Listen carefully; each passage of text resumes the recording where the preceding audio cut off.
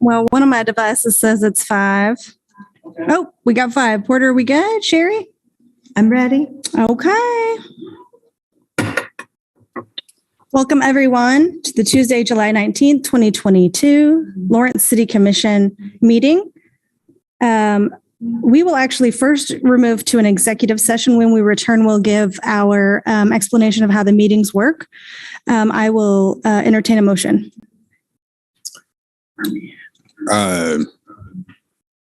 Go ahead. Motion to recess to executive session. Do I have to do both of them for? Just the first one. Do the first one. Okay. For approximately 15 minutes to discuss privileged legal communications from the city's attorneys regarding state statutes pursuant to KSA 75-4319B2. The justification for the executive session is to keep attorney-client privilege matters confidential at this time. The City Commission will resume its regular meeting in the commission room at approximately 5:16. Yeah, 5:16 after the executive session is concluded. Second. I have a first and second. All those in favor? Aye. Aye. That passes 4-0. We will return in 15 minutes.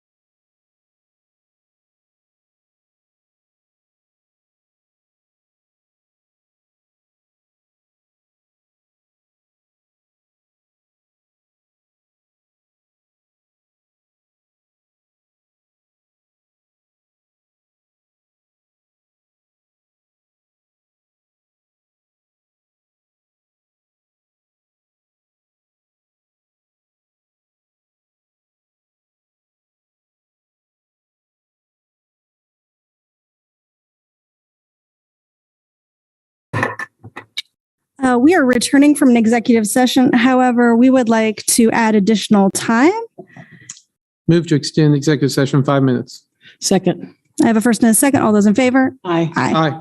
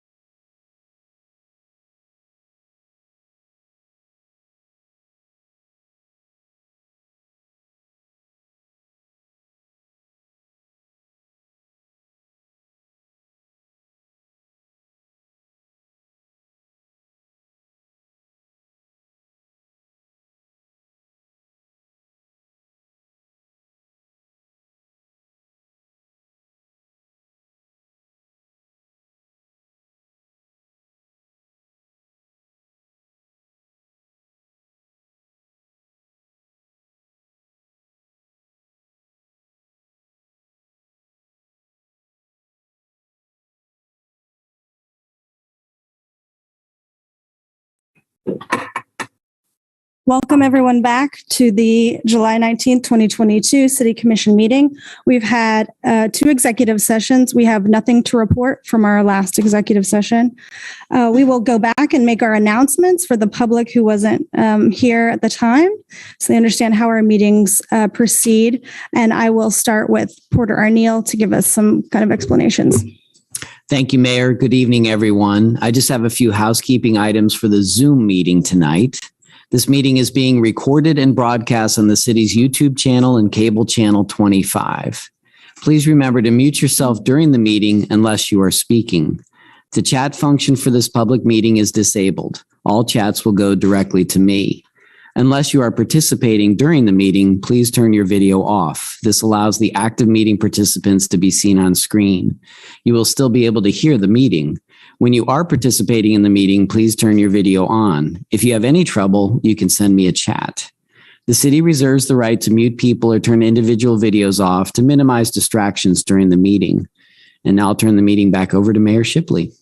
Thank you, Porter. Next, we'll have Sherry Riedemann explain how public comment primarily works. Thank you. Yeah, just a few notes on public comment. When the mayor calls for public comment, individuals attending in person should approach the podium to indicate they wish to speak. The podium can be raised and lowered, and we encourage you to use this feature to ensure your comments are heard. Individuals participating via Zoom should use the raise hand function to indicate they wish to speak. Please leave your virtual hand raised until you are called on. Individuals will be called on in the order they appear on the meeting host screen. Please state your name before speaking, and all public comments need to be limited to 3 minutes. Thank you, Mayor. Thank you. Let's move on then to approving the agenda. The City Commission reserves the right to amend, supplement, or reorder the agenda during the meeting. Do I have any motions from City Commissioners? Move to approve the agenda. Second. I have a first and second. All those in favor? Aye. Aye. Aye. That passes 5-0. Next, let's move on to our proclamations. First, we want to proclaim Tuesday, July 19th, 2022 as Americans with Disabilities Act Day. And I think we have someone here. Oh, there you are.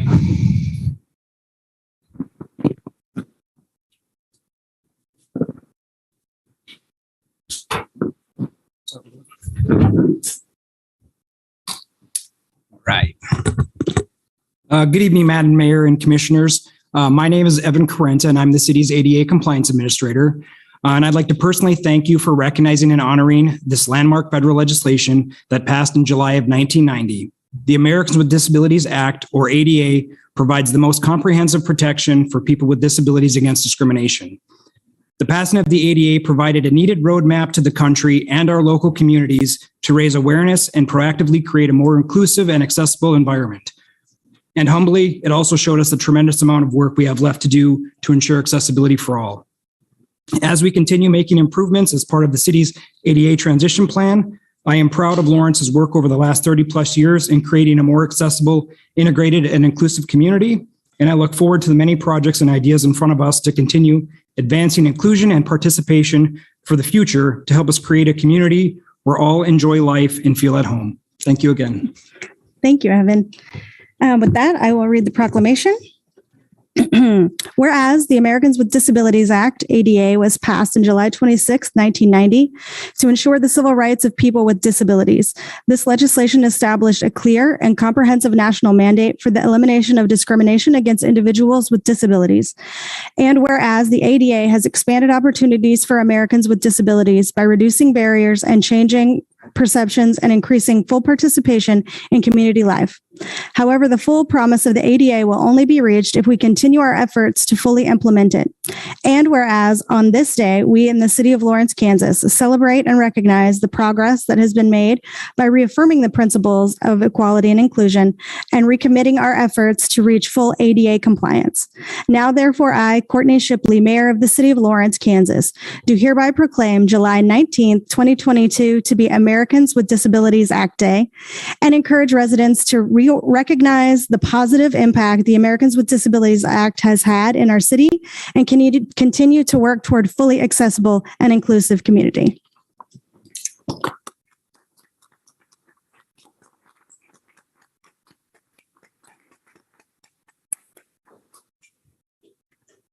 Thank you again. Next, we will proclaim July 2022 as Parks and Rec Month. If my computer decides to do that. Derek's coming up. Good, he can talk while I my computer go. No, it's good. I just didn't want to start.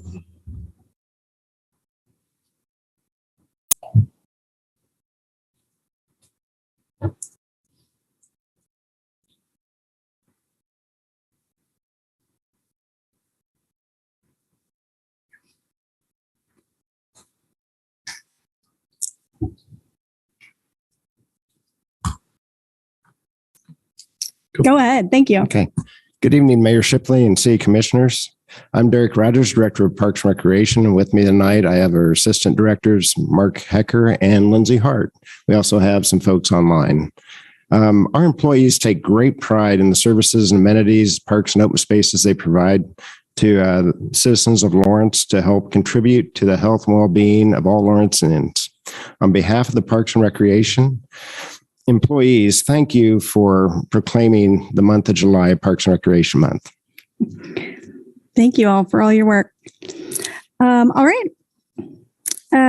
Whereas parks and recreation programs are an integral part of City of Lawrence, and whereas our parks and recreation programs are vitally important to establishing and maintaining the quality of life in our community, ensuring the health of all citizens and contributing to the economic and environmental well-being of the community.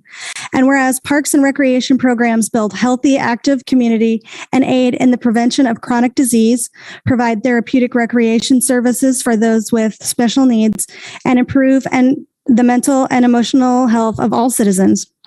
And whereas parks and recreation areas are fundamental to the environmental well-being of our community, and whereas our parks and natural recreation areas ensure the ecological beauty of our community and provide a place for children and adults to connect with nature and recreate outdoors, and whereas the City of Lawrence recognizes the benefits derived from parks and recreation resources. Now, therefore, I, Courtney Shipley, Mayor of the City of Lawrence, Kansas, do hereby proclaim the month of July 2022 as Parks and Recreation Month, and recognize that Lawrence Parks and Recreation serves as a significant gateway to our community's physical and mental health and well-being year-round. Thank you.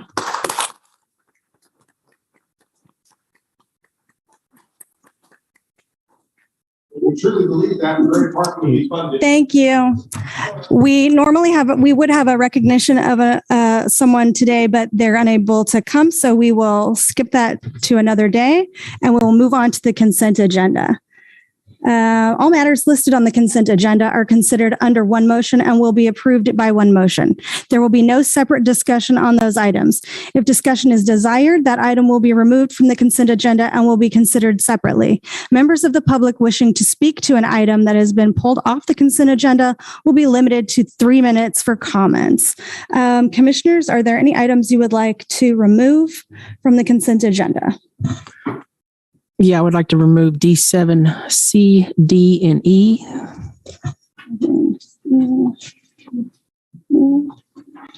I would like to remove item D4. Whoever's keeping track. Any other items, commissioners? Commissioner Sellers? Oh. Nope. Okay. Are there any items the members of the public in the room would like to remove?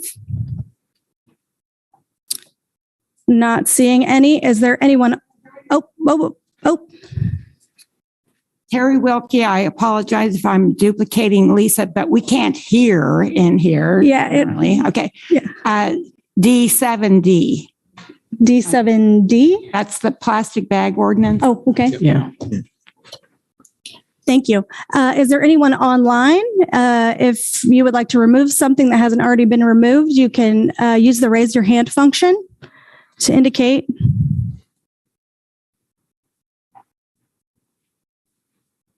There's no one online, Mayor, that All right. wants to pull an item. Good. Thank you. Then I would entertain a motion. Move to approve the consent agenda with the exception of D7, C, D, and E, and D4, right? Second. I have a first and second. All those in favor? Aye. Aye. Aye. That passes 5-0. The first item is one that I removed, which was D4. That is approved licenses as recommended by the city clerk's office. I wanted to kind of clarify something.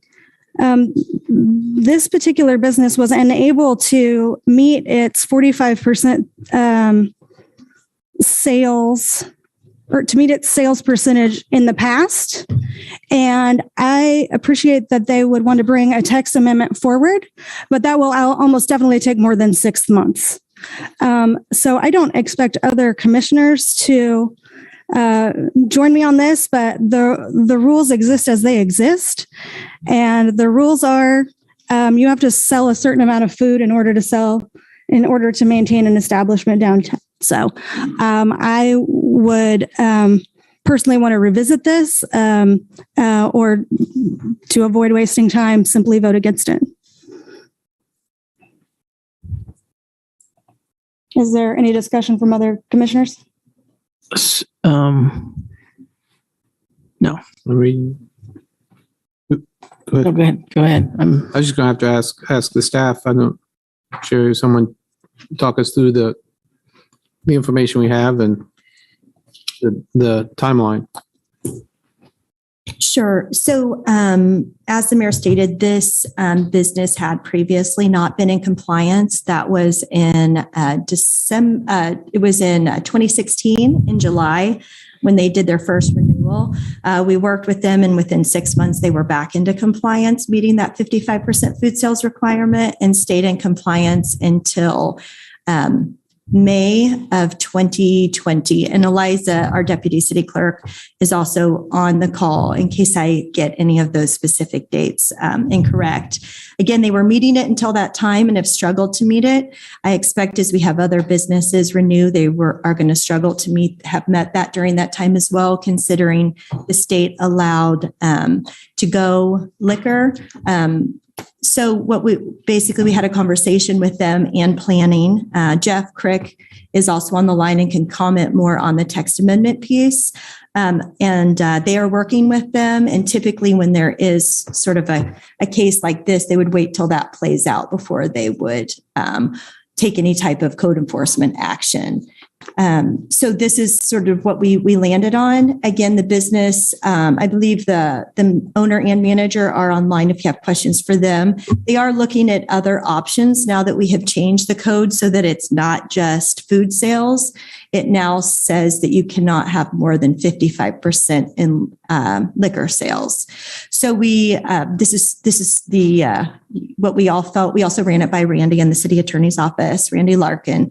And this is what we thought would be the appropriate action at this time, was to go ahead and renew it for 6 months. And then that would come back to you in 6 months for approval beyond that, because currently our code requires commission approval for any liquor licenses. And if there's any additional information that you want, just let me know. Yeah, I might want to follow up on something you said there, which is that in a case such as this, that might be a question for Jeff. Did you mean generally planning issues, or where someone comes out of compliance with code in general, or specifically with alcohol sales? It would be more of a planning issue, but I would let Jeff respond to that.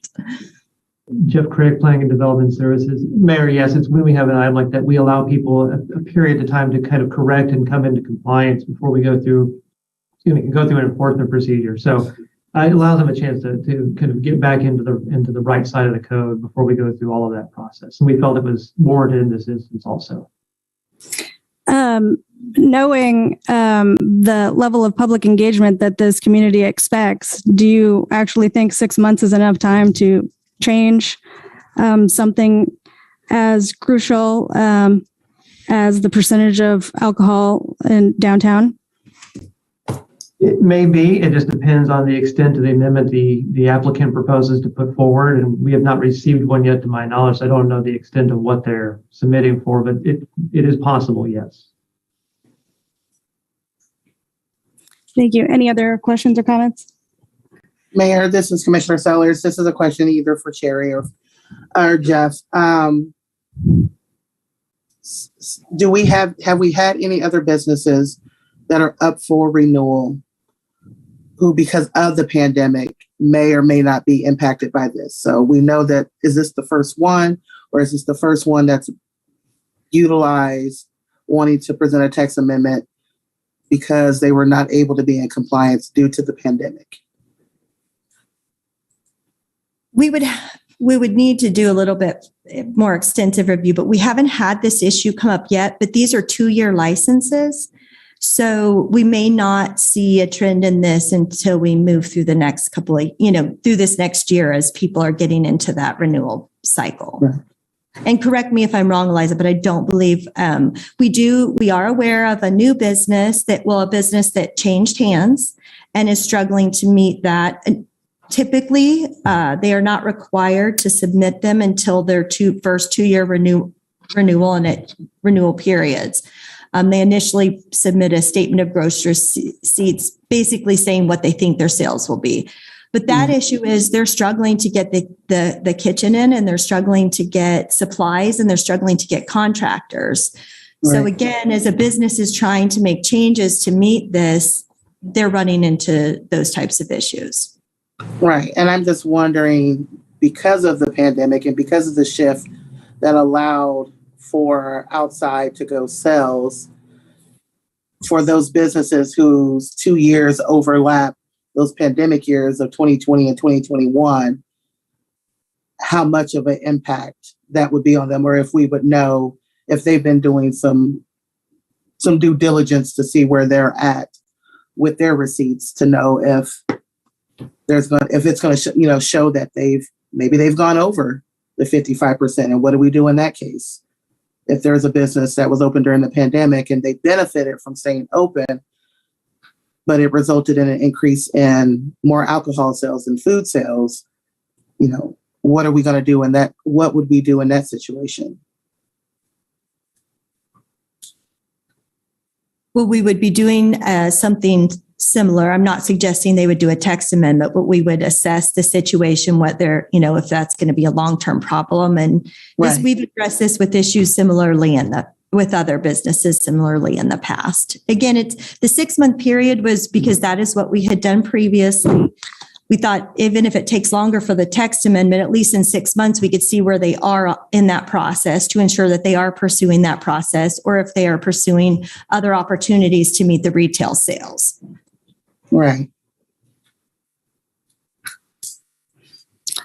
I think, Sherry, you indicated the applicant is here. I can't see everyone, Sherry. So if you see them or they raise their hand, I would be happy to hear from them.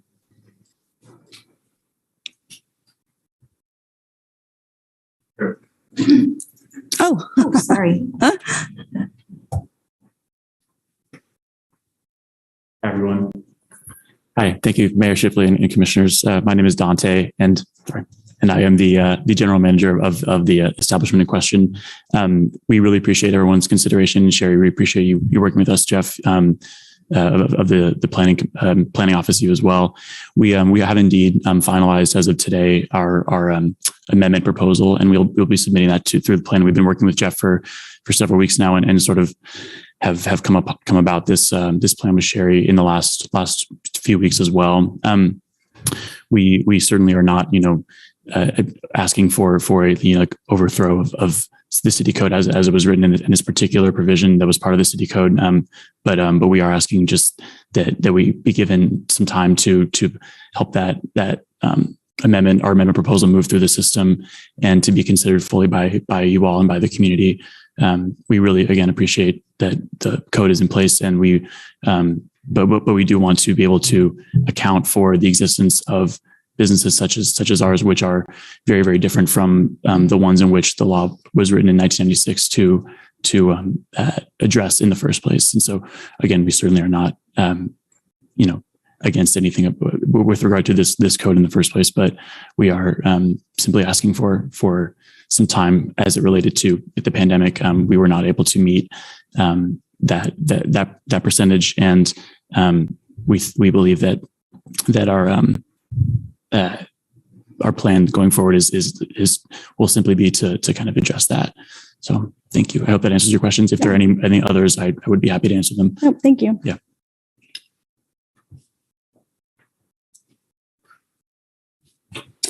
Is there any other questions from, are there any public comment from the room?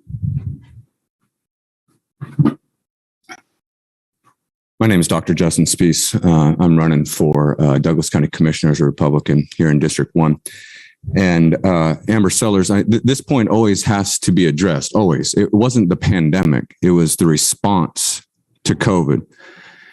And my question is, I wonder if it's your guys' dumbass policies that contribute to this mess. So what about closing down businesses, making sure everybody has a mask out, pumping out fear to your community that they don't even go out and support each other. I mean, you guys didn't even come back into the building until just this past April. What kind of leadership you guys setting? No wonder everybody stayed in. I wonder if your property taxes contribute to that, man, not being able to afford that stuff. So I would suggest instead of coming in here and falling all over these fools, you start holding them accountable and say, what did you do to my business? Why'd you shut me down?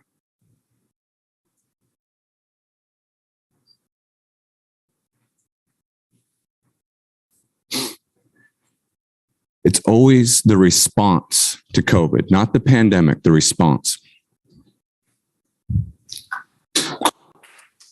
Sorry. All right, I'm going to read a friend thing. Hi, I'm Gary. Thank you for allowing this time. If we're including the letter of the law within the scope of this meeting, with regard to the 45% of gross receipt requirements for an operating business, I think we should address the spirit of the code. This place that you were discussing is a tasteful and admirable business model that simply didn't exist when the law was written in 1996. I think given the original script of the law, which I understand to have been to keep clean and tasteful commercial district in Lawrence, this establishment does not negatively impact the culture, appearance, or safety of Lawrence. I've personally been helped and provided care for this staff who show this to every single customer they have. The 6-month stay or extension of the liquor license, I don't see as a one-upsmanship or giving them a competitive advantage, just simply due to COVID and extenuating circumstances outside of COVID, because it wasn't just that. They're working with you and hopefully can become a collaborator with the city and with the community to craft a whole for businesses that in America did not exist in 1996. Thank you for the time.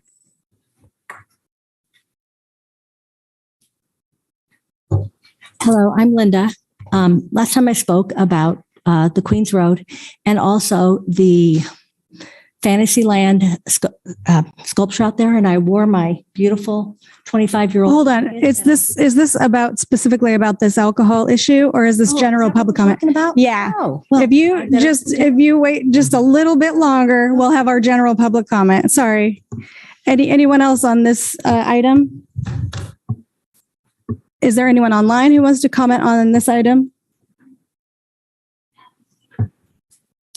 No, Mayor. Okay. Wait, I'm sorry. Oh, did you find someone? Yes. Kyle Aldridge. Thank you. Can everyone see and hear me? Yes. Great. Hey, thank you for taking the time. I was a little late with the raise hand button. I just wanted to voice my unequivocal support to the proposal to grant the 6-month extension for John Brown's. I grew up in Lawrence. Downtown Mass Street is a great place, and John Brown's is one of the things that makes that great. I don't think it presents any danger or negative effect to the community to give them this 6 months.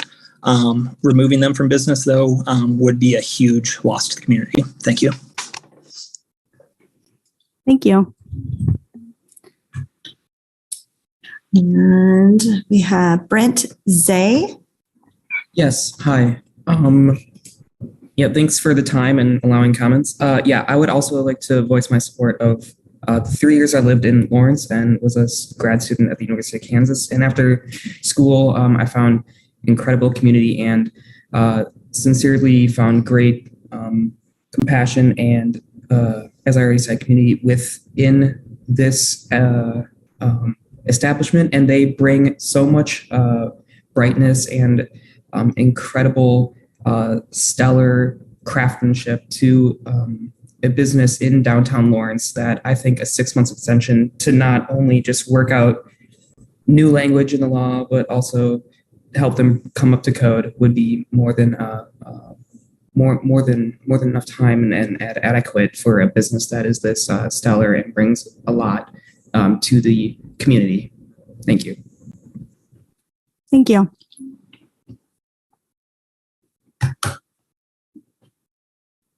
That is all the comments, Mayor. Okay. I'll bring it back to the commission. Anything? I'm fine with it. Okay. Fine with it as well. I will be voting against this. The purpose of this is to, was, whether I like it or not, the purpose of it was to prevent the overproliferation of bars. And a business that primarily sells alcohol is a bar, regardless of how nice it is. That is what the rules are. This bar has been out of compliance in the past. I probably would not have noticed it had that not been the case.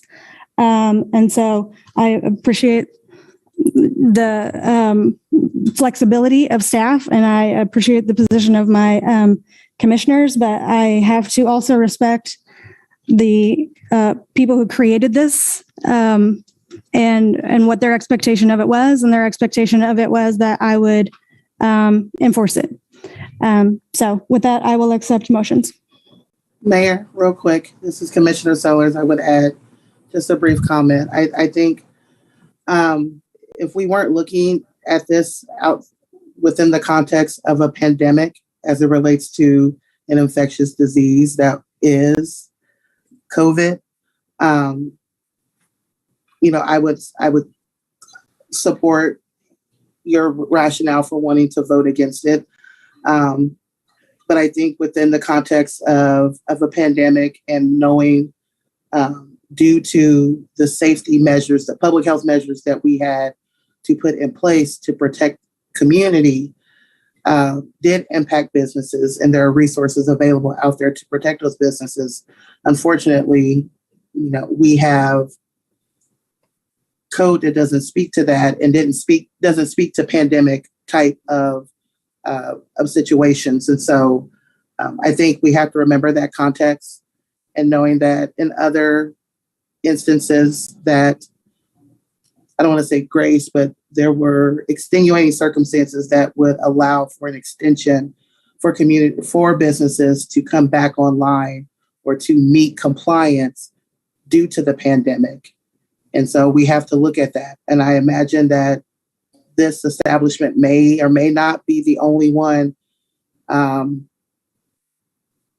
may come to us and may be impacted by that, or it may be impacted by this. So I just want us to keep that in mind, that if we were looking at this outside of the context of a pandemic, my thoughts may be different, but that does have weight in this discussion and in this situation. Thank you, Commissioner. I'll entertain motions. This is Commissioner Sellers. I move that we approve licenses as recommended by the city clerk. Second. I have a first and a second. All those in favor? Aye. All those opposed? Aye. Nay. That passes 4-1. Next, that brings us to D7C.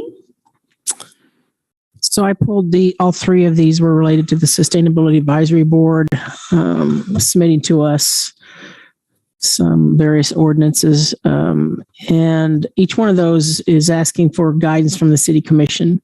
So I just wanted to give us an opportunity to look at those to see how we want to handle them going forward. Do we want to, well, we can decide at that point, I won't say. So. My feeling about two of these, at least, is that they have not been reviewed by staff. Right. And certainly with the first one, if we want to go in order, the noxious weeds, invasive plants, and managed natural landscaping, at the very least, I would like to be sure that Parks and Rec looks at it and is aware of it, as well as I'm going to guess some other departments. So at the cost of putting in back into staff's hands, I think that's really the wise move here. There were some things in there I found very interesting, and we really need to take a very measured look at some of the verbiage. I would only add on that one, part of that is related to new developments, which would likely be part of the development code, likely to be part of which will be looked at. Not all of it's related to new developments, and there's some different aspects to it. But as it relates to the development code, I think it needs to be part of that process. I would concur that at the very least, have it looked at by Parks and Rec, and also legal staff, just to make sure. So, Commissioner Finkeldine, are you suggesting just planning staff or planning commission? Well, I'm thinking about the Development Code Committee. Oh, okay. Development Code Committee, because again, part of it applies to new developments and upon development and all that. Mm-hmm. Now, again, not all of that would be looked at by the Development Code Committee. That has several aspects in it. Some of it's Parks and Rec, some of it's code enforcement, and then some of it's new development. So, yeah, definitely had questions about code enforcement. Commissioner Sellers, do you have any thoughts? Yeah, I want to, yes, I do believe it needs to go back to legal and to staff to take a look at it. Because I could tell it, the way it was presented to me, it almost looked like what I would consider in my neck of the woods a department document. So it's more like a policy document. So I mean, I wouldn't be opposed to a policy document over an ordinance. And I don't know if that, I'd like for staff to look at that as a recommendation, since this covers, this covers different entities as far as development code and sustainability and other pieces. So I don't know if an ordinance is the best place for this to live, or should it be a policy document, almost like our economic development policy manual. So that would be just high level. That's where my thoughts are. If this is something that the advisory board wants us to take a look at, I would like to see it as a policy document as opposed to an ordinance.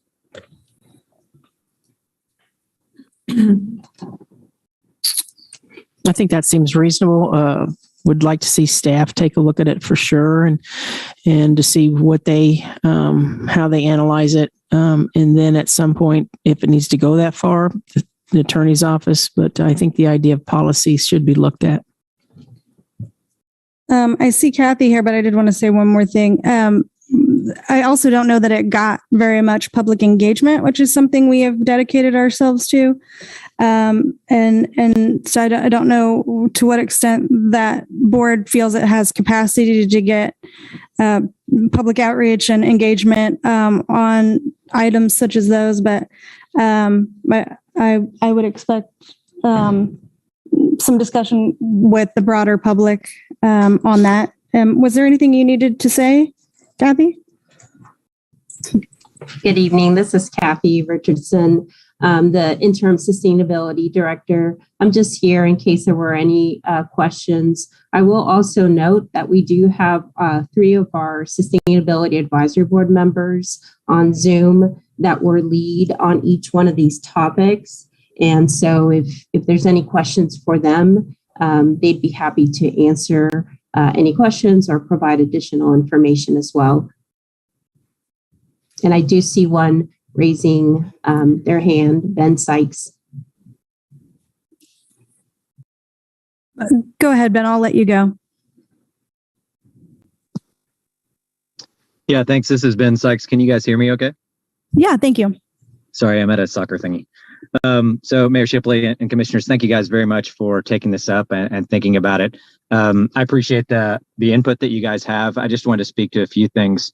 First, the key goals of this were to first revise the weed ordinance itself, the text of which doesn't appear to have changed since 1979. We've also tried to revise the violation procedure, which includes a progressive fine system and the creation of an arbitration path. And then finally, we were trying to promote sustainable landscaping within our community which offers numerous benefits that align with several strategic plan outcomes and indicators that are listed there in the ordinance. So just briefly, we've been working on it about 15 months. Members of the public were actually the ones that first brought the issues of the weed ordinance to us, and that's how we took it up. The subcommittee actually included both SAB members and members of the public, as well as first Jasmine Moore and then Kathy attending. I did meet with Brian Jimenez, Code Enforcement Manager, twice during the crafting of that, and we certainly appreciate more feedback from him. I also met with a representative of the Lawrence Board of Realtors as well about the development aspect of this. But otherwise, we're keen to have more input from staff. Definitely legal review, which we've not been able to get so far, particularly on things like the progressive fine system. And I just say that, we're happy to engage on it. I can understand that there are aspects of it that are policy, but certainly the elements of it that are the weed ordinance is an ordinance as it stands. And a lot of those concepts are revisions to the ordinance. So I think it does occupy a tricky place in terms of the elements of it that might need to be an ordinance. And I'm happy to answer any other questions you guys have. Thank you. I think what I want to do here, because I think we have some consensus with commissioners, I don't want this to take over our agenda right now when we want to send it back to staff. So I think what I'll do is make sure there's no public comment in the room on this item.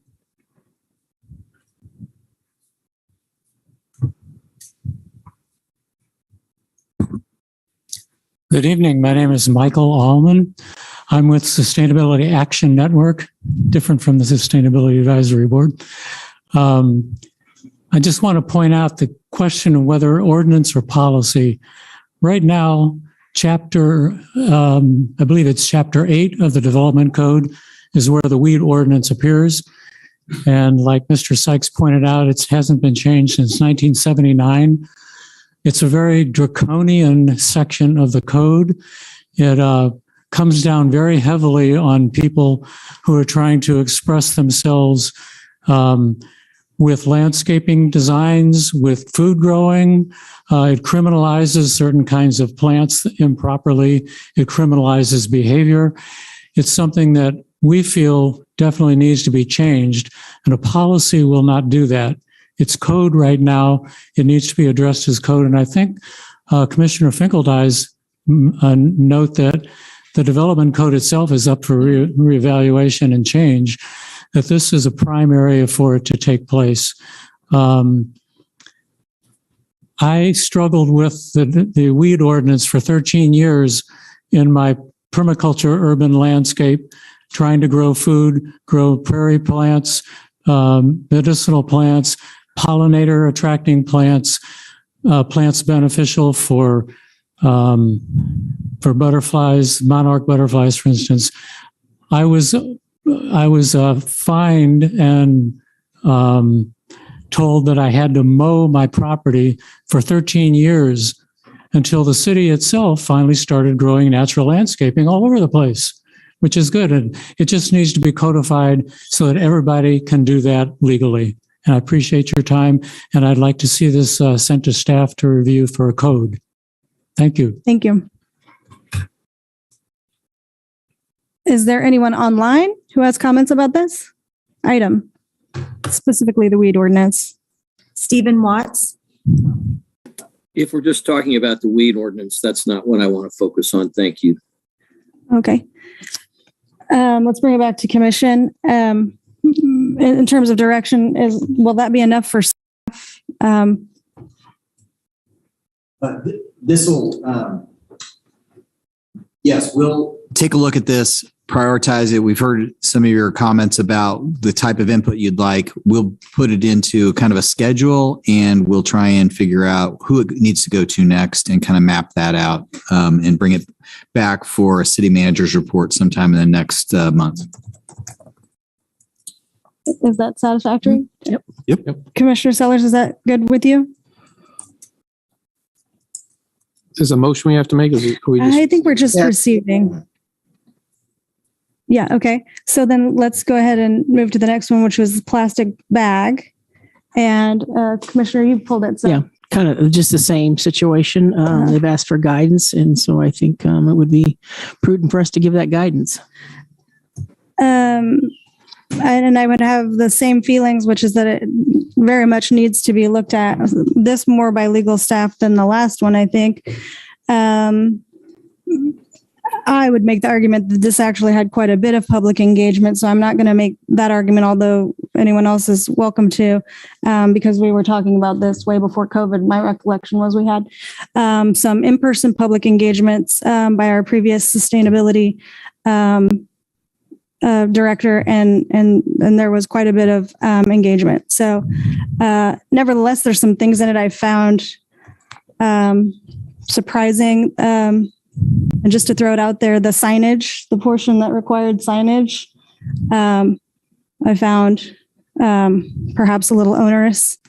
And I only say that because if others agree, we needn't bother staff with researching that if we think that's out of bounds. Any other comments? Well, I guess I'd just say. Oh, sorry. Go ahead, Commissioner. Just a minute. Well, I was just going to say, I mean, I do think that the sign part of it is unique. And here, I think, though, a little different than the other one. Like this one doesn't really have an enforcement provision, and I think SAB even said they wanted the city staff or city to figure out how to enforce it. So I think this would be one that we would get some general guidance from staff and then bring it back to us to have a more detailed, not an in-depth review by staff, but, the other thing I would say is, as I recall, before COVID, the idea was a fee for the bags, and that got a lot of attention. And then when it's come back to us, it's a bag ban. And so again, just bringing back those big issues, I think, to decide if, how, when, way we do that. So I do agree staff should look at this, but then I think it should come back more for a discussion where we could get people to provide their input and have a bigger discussion on which direction, if at all, we want to go. Commissioner Sellers? Yes, just to kind of echo a couple of sentiments from Commissioner Finkeldye. I do want legal to take a look at. I did have some questions on a couple of the defined terms, specifically produce bag and product bag. I do have some concerns with that. I'd like to hear from the advisory board their rationale with going with a ban instead of fees when we know that, we know that there's been some initial studies around compliance as it relates to a bag ban, as it relates to bag fee, charging for using bags. I did notice that, there was a section in regards to exemptions, and it puts the onus on the establishment to provide those exemptions. So I do have a little bit of a concern with that, and then also with the enforcement piece. So I do like how this was provided to us in ordinance format, which was a little bit different than the noxious weed policy recommendations that was shared with us. But I do want staff to take a look at, and specifically in regards to some of those defined terms, the enforcement piece and some of the exemptions, and to get a little bit more rationale from the advisory board as the reason for going with a ban as opposed to a fee, and not calling out in the ordinance some of those exemptions for vulnerable populations. Any other comments, commissioners? Nope, I think that covered a lot of the things I was interested in or. Okay, so I want to be clear with the public. What the commission is saying right now is they want to bring this back for further discussion and more time. So I'm sure there are lots of people that have opinions about this, but you don't have to talk about it today if you don't want to. But if you would like to, you are welcome to. But this will come back again in the future, and there will be robust discussion about it. But if you have a comment, sir, you're welcome. My name's Dan Cady, and I live in Lawrence, Kansas. I've got a few things to say. We just came through a public health crisis, and I think that reusable bags are a public health crisis. The University of Arizona in 2011 did a study. Only 3% of the people studied washed those bags on a regular basis. 99% of the bags had bacteria in them. Over 8% had E. coli. This study was confirmed through the CDC.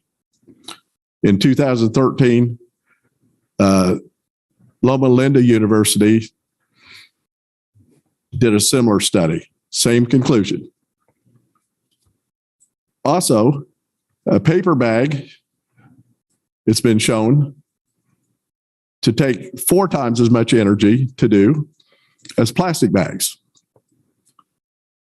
And I would challenge your board to go visit a plant that does recycled paper. And I've been to one. I've toured it. There's one in North Kansas City. It's not that far away. Go visit them. Go see what goes into that. And you can find it because when you go across the bridge anytime in North Kansas City on I-35, if you look down, you'll see all the smoke coming out of that tower. And that's from that recycling paper plant. The other thing I'd like to say is we pay enough for groceries now. Inflation's up 20% on groceries, and then you're going to stick a tax on the back end for sustainability? Good job. Good job.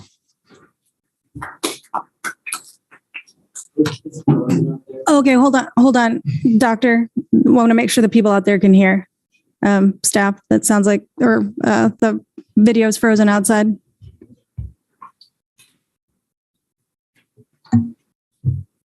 I would also like to remind the audience that it is our tradition not to clap. It's distracting and it's also harder for people to hear. That has been a tradition for many years. So thank you very much. It helps my mental health to have people clap. So thank you. If you're concerned about other people's well-being, then be concerned for your time has started then. All right. Dr. Justin Spees, running as a Republican candidate for Douglas County Commissioner, District 1.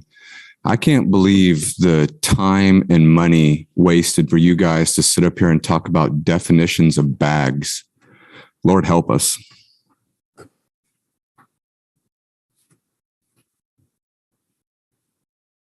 Terry Wilkie, citizen of Lawrence, Kansas. I'd like to thank everyone present for your kind consideration of these ordinances. And in my overactive imagination, as I drive around Lawrence, I see things and I'm critical. This could stand improvement. And if I were a city commissioner, I would be so proud of the work that you all do for us. And I just wanted to say thank you very much. Thank you. Anyone else in the room on plastic bags specifically?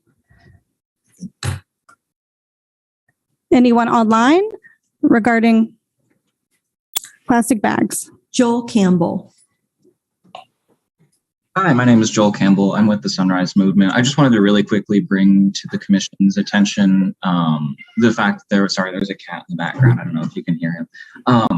There was a bill that was almost passed in the Kansas legislature this year that would have put a ban on plastic bag bans. And so I'm concerned that they will try something similar given the history of the Kansas legislature next legislative session. So I just wanted to encourage the city to really move on this as fast as we can, because the sooner we start, the sooner we can have the infrastructure in place to continue it, even if there is a ban on plastic bag bans.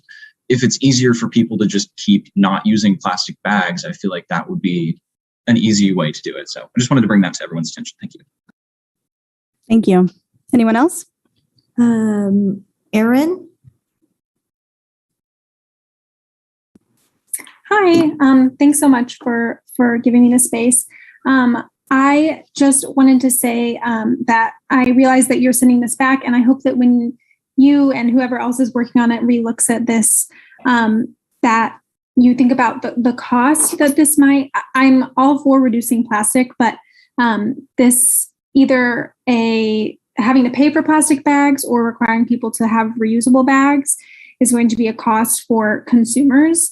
It's already difficult for people who have transportation barriers to have to haul their groceries back and forth if they have to take a bus to the grocery store, and then arriving at the store and realizing that they have to have a reusable bag or purchase a reusable bag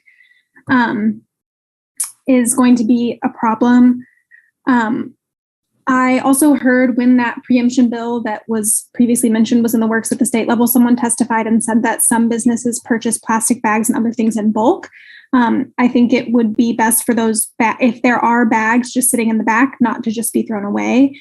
And then I think that the signage is good because people need to know, like I said, if they have transportation barriers, we wouldn't want them to just arrive at a store not knowing that they are now going to have reusable bags. And I would love for there to be a program to, if it's going to be enforced on consumers at all, to provide reusable bags at low or no cost for folks who have barriers for that.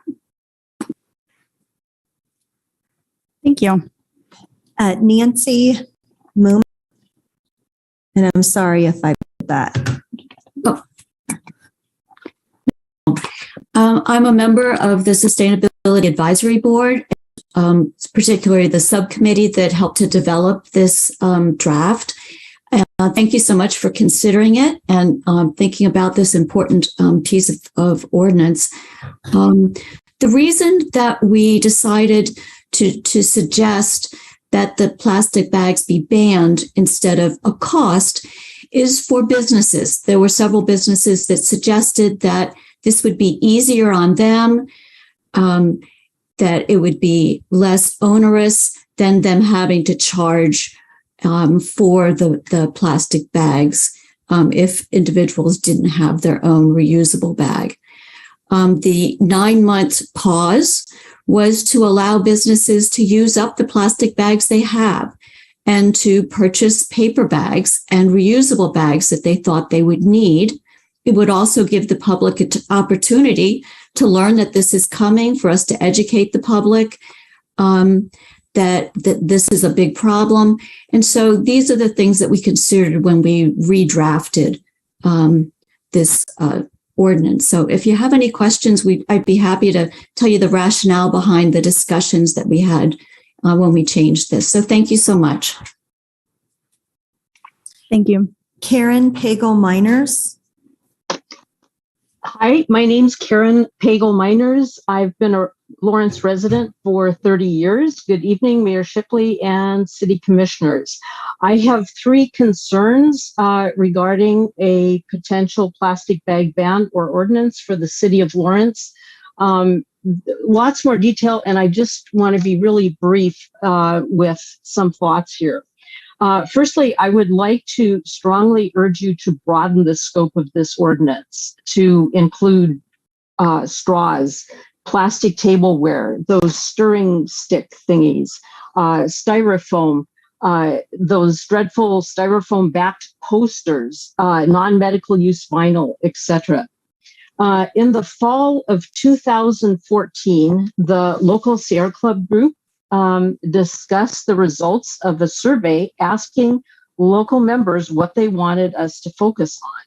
One member suggested working on a plastic bag ban, and the chair at the time said, "Oh, yeah, that's a great idea. We should be able to achieve that in a year."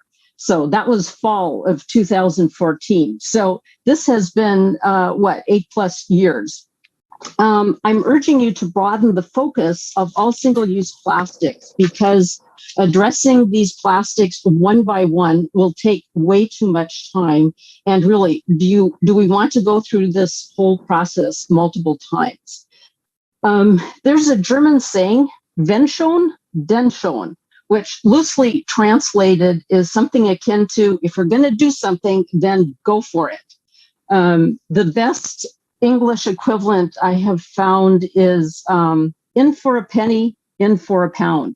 So if we're going to work on reducing plastics, let's really just be more inclusive and ultimately save time.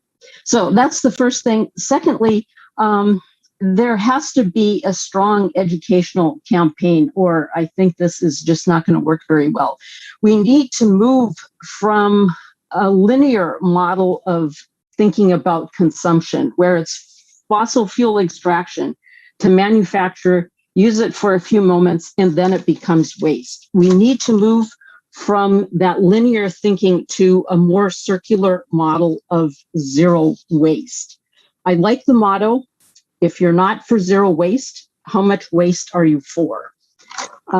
So that's those two things being said, I do have some concerns about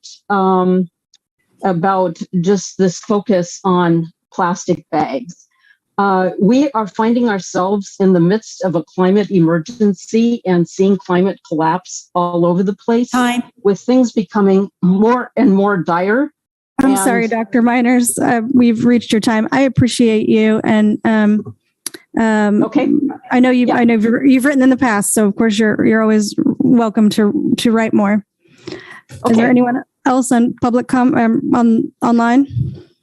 That's all the comments. Okay, let's bring it back to the commission.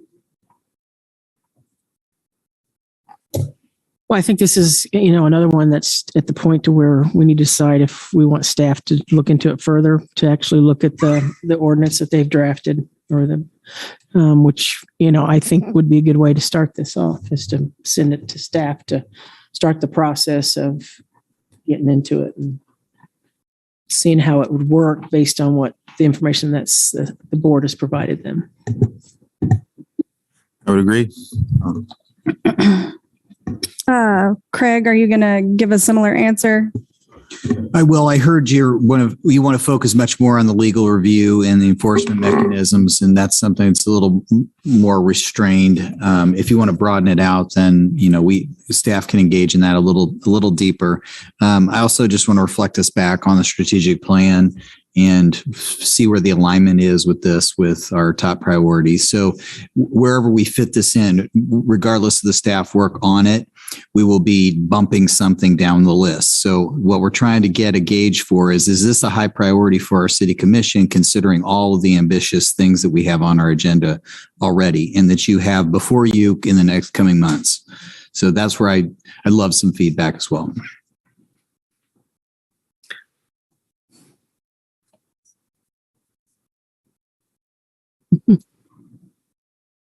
Any thoughts? I think Commissioner Sellers might say something here. Oh, not quite unmuted. Working on it. I would say that this is a moderate priority. I know that one of the previous public commenters did mention the legislature. I mean, whether there's anything that preempts a ban, we're not at the mercy, but we have to play some strategic jujitsu with the legislature as they're, whether they impose a ban or what that would look like. That's why I was concerned about an ordinance that just focuses on a ban, and, hearing some initial discussion around a fee structure. I would like more of that, because I don't know if I can fully support just a ban, especially since we're leaving the exemptions to the establishment, whether or not they provide it, which then really kind of doesn't speak to the authority and strength of the ordinance.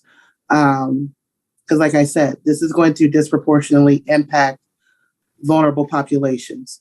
So there's no provision in here for seniors. There's no provision in here for individuals who receive WIC and SNAP benefits. Those are vulnerable populations who may typically use plastic bags as opposed to reusable bags. Which is a distinct population within itself that is going to take some education. So I'm not, I do think that this is a discussion we can have. It's a discussion that needs to come back to us with some revised language. I'm just not completely sold on the ban piece. I would like to see what a fee structure would look like and what this ordinance would also look like, with some provisions in there for exemptions as it relates to specific populations, and not putting it on the establishment to choose who and how they provide those exemptions. And if there's going to be exemptions, we need to set those exemptions. So that's why I was recommending to go to staff initially to get their ideas on how how workable this is and what are some best practices out there that we know of. So I think that would be something that staff could look at and work with. Are you more or less like using it to also gauge like, how long it would take, kind of a timeline of, kind of how it would progress, thinking along the process? Yeah. Yeah. I mean, that would be great if they could give us an idea. I mean, it is true. This subject has been before us since before the pandemic. So the community folks who have backed this have been waiting a long time to get an answer. But we have a lot of work though. So. Well, I guess that's what I was saying. I think, unlike the noxious weed, I think this one needs. I'm not sure it needs much staff work now. I think it needs policy decisions. We have them look at a ban and then we decide to do a fee, or if we have them staff look at enforcing a ban and we decide not to do anything, I don't know. We want to put a lot of staff time in until we as a board say, this is what we want you to look at. And that might also be, we want SAB to go back and, example, using Commissioner Sellers' point, if we decide we don't want a ban, we want a fee, then I think you send that back to SAB to come back with something, not send it to staff until we know what we're looking at. If we, so I think this one really probably need to find a time in the schedule and just have a policy discussion, hear from the public, hear from all the people, and then give direction at that point before we spend much staff time on this particular one. I think staff could provide us with some information regarding what's workable within the current code system. And that's what I'm kind of wanting to hear from staff, whether you charge or whether it's banned or whether you don't do anything, what it would take for staff to implement something like that. So that's why I want to hear from staff on that. And this is Commissioner Sellers. I believe that that's the work of the Sustainability Advisory Board. I think as it stands now, I'm not 100% supportive of a plastic bag ban, because we know that the bans have disproportionate impacts on low income and vulnerable populations. And there's no provision within the current draft ordinance that speaks to exemptions for those vulnerable populations. It puts it on the establishment, which means if there could be inequities within it. So I don't think that's something that doesn't go to staff. It goes back to the advisory board, since they were the ones that drafted the language of the ordinance. So I think we can charge staff through the liaison to work with the advisory board to bring us a draft that speaks to a fee structure, if that's what the consensus of the commissioners, if that's what our consensus is. But I haven't heard that from any of my fellow commissioners. Are you wanting this to go back to the advisory board to look at enforcement? Are we wanting staff to look at it from a legal perspective? Or do we want to look at a different perspective as it relates to a fee structure?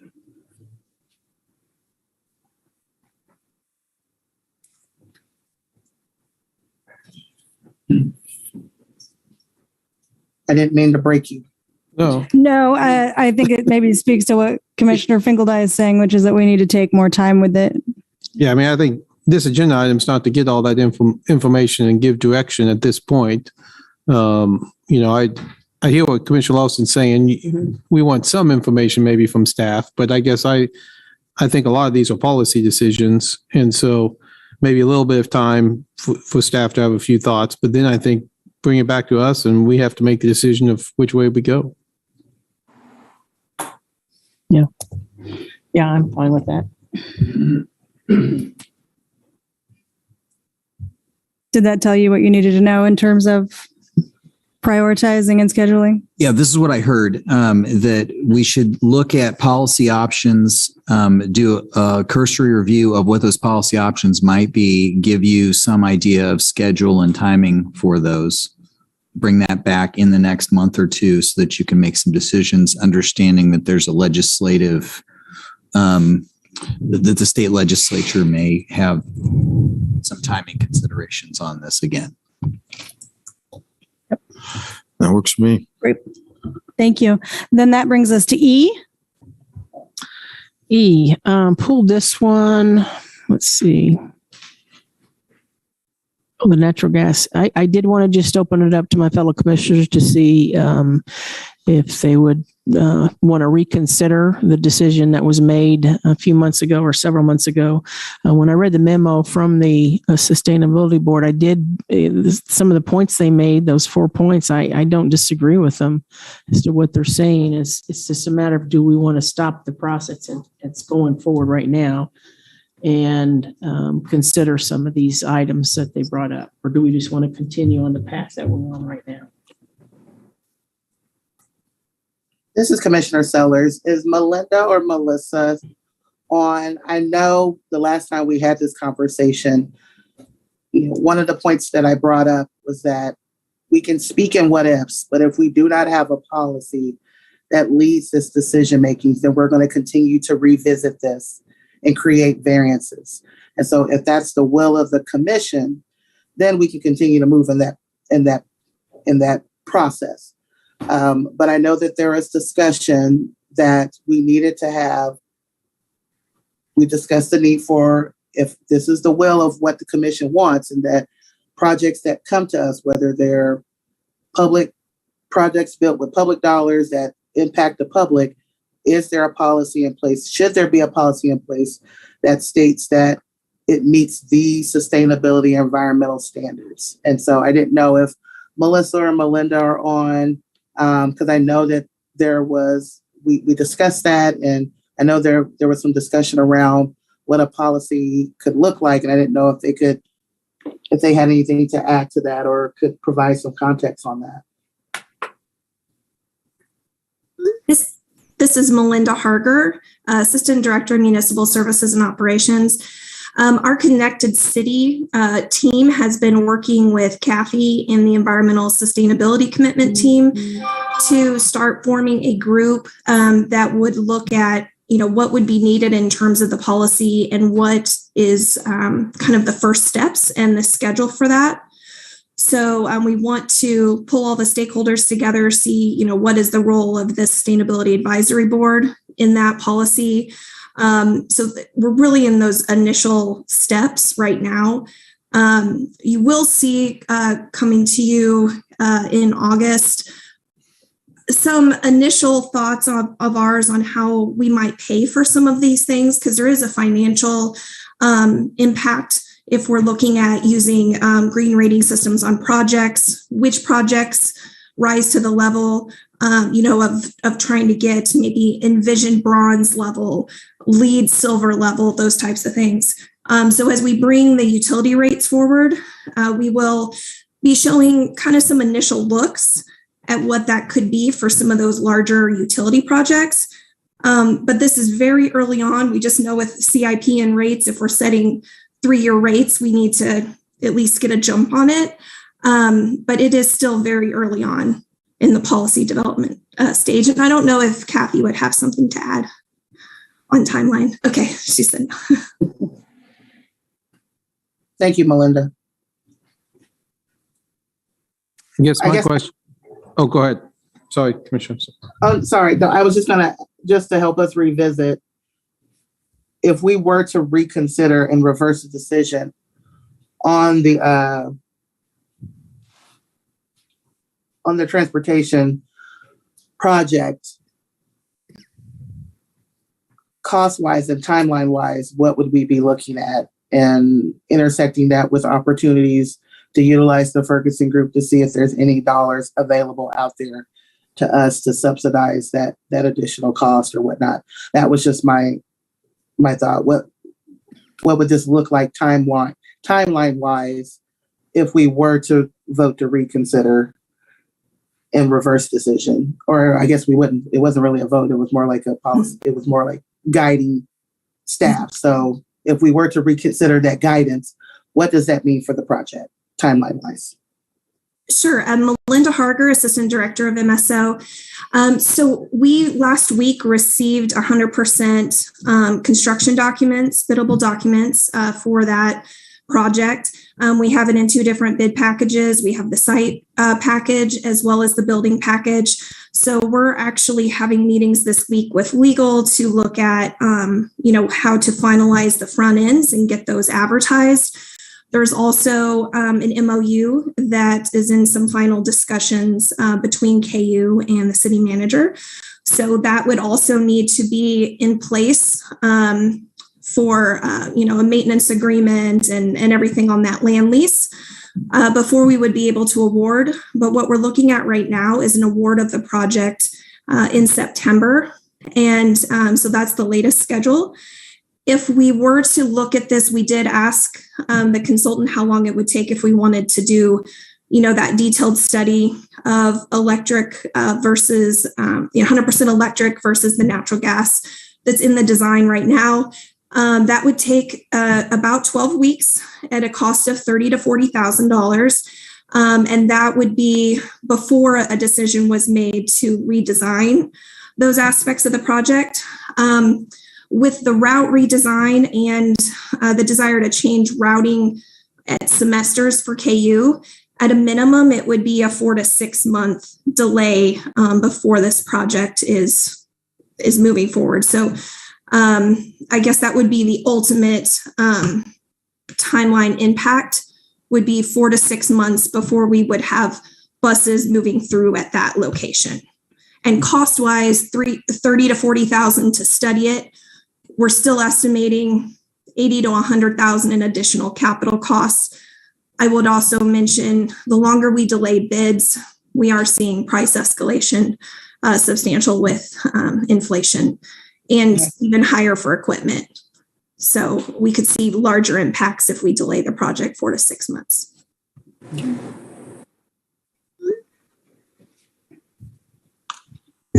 Any other questions? And I do think there's since I let someone from sustainability speak earlier. Kay, are you on here somewhere? Yes, I am. Let me start my video. I can do that. Hello. My name is Kate Johnson, and I'm a member of the Sustainability Advisory Board. And I appreciate the opportunity to discuss this issue with you. And I realize it is at a late date, but the Sustainability Advisory Board was not involved or discussed. We were not involved in this decision and didn't really realize it was even involved for the multimodal transfer facility infrastructure until that work session.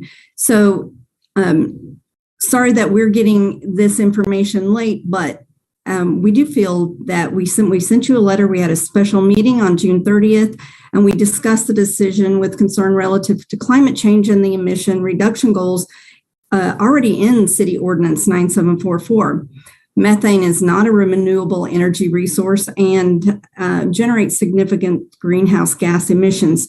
SAB voted to approve and send the letter referenced in this agenda item. And we really do want you to understand that we believe that the policies, I'm sorry, that's kind of weird lighting, but the policies are already set and available for staff to understand that we have provided to commissioners, and the commissioners have voted on policies for greenhouse gas emission reductions.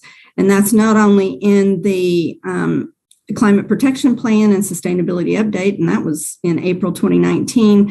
Plan 2040 discusses it. Ordinance 9744 discusses it regarding cities' adoption of renewable energy sources by 2035 for all sectors of municipal operations. And then also the strategic plan discusses renewable energy goals, as well as we have the 5 guiding principles, which were adopted by city commissioners to direct staff to utilize these principles for all actions and projects, and more specifically to achieve net zero greenhouse gas emissions. This decision also doesn't take into account or doesn't take advantage of the Evergy's direct renewable participation service agreement that provides 98% of its energy from wind for the next 20 years, beginning in 2021. So we have an agreement now that locks in a city rate that's below the new 2021 rate. This decision also doesn't effectively utilize city funds because the methane infrastructure could be replaced and should be replaced according to the ordinance. And so this decision also intuitively reflects an actual increase in greenhouse gas emissions each year that methane is used for operations at the new transfer facility. We realize that costs were discussed at that work session, but those weren't available. It's hard to understand why they weren't available, but then we really feel like that if staff feels like the cost or structure is concerned, that the schedule is that they really should pause this and appropriately develop and evaluate the cost. What is it going to cost to replace the gas structure in 5 to 10 years? That still needs to be developed. The SAB also recommends the city staff in the future stipulates all electric and energy efficient equipment and infrastructure systems be provided for CIP projects, facility remodeling, and significant facility operational improvements. Each of the policies that we listed promotes greenhouse gas emissions reductions and energy efficiency as an imperative for the city of Lawrence. And so in consideration that, the SAB therefore really still urges the commission to reverse its decision. And we understand that has an impact on your schedule. Thank you. But I am available for comments, and thank you very much for allowing me to speak. Thank you. Let's make sure there's no public comment in the room.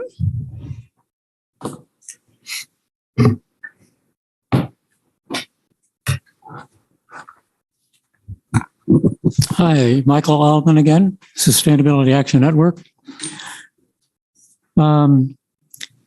The staff report, first of all, indicates that they're seeking guidance regarding the legal review, staff analysis, and scheduling, but that's not proper. That's by a template from the previous two ordinances. This really is supposed to be a request from the memo from SAB to go back to the consultant for redesign. In March, the consultant said it's designed for methane because, quote, electrification is an emerging technology, end quote. The technology has not caught up yet. They totally misguided you. They may know their transit hubs. They don't know heat pumps. They also said that the staff just said this would cost an additional $100,000 capital investment. That's less than 1% of the entire budget. That's not a budget buster. And I could point out that the Infrastructure Act from last year has $372 million beyond electric buses for bus facility grant program. It's to buy or rehabilitate bus-related facilities. There's money out there. Future electrification would use electric resistance heat from boilers when they transition from methane to electricity. They're doing boilers. That's the most inefficient way to use electricity. In addition to the cost of the capital rebuild. Let's see, where am I going with this? The city is preempted from restricting methane in private construction by the legislature. However, the city is free to avoid methane in all of your own buildings. You have 100% renewable energy commitment within your ability. You can do that.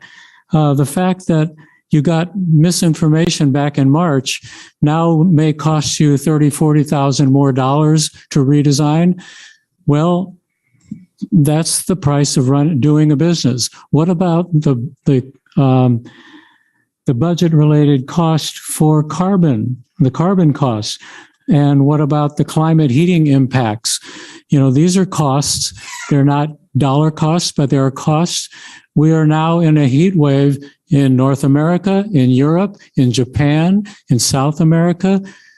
there's a climate crisis, and I think we need to take this one little step at least to live up to our 100% renewable energy commitment and address climate, at least at this case. Thank you very much. Any other public comment in the room? Any comment online?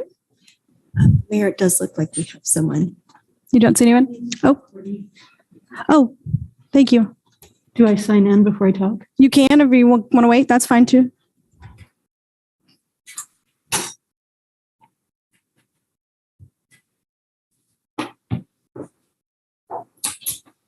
All right. So you all know I'm a terrible public speaker. This is like literally a nightmare for me. Sometimes I prepare stuff way in advance and it doesn't go well. Sometimes I do off the cuff. It doesn't go well. Let me just tell you, I am the chair of the Sustainability Board. I'm the original founder of the Sunrise Movement Hub here.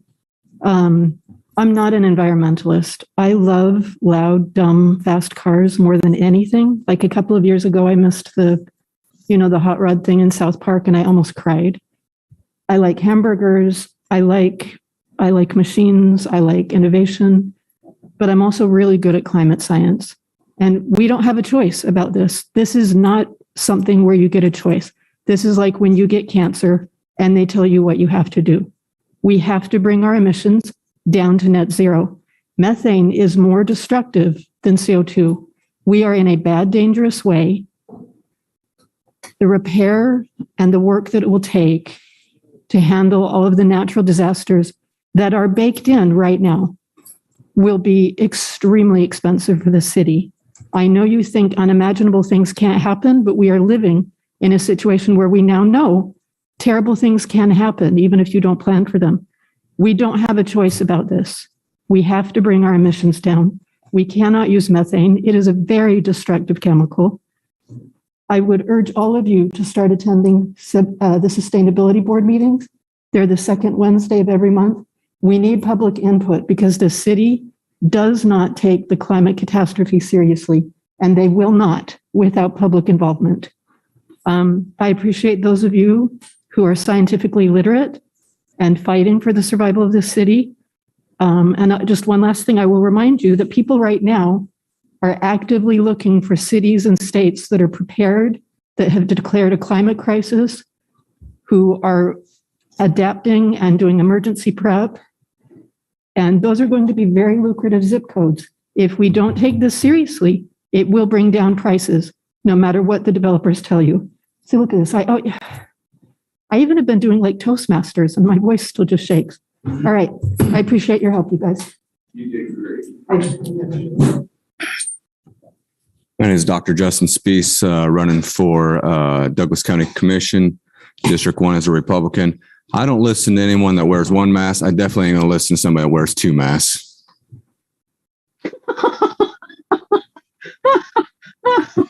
Oh, dear. Let me remind everyone online to put their mute button on. Any further public comment?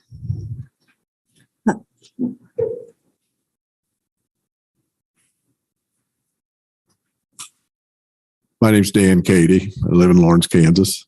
I think you owe it to the people in Lawrence to do this as cheaply and as efficiently as possible. It's not your money, it's our money. And where does electricity come from? Oh, you plug it in. Where is electricity coming from? It comes from coal plants. It comes from water. It comes from a lot of places, but it still is out there. And a lot of it comes from fossil fuels, and it always will. So do it for the people. And think about that, the lowest person on the totem pole here, someone who's on a fixed income. Just how does it benefit the people that are in here?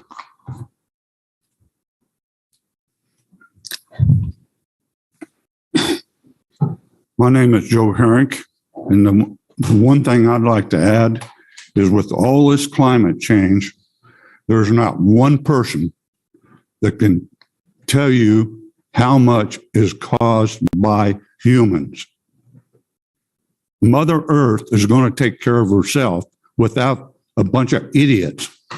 I can't help but look at this circle, thinking it's a spaceship, a flying saucer, and if there's aliens up there looking for intelligence, they're going to fly right over Lawrence.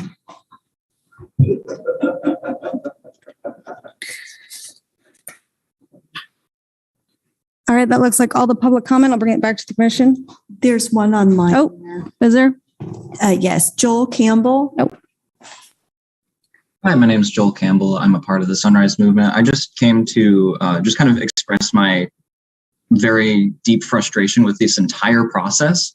From the very first step, the 5 principles of sustainability have not been considered, even though they are supposed to be considered at every level, especially from the boards that make the decisions that affect the city so significantly. There wasn't even a mention, as far as I understand, of any sort of renewable option, even though that's what we're moving towards, and that's what we will have to do, just given our own goals and things like that. Like, we will have to replace the infrastructure eventually, sooner rather than later. So it just doesn't make just sense in general to build this thing and then immediately tear it down and replace it with the thing that we need to replace it for. Like, that just does not make sense to me. I'm a very big fan of transit. I think we need to be doing as much as we can to expand it, but it doesn't make sense to build something that we need to renovate that will affect productivity of that thing. Like, that simply does not make sense to me. And I guess this is kind of a broader concern because it just seems as though these 5 principles and our supposed prioritization of sustainability just simply does not exist in the city, despite everything the city has been saying that, we support sustainability and we're moving towards net zero, and then the actions don't support that. So I guess I just kind of wanted to broadly state my frustration with the fact that the city is not following promises it's been making for a long time, and we are going to pay the price if we don't change that. So, thank you. That's all the comments. All right, good. Let's bring us back to the commission. I had a question. I don't know if Linda's still here. I'm trying to recollect from March on the facility itself. It was intended to have it would first use the gas first, but it would also have the hookups for electricity also built into it as well. Am I misremembering? Melinda Harger, Assistant Director, MSO. They designed it such that we could, at the lowest cost possible, be able to convert it over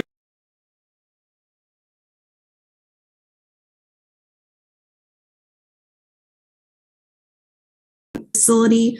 The consultants who do a lot of this electrification said that we're going to see large changes in what the technology looks like over the next 5 to 10 years, and a lot of grants, as Michael Allman mentioned, grants available to modify existing transit facilities. And so that was their recommendation. I know just yesterday there was the announcement made by Black Hills about a pilot program.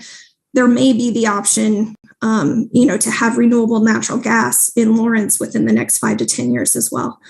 So it was designed so it could be switched to that if that is the technology we want to move to in about 10 years. There could be other things such as solar panels and other things added also to this project. So we are including in the design, there are other sustainable features, alternate bids for solar panels, enhanced filtration for our storm system there, knowing that we have a lot of buses going through that facility. We're trying to protect our stormwater system there as well. So there were a lot of features that were highlighted at that meeting back in March in addition. So I wanted to mention that just for the audience tonight here at this meeting. So Melinda, real quick, so we're having hookups with the idea that that we could eventually go to electric or some other technology. Why don't we just do that from the start? Is there a reason why? Remind me why we decided not to do that.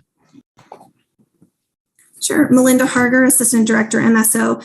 When our consultant took the initial look at this for our size facility, we are reusing an existing building, modifying it, looking at the usage that we have in that building.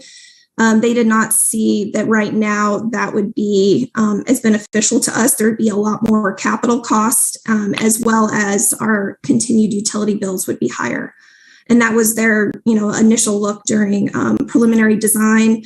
And they did take into account the comments they heard at the public meeting where they talked about sustainability in the spring of 2021, and then additional public engagement earlier this year. So they did try to, incorporate a lot of the sustainability features that they heard. But that was something that when they just did, we didn't ask them to do the $30,000 to $40,000 study, but when they took initial looks at it, and had their team that does the electrification projects take a look at it, they were not recommending it for our project. Just to follow up on Commissioner Larson's, or I'm sorry, Vice Mayor Larson's question. I thought I heard we are using an existing building for that, so it would be retrofitting it. Okay. Melinda Harger, Assistant Director, MSO, that is correct. And so that was also a sustainable decision that was made to reuse an existing building. Because as we know, anytime we have new construction, the more we can reuse existing materials and reduce, the transportation of those materials to a site, that leads to a lower carbon footprint as well. Melinda, I don't know if you'll know this, but a few weeks ago, we had our review of grant opportunities. Is this one that is being considered or on the radar of staff? Melinda Harger, Assistant Director, MSO. TFG, our consultant, has not identified any additional grants for this project that Adam Weigel has not already gone after. As far as our transit, I think Adam and his team do a great job of going after every available grant. So he did receive grants for the downtown transfer facility, is my understanding, and for some amenities at this facility, but not for electrification. So if there had been a grant available that we could use to apply to 100% electric on this, then that definitely would have, changed things a little bit. We would have dug into that. Anytime we can utilize money from outside the community, we try to do that. If I may, Mayor, I might piggyback a little bit on that. Adam Weigel, Transit and Parking Manager. So one of the big considerations for this site, this will be a site that's shared by both Lawrence Transit Services as well as University of Kansas Transit Services. Really anything we do where both of our equipment is using the same site, is we're very leery to federalize those projects and bring federal money into them. KU is not a recipient of federal funds and operates charter services. So as part of the coordination with them, with transit, we just have to be real thoughtful about what we include and don't include federal money on. So that would be a consideration in the future for what type of grants we'd go after for this type of thing. That's good to know. Thank you. Adam, while you're on there, can you talk a little bit more about the impact of delaying the opening 4 to 6 months? Sure. I think Melinda spoke eloquently about the time and cost, from in my role and thinking about operations. I'm certainly thinking about, emissions reductions just from improving transit. The faster we can improve transit and get better infrastructure out there, trying to reduce the number of people driving in our community. So that's one of my considerations, just trying to push our stuff faster in that regard. The other piece is equity. Some of our most vulnerable community members are the ones who ride the bus. We've been working towards transit facilities for about a decade now. So, 4 to 6 months may not seem like a big deal for some folks who aren't riding as much. I do think it's quite a big deal for some of our passengers who've been, making do with what we have out there. And so those are a couple of the additional things I'm thinking of. Thank you. Any other questions for staff? Discussion?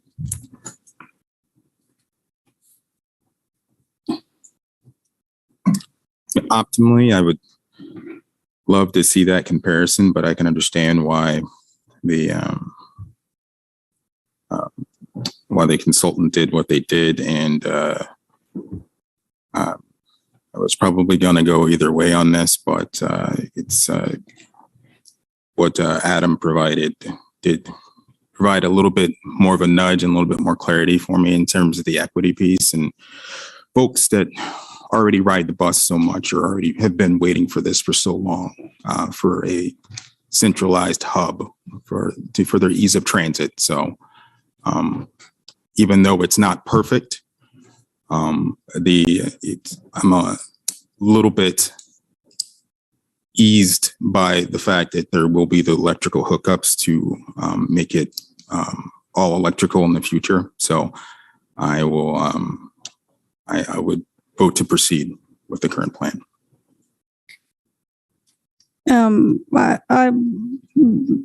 I disagreed with our consensus last time.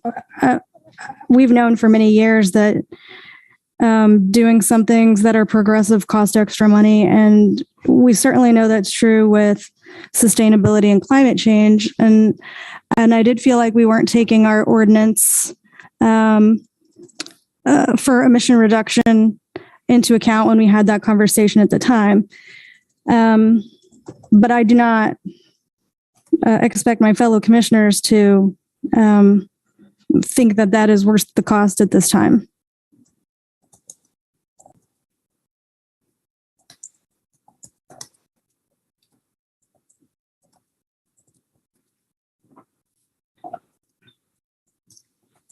Yeah, I mean, I think, it's not worth the cost of a 4 to 6 month delay or the cost otherwise at this point. So, and I agree with Commissioner Littlejohn.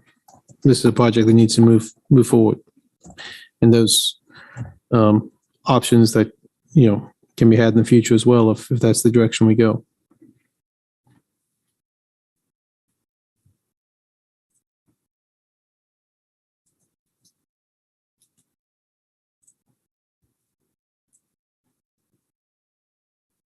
I assume there's no motions that needed unless we're going to direct staff differently.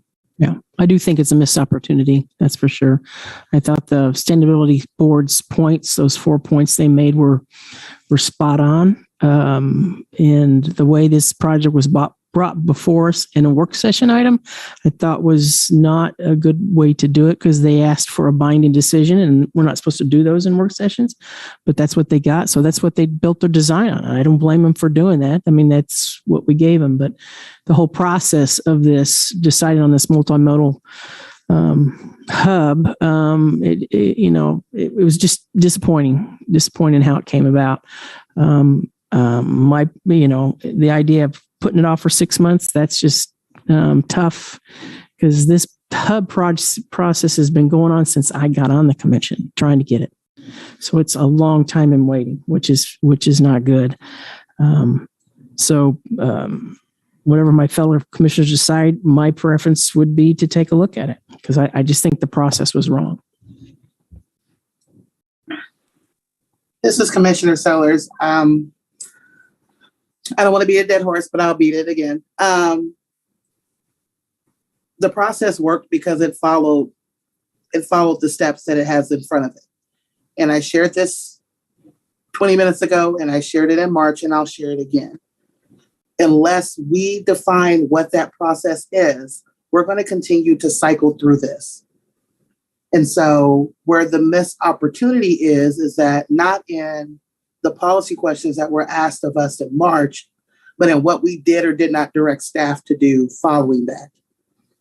Melinda, Melissa are working to identify policy pieces as it relates to those standards and sustainability standards moving forward. But what I took out of what was provided to us in the memo in regards to this item was a missed opportunity of how do we incorporate the charge of our boards and commissions and working with staff on projects on all projects, but specifically related to sustainability. So we talked about the ordinance, but the one piece that we did not talk about in the ordinance is the part about procedure. In 1-1104A reads, and I quote, "The development of strategies and actions helps to achieve the goals outlined herein and will be integrated into the climate action and adaptation plan engagement process and ultimately each adopted plan." So what I heard today was that the Sustainability Advisory Board was not involved in this process because there was no place for it to be involved. So what do we as commissioners want that process to look like?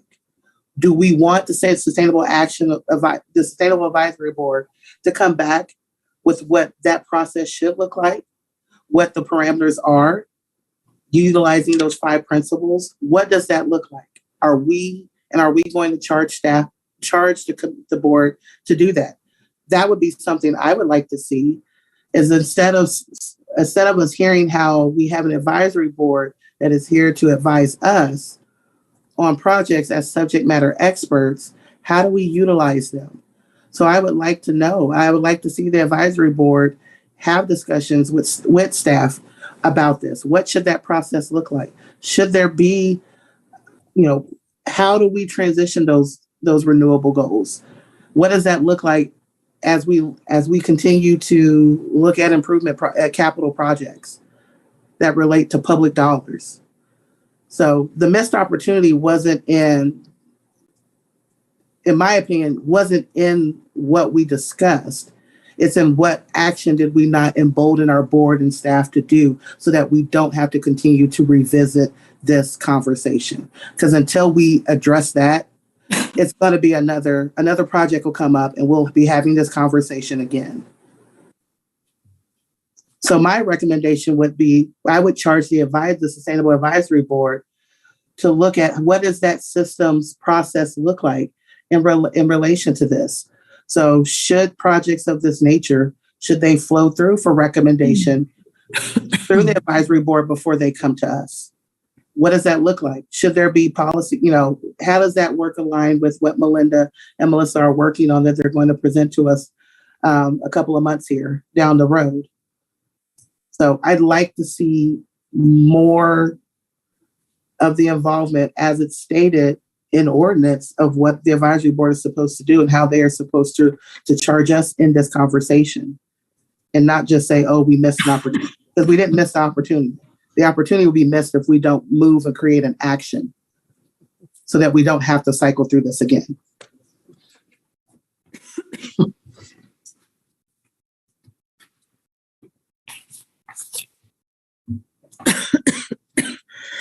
I didn't hear you say you support any change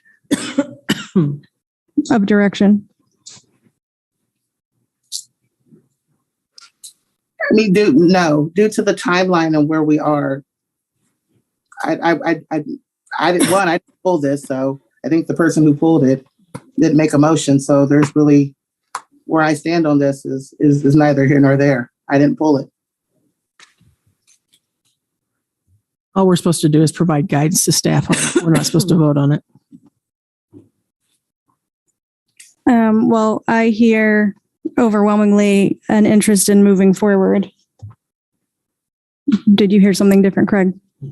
Yeah, no, I heard a majority have that direction. So we would continue to move forward on that project. And I did also note the desire to have some policy developed so that we don't have to have this conversation each time. And if that seems to be something be desirable for everybody, we'll work on that as well. From my standpoint, yes, I would agree with Commissioner Sellers. That was a lot of why I was not necessarily comfortable. I mean, I made the decision I made, but it would have been better if, as Commissioner Sellers said, it would have been woven into policy and we could have had some sort of backbone to stand on. So I know that this isn't the first time. It was also a senior citizens project earlier this year that had the same dilemma. So she is correct that if we don't try to amend this, we will be facing this again. So. Very good. That brings us to public comment. The public is allowed to speak on items or issues that are not scheduled for discussion on the agenda. As a general practice, the commission will not discuss or debate these items, nor will the commission make decisions on items during this time. Individuals should address all comments and questions to the commission. Each person will be limited to 3 minutes.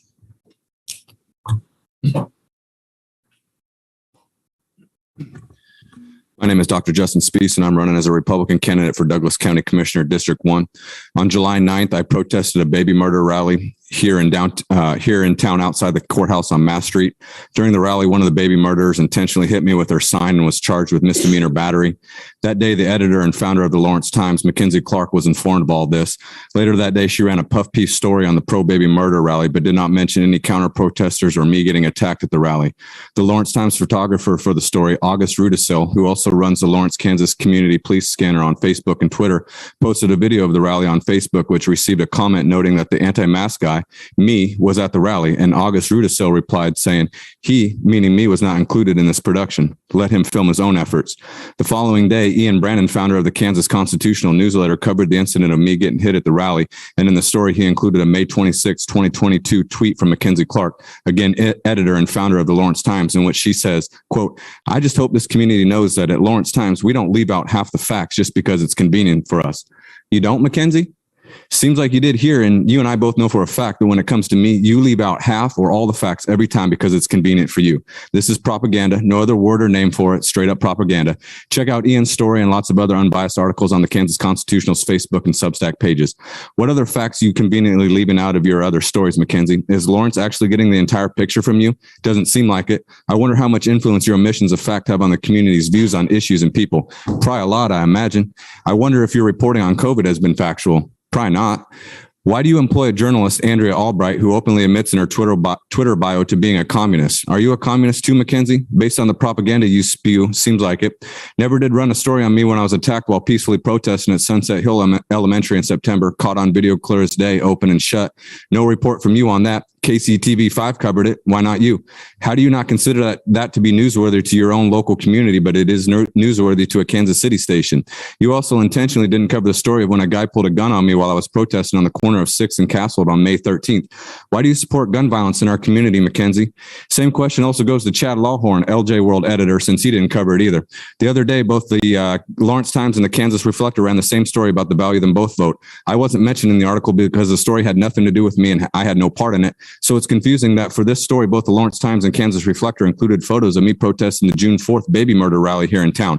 How's come you guys went with those pictures of me for your story when they're not connected in any way? Even more interesting is the Lawrence Times didn't even include that same picture of me in their actual coverage of the June 4th baby murder rally here in town, even though that was part of the story. So you don't include something that is part of the story, but you do include something that is not part of the story.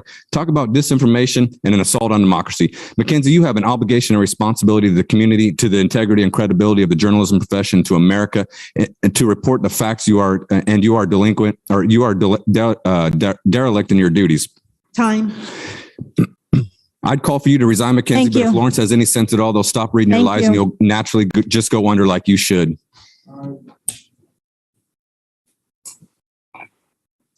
Who got voted in over there?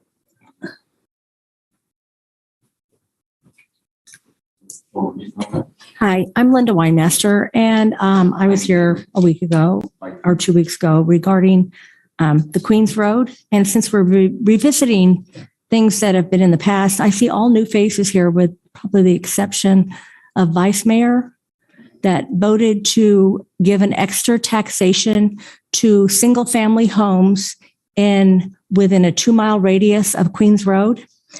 And I think that should be revisited because I just happened to find some information that you are violating and breaking the law of the interlocal agreement established on February 15th of 1993 and before, that the full cost of any street intersecting with 6th Street will be fully paid by the subdividers. I do not believe I'm a subdivider, and I do believe you need to revisit that. I've been digging through things, and there is a lot of things that are not adding up to the decision to give the privileged out in West Lawrence an extra bill on top of their already extremely high taxes. And I'm very proud of this community for coming out and standing up for Prairie Park Nature Center. I hope more will come back.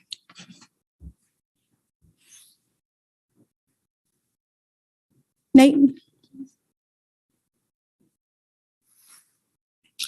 My name is Nate Mortius. I am the president and co-founder of RPG.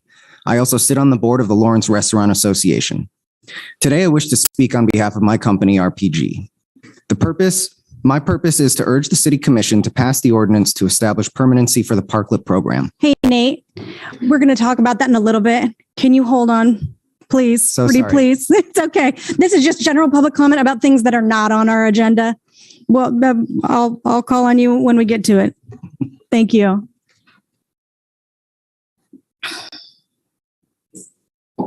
Hi, my name is Sue Herrick. I'm here tonight speaking off the cuff about my observations while I protest the vax clinics for children. It's a pretty tough thing to do. What I want to emphasize here tonight is that most of these parents are going there out of fear. We show them signs stating facts, most of which they're completely oblivious about. The fact that a child's chance of dying from COVID is less than 1 in a million. They would rather you believe that it's imminent, when in fact the child would more likely be struck by lightning than to die of COVID. The media, the public health department, the 3-letter agencies are all trying to scare parents into attending these clinics and vaccinating children. I'm asking you to please do everything you can to stop I don't know what kind of power you might have over the county health, but this needs to stop. We need to protect the children. Thank you.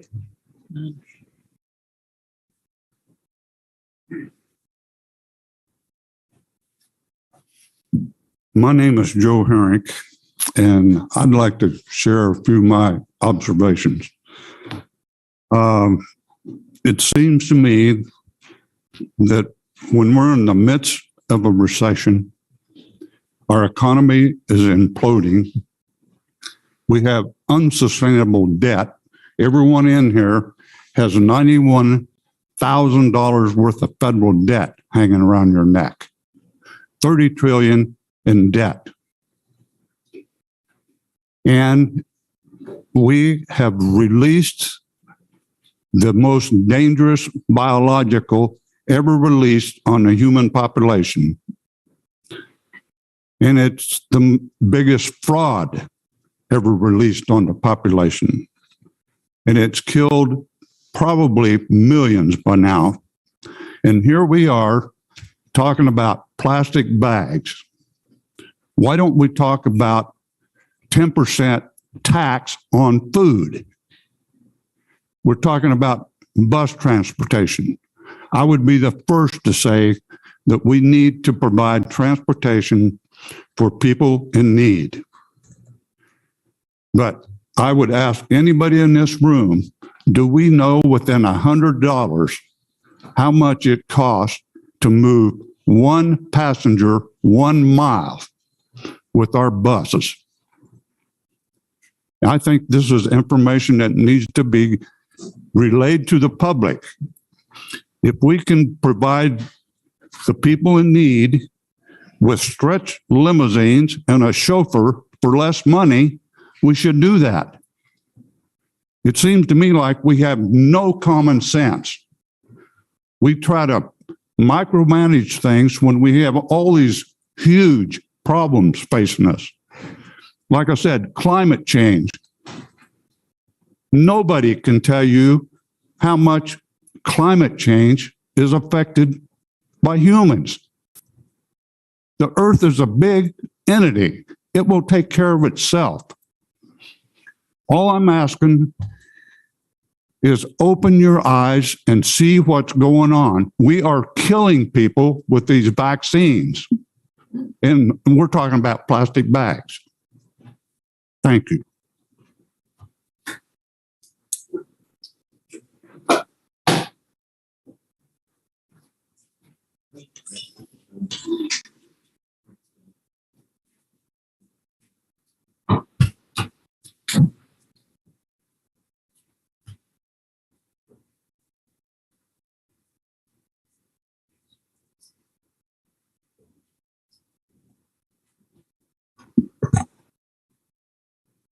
Good evening. I'm Lori Greenfield. I'm Vice President of the Prairie Park Neighborhood Association. And I would just like to express my sincere appreciation on behalf of the association for listening to the public last time and letting us reach out to each of you and show our love for the Nature Center. And we look forward to continuing working through this so that we can be fiscally responsible and yet meet the strategic plans of the city by having the Nature Center open. So thank you again.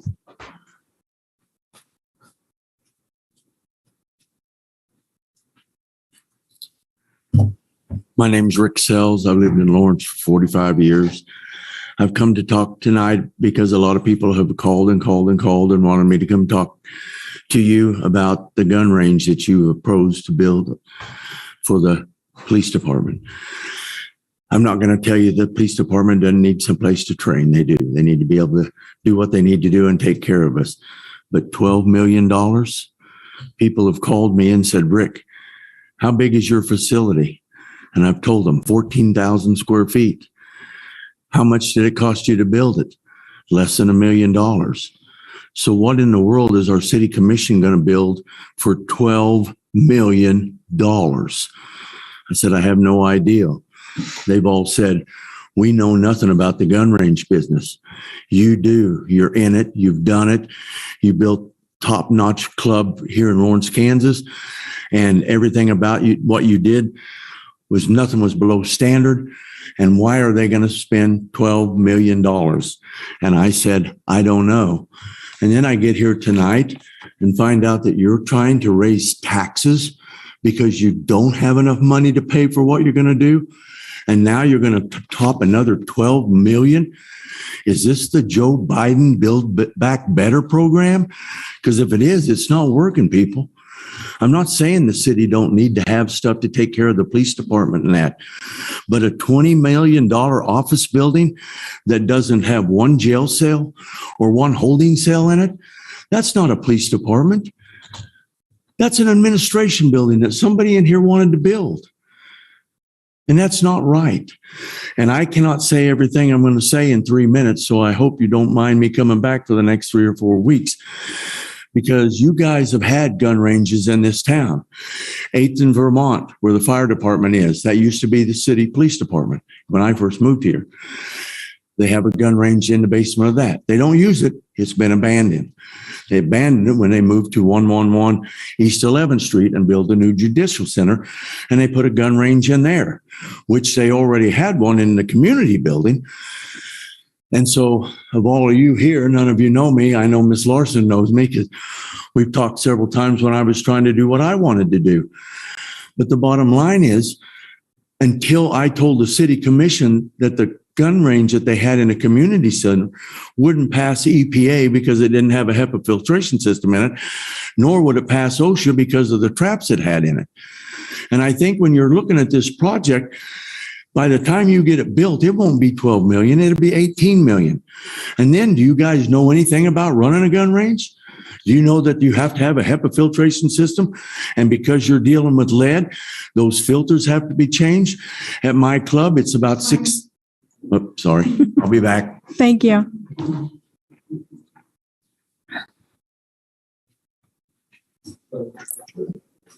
not quite sure the way it works. Okay. What? Are you doing general public comment? Yeah. Right now, or you got to wait? Yeah, right. You ready? We won't be able to share that. We won't have because of the rules related to the agenda. So I just sent you a chat on that. No worries. So hey everyone, I'm Yoav. I'm here to talk a bit about climate change. I'm sure as everyone has seen, it's been a lot in the news recently in Europe, here in the Midwest, unprecedented heat waves. So I'm here to talk about what we can do today to start combating that. So I'm going to talk a bit about the Cities Race to Zero, which is an initiative that we can join. What is the Cities Race to Zero? It's an initiative. It's a coalition of cities worldwide working to create resilient and secure plans to combat climate change. There are about 1,184 cities currently in this initiative, including 2 in Missouri, Kansas City, Missouri, and Columbia, Missouri. I don't know about you guys, but I don't personally want to be behind Mizzou on anything, especially not climate action. We would be the first city in Kansas to actually join this initiative. So that would kind of cement our status as regional leaders. But what does this initiative really give us, right? So what this initiative can give us is access to partners who can give us free feedback on climate action plans. They can give us advice on strategic improvements for future plans. So I know we have a climate action plan currently in the works for later this year. Maybe we would want to outsource advice for that. Usually we would have to pay. This would give us that for free. Right. So, and this also gives us access to a whole host of partners and cities, and people have been doing this for years. We don't have to go it alone, right? We have access to these kinds of networks, these kinds of resources, and it's super easy. I mean, it's free to join. All it would require is the mayor to sign on. We can have resources from the World Wildlife Fund that have experts that are willing to give us feedback and strategic improvements on plans, like I said. And it's critical that we kind of act now. I know we've talked a lot about sustainability initiatives today. And, you know, those are more kind of long-term things. But this is something that our plans are kind of in line with. This is something that we could very easily join, and it would kind of more set in stone these goals, and it would put us alongside a lot of cities globally. Right. So I think this is something that we should definitely join. It's, like I said, it's a simple form, and it would give us a lot of resources that we wouldn't otherwise have access to. And it also would give us some credibility. We get recognized by the United Nations framework on climate action. And like I said, we would also become the first city in Kansas to become a part of this coalition. And as we've seen with heat waves across the country, you know, tarmac melting across the pond, even, we have to do something. And this is something that we can do today. It's all it entails is that we take a pledge, you know, kind of recognizing the climate emergency and pledging to do a few actions, a lot of which we're already doing. So I hope we can consider that, and have a good day. Further public comment?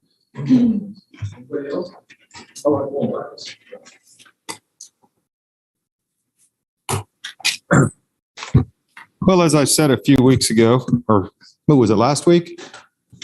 I get to ridicule now because nobody wants to do anything about the problems that we have. It's obvious that city staff doesn't really want to hear from the citizens. Craig Owens has been so engrossed in his computer over here the whole time. The citizens you work for are up here talking, but you're too busy. Don't worry, man. Go back to your computer. I'm not going to say anything you're interested in. Where's my August 29th complaint report? We were supposed to get that from somebody. I doubt if we've done that because we're too engrossed in our computer. Courtney Shipley, that was absolutely amazing, that proclamation that you read after your citizen manager.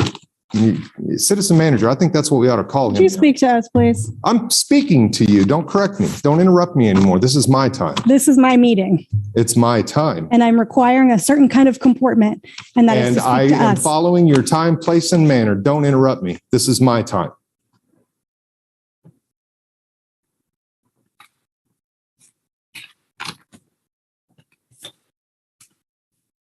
So I've trained your police better than you can.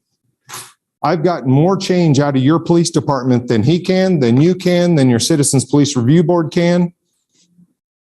2 years ago, they were threatening to throw me in jail at the Law Enforcement Center. Now I can walk in a scene and they have to ask me if I got a shell casing under my tennis shoe. My camera was a dangerous weapon.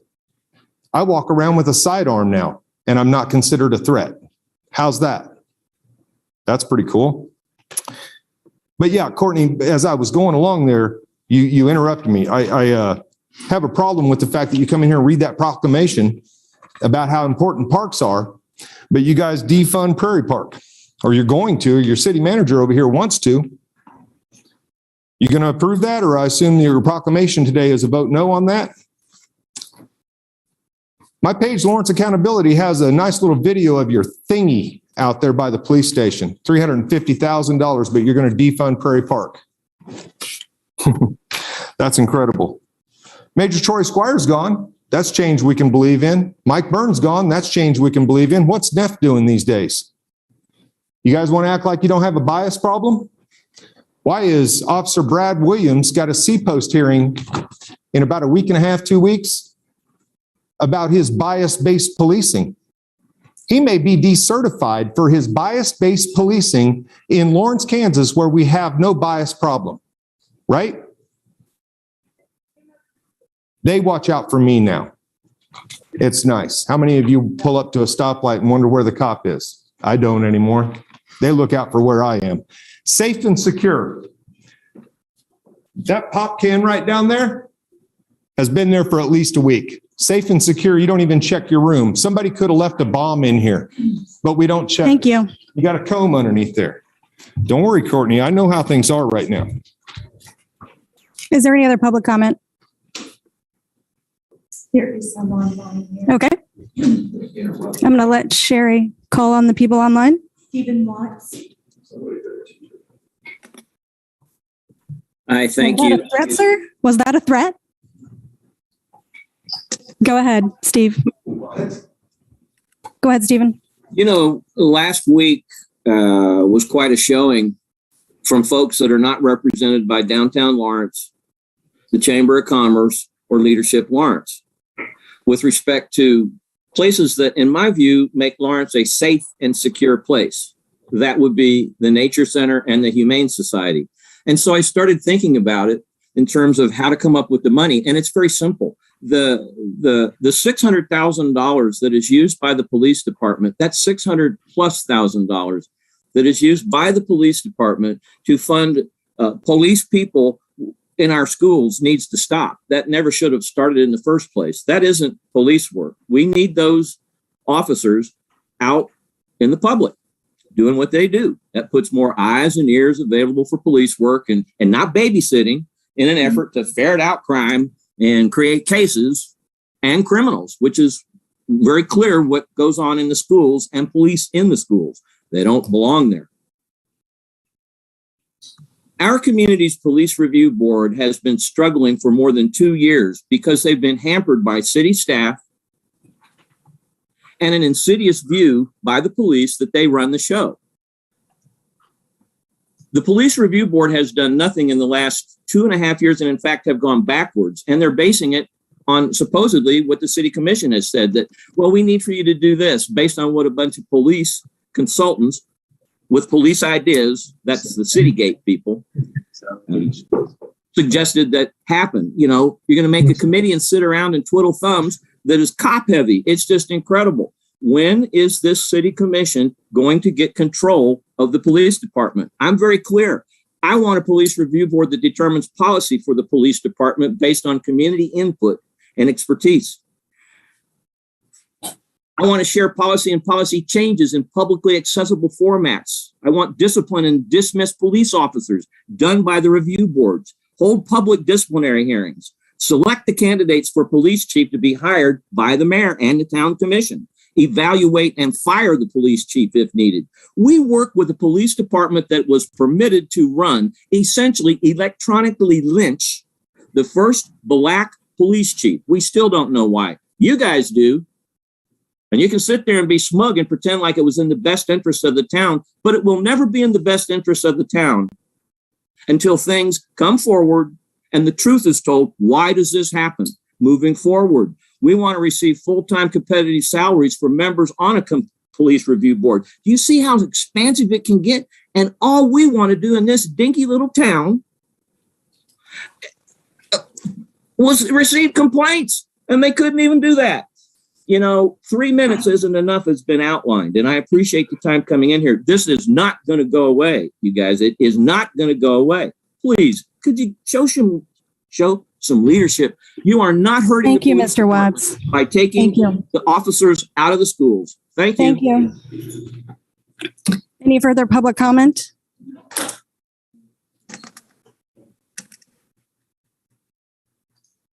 Ray Segebrecht.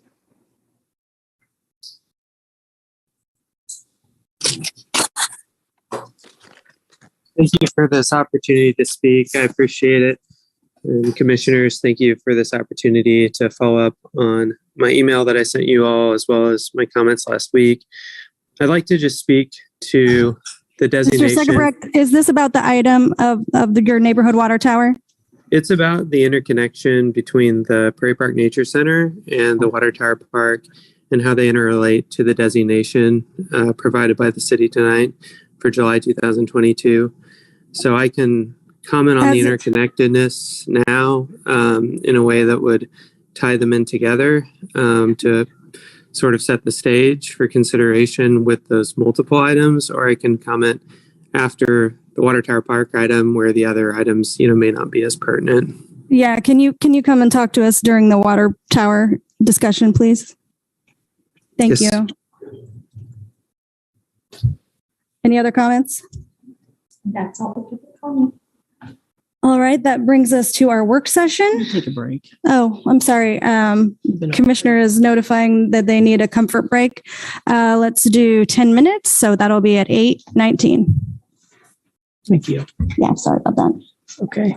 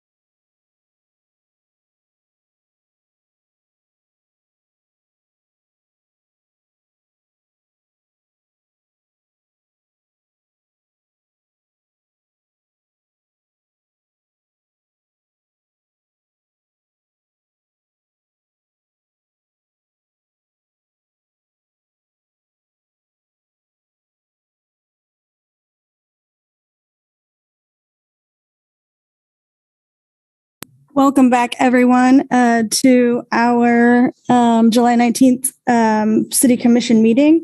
Guys. We are returning now to our work session, which is to receive strategic plan update from the Prosperity and Economic Security Outcome Team.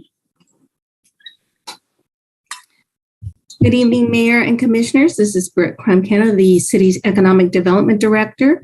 I'd like to start by sharing my screen. I believe, Porter, you're going to need to give me permission. There you go. Sorry.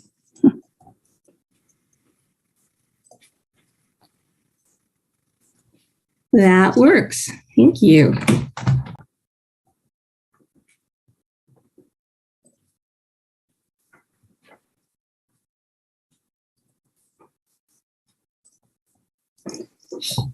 Okay, so I wanted to begin this evening by continuing our discussion on the prosperity and economic security outcome area.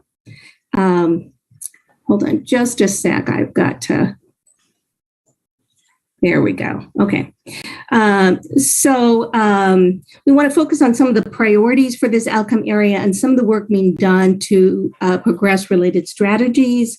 I'm going to briefly recap those priorities. We will look at some of the context data, and then we will hear from some of the working group implementation team members on what they are doing to advance those strategies.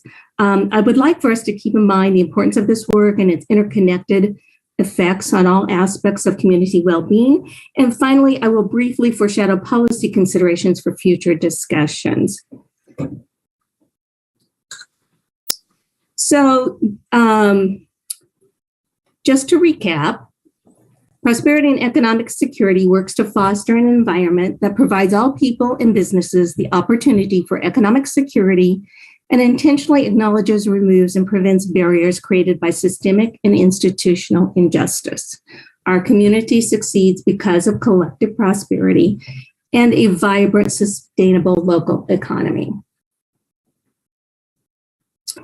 The prosperity and economic security priorities are a result of the merging of two very important new plans, the City Strategic Plan and the Community Economic Development Strategic Plan.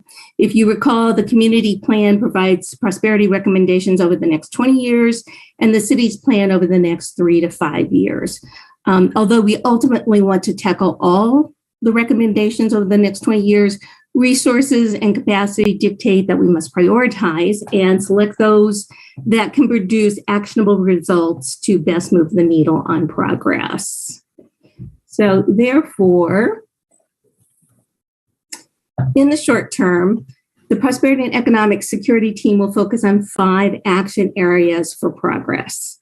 We want to streamline the development code and permitting processes, target commercial and industrial growth and entrepreneurship, develop a strategic marketing plan to attract capital investment for commercial real estate assets, focus resources that grow the commercial industrial tax base and provide additional economic benefits, and grow local women and minority-owned businesses.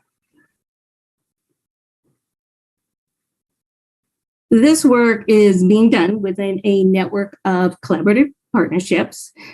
Traditional economic development has been implemented in a top-down approach where a select few organizations dictated the actions and the directions for economic development.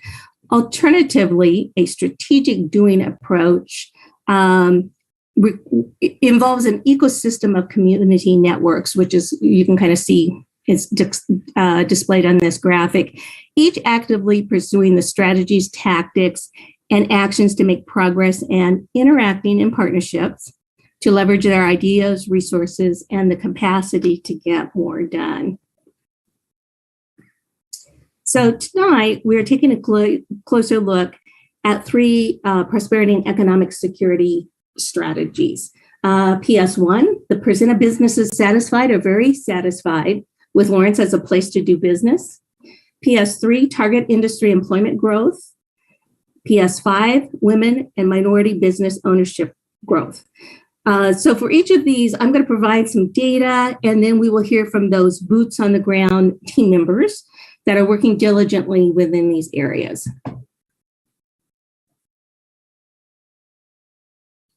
Just a reminder, when we are measuring progress, we're looking at both current data as well as historical data. So we're trying to get a more holistic perspective. Okay, so the first strategy is PS1% of businesses satisfied or very satisfied with Lawrence as a place to do business. We have been working over the past several months to develop a business survey. We've never done a community business survey. And so it will be used to help us set the baseline data needed for our future work.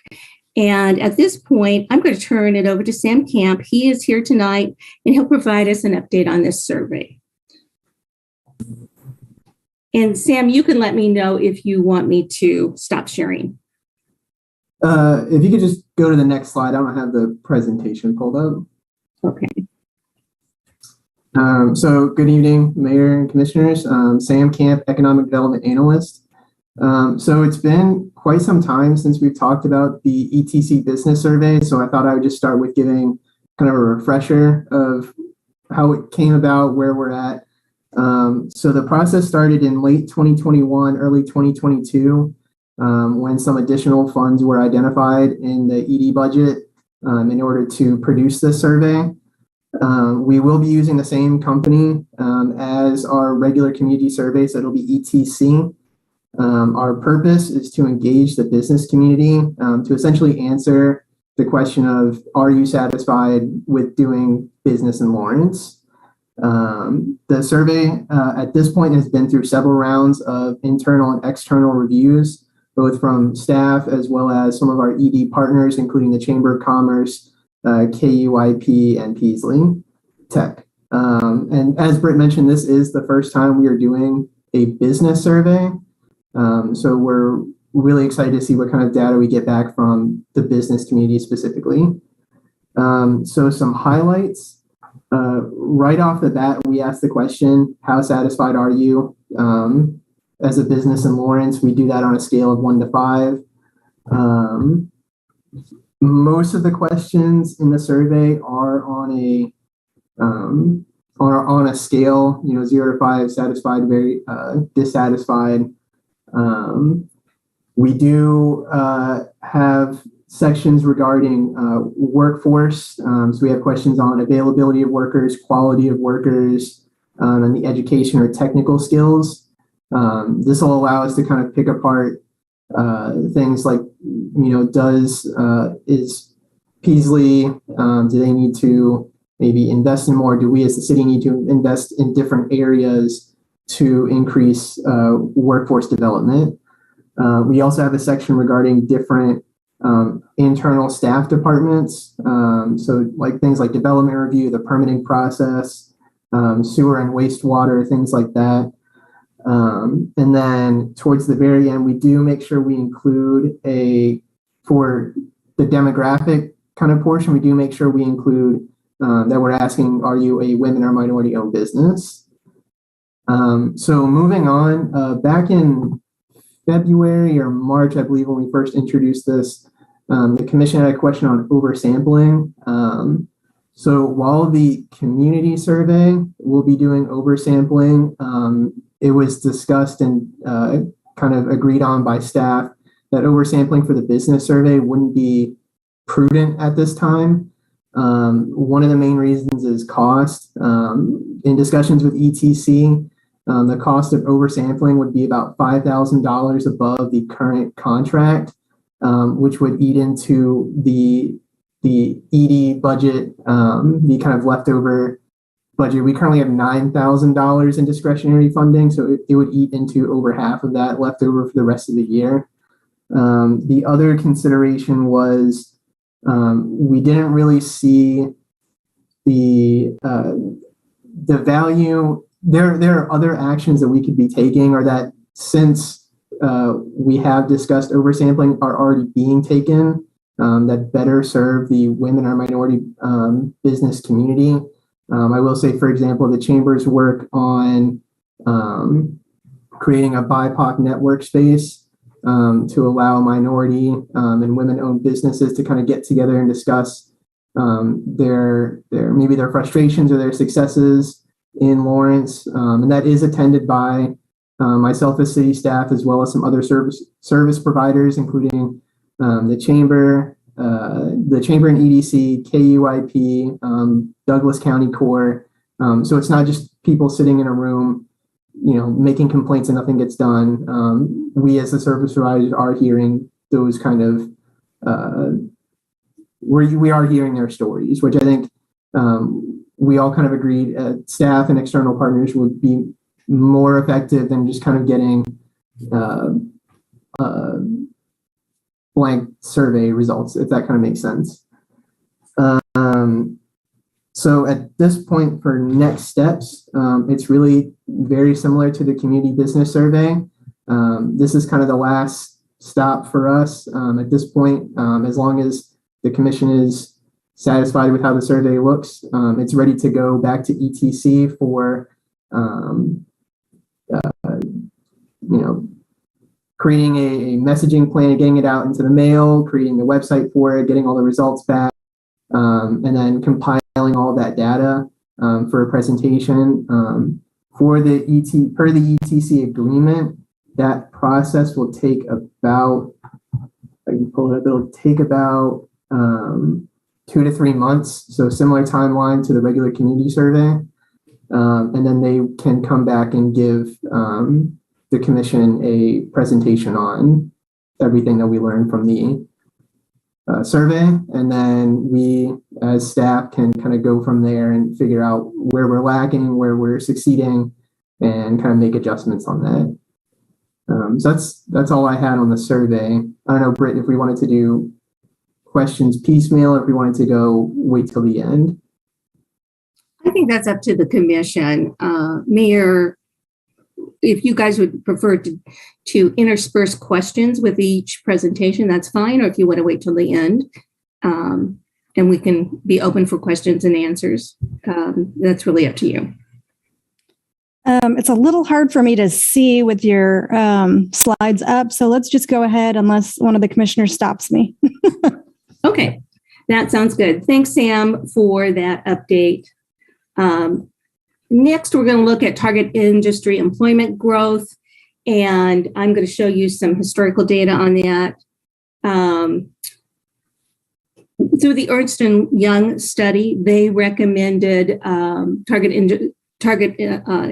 industry employment growth in 4 major service sectors. And you can see from this that involves several different NAICS. We do have a historical census database that we can pull from, so we can plot historical data. The advantage of that is kind of looking at trends. The disadvantage of that is the data is it's aged quite a bit by the time it comes out, and we can actually pull the data. But at least you can see kind of what's happened, over the past several years. It's kind of interesting to see how biomed actually peaked through our COVID years, and the rest of the sectors kind of decreased. But we're also going to hear from, again, the boots on the ground, people working in these areas to grow employment growth in these industry sectors. And so at this point, I am going to turn it over to our first speaker, which is Adam Courtney, and he's going to talk to us a little bit about what KU Innovation Park is doing. And Adam, again, the same thing. Would you like me to keep this up, or? You can keep, well, I don't care. Whatever's best for the commission. Okay. So Adam Courtney, KU Innovation Park. First, thanks to the commission for allowing me to be here to discuss how the park is aligned with the city's strategic plan, and at this point, specifically with the target industry growth. As a reminder, the park is a unique partnership created in 2010 between the city, the county, the university, and the Chamber of Commerce. The park's mission is to create, recruit, grow, and retain life science and tech companies. So it aligns directly with these target industry growth initiatives. And as part of the metrics that it reports out, it reports companies, jobs, and payroll associated with that. So it'll align with the tracking that the city's going to do. And currently the park has 62 companies with 563 jobs and about 34 million in annual payroll, which is about just over $60,000 per job. And you can see from Britt's previous slide here that it significantly exceeds the target median wage for these jobs, which is $5,000 over the current median wage of $33,000. And then just another comment, the park's about to open its phase 3 project here soon, which will expand the park's ability and its company's capacity to grow these target industry jobs. So I can either take questions now, or we can take them at the end, or whenever the commission's ready. Not see any questions. Go ahead. Okay, thanks, Adam. Steve, would you like to talk about your efforts at the Chamber EDC? Certainly. Thank you, Brett. And thank you, commissioners, for the opportunity. Steve Kelly, the Lawrence Chamber and EDC. And I'll talk about a couple of things, and then we'll hand it over to someone who's actually with a company in this space, and he can talk about their experience. But, the community has experienced, and actually the county's experienced, significant wins over the last several years. We've had companies like U.S. Engineering and Pretzels Inc., Modern Manufacturing in neighboring Eudora. We've had a number of pretty substantial expansions, and a number of those companies would be in these categories. Some of them have just opened in the last year or so, so we don't have a lot of job data yet, but the preliminary reports that I've had is that they have all been pretty successful in terms of meeting what their initial projections were in terms of job growth. And so we're pleased with that. And in respect to, marketing the community, not only for industrial, but for other projects, one of the things that we've been trying to do in the last several months, and have had meetings with the Kansas Department of Commerce, we have meetings with the Kansas Area Development Council, and certainly with University of Kansas, and that is to try to highlight some of the areas of demonstrated strength of the university and the community, and try to leverage some of our competitive advantages vis-a-vis other communities around the country.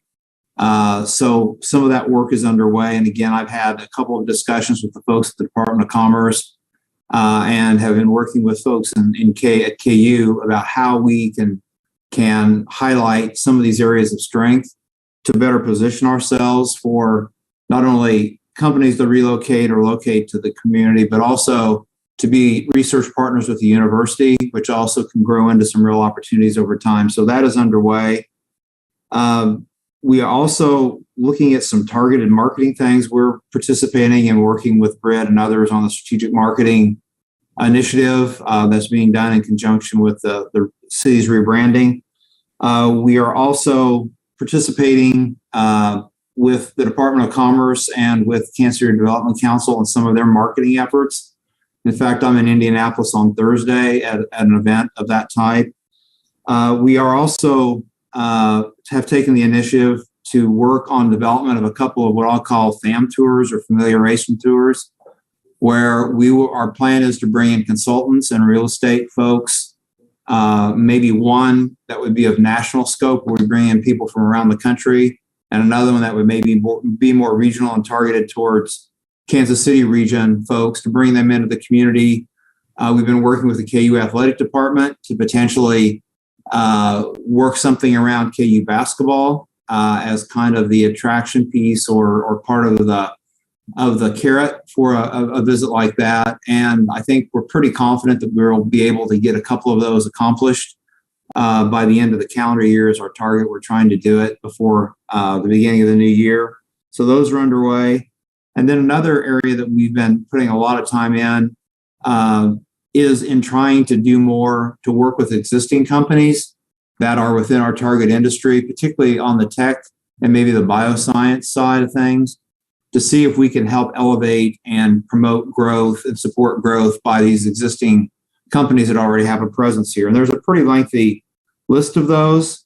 Some of them that come to mind just off the top of my head are companies like Matterport, Ariadne, Niantic, Triad Ventures, Avium Technology, and then Alarm.com. And you'll hear from Brandon Allen here in just a moment.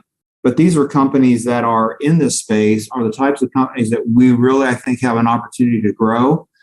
And we've been trying to support them, trying to connect them with resources, because there are programs at the state and other levels that can be pretty substantial in terms of their ability to financially support companies that are growing in these spaces.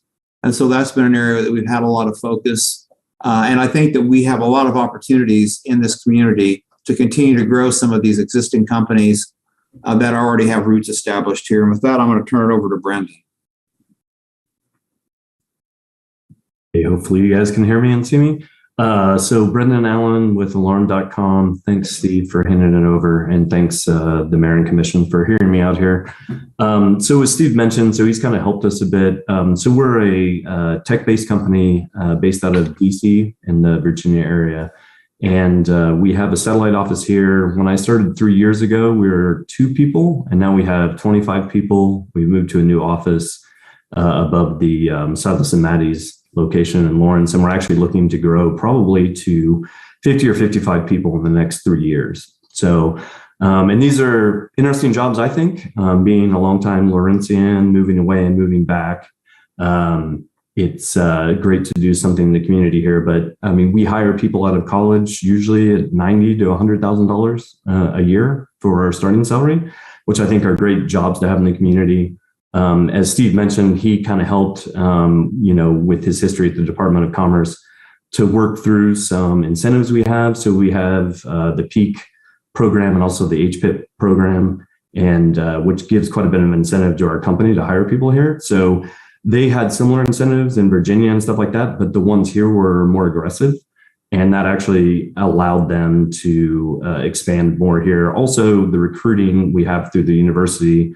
Currently, we have 4 interns that we have for the summer through the university. And so we're trying to, I guess in the tech industry, as it becomes more contracted and people can work remote and stuff like that, it is very nice for a company like Alarm to have remote locuses like Lawrence, where we can recruit from the university and allow them to not compete maybe as directly with places like Amazon.com or Google or places like that.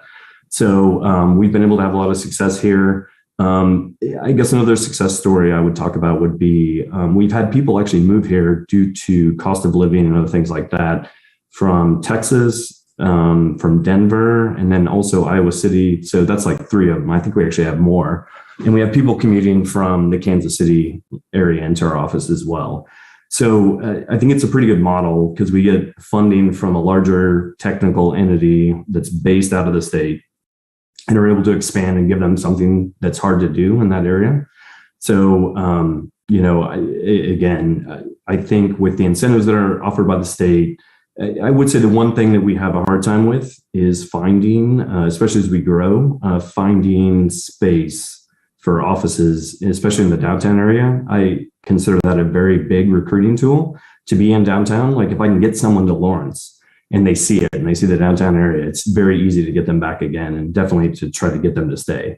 So as we look at that, there's a lot of other nice office space in Kansas, but in downtown and in the west side of Lawrence, but being able to keep them downtown in that area really is the selling point for Lawrence. And if I can get them there, it usually ends pretty well.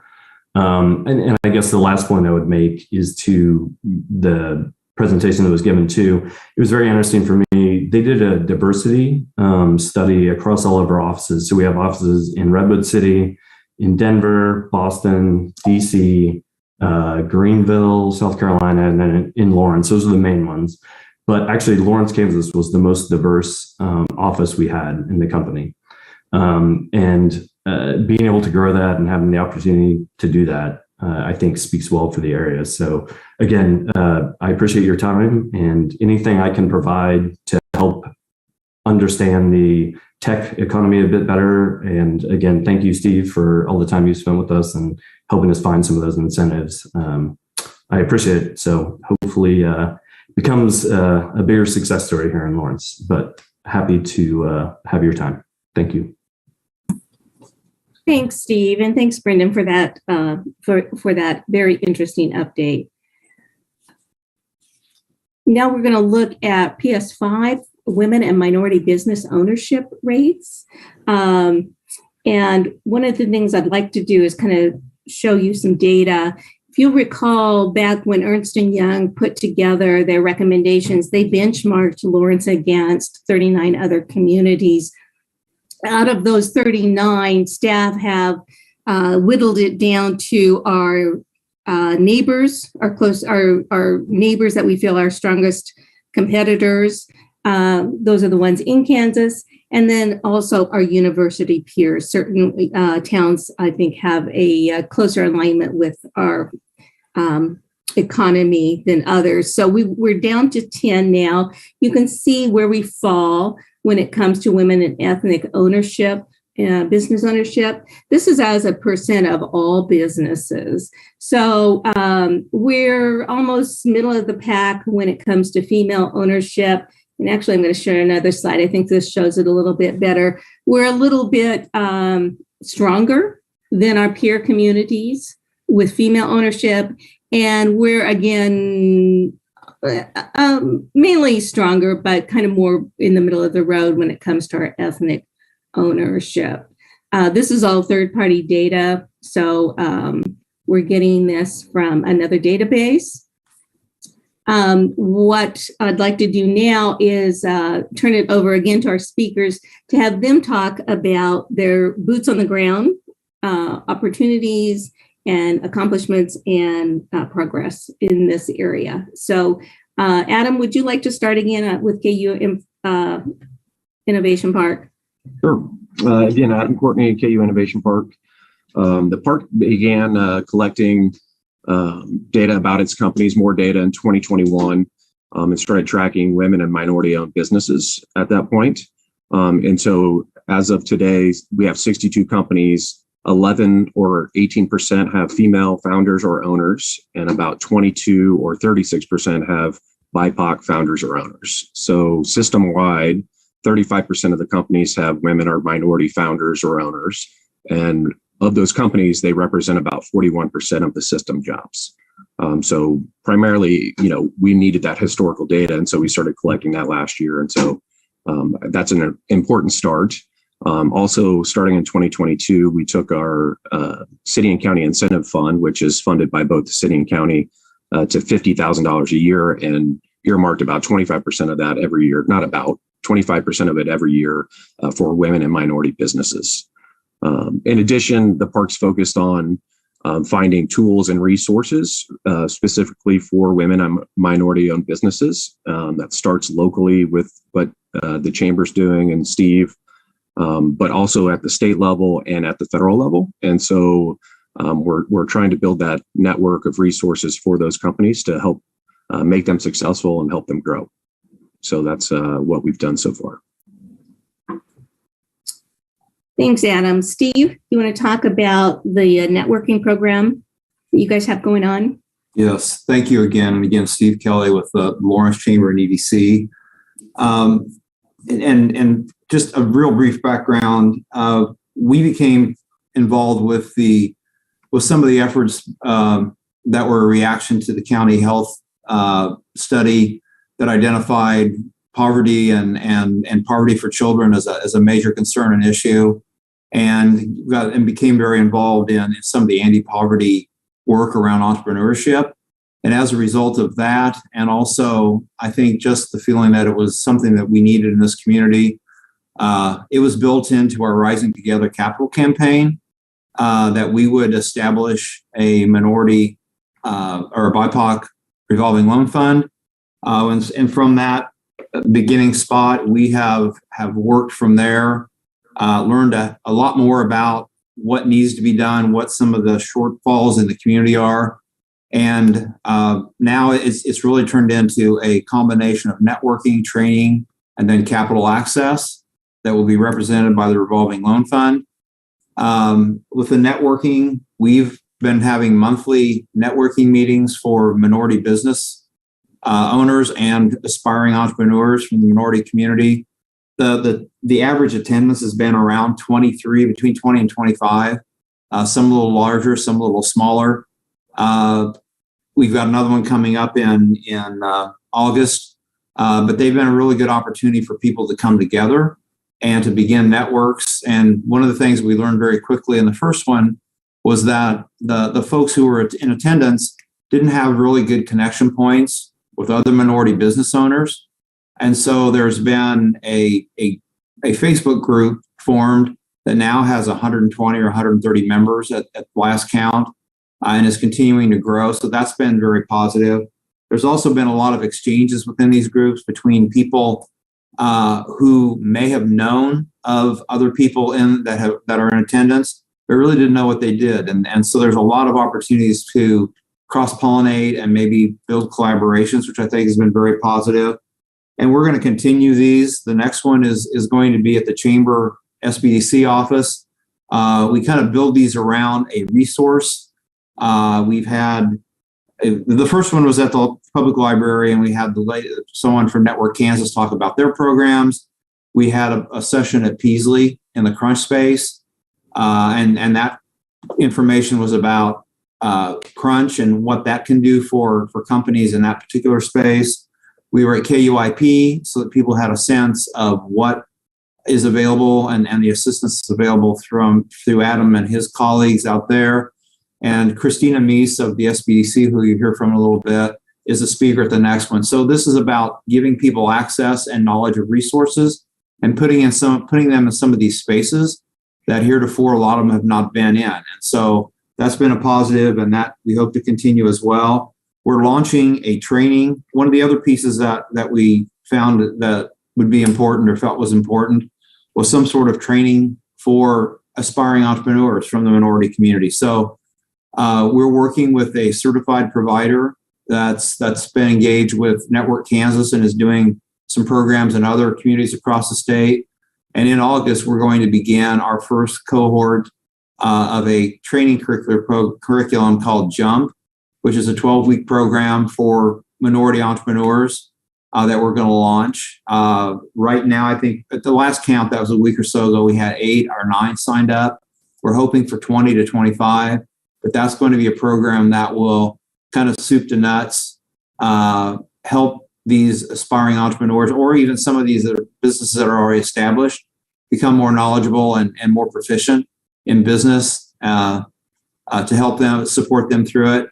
And then ultimately, the revolving loan fund is something that we're in the process of developing. We just had an organizational meeting for advisory group earlier today, which will be made up of a number of service providers, people who are working in the space and economic development. And we also have 5 members of the minority community who are going to be paid consultants helping us develop this, because we wanted to be sure that when this program was rolled out, it was something that was built around the needs of our potential customers and clients, the actual entrepreneurs and small businesses. And so it's a combination of people who are working in the space, like the Chamber and Peasley and Christina and others, along with some actual members of the minority community who are entrepreneurs or aspiring entrepreneurs, so that they can help us build it. And so that's where we are now. Again, the training, we've been doing the networking. We've had 3. The next one's coming up in August. We are launching the training program in August and hope to have 20 to 25 people participating. And then the desire is, or the aim is, to have the ROF in place, developed, and ready to go sometime later in the year. And with that, I'm going to turn it over to Christina at the SBDC. Hello, everyone. My name is Christina Meese, and I am the new Regional Director at the KU Small Business Development Center. I recently took over from our longtime director, Will Katz, as some of you may know, who was with the center for 15 years. I've been at the SBDC for about 5 years now and just loving every bit of it. I briefly just wanted to share a little bit about what we do at the Small Business Development Center for those that aren't familiar. So the KU Small Business Development Center offers completely free and confidential advising services to new and existing businesses. We help businesses at all different stages of the business life cycle, whether they're just getting started or currently in existence. We cover a number of different topics, from business and financial planning to marketing, market research, and so much more. If a business doesn't know what to do, where to go, or they just want to know how they're doing, we can help with that. We have access to some really amazing resources to help small businesses navigate the unpredictable path of entrepreneurship, all at no cost. Our mantra at the KU Small Business Development Center is to do great work and help people, and that's truly what drives us every single day. With a mighty team of 2, we serve around 400 businesses a year, and that has typically increased around 10% each year of new businesses served. This year alone, we've already worked with over 200 businesses.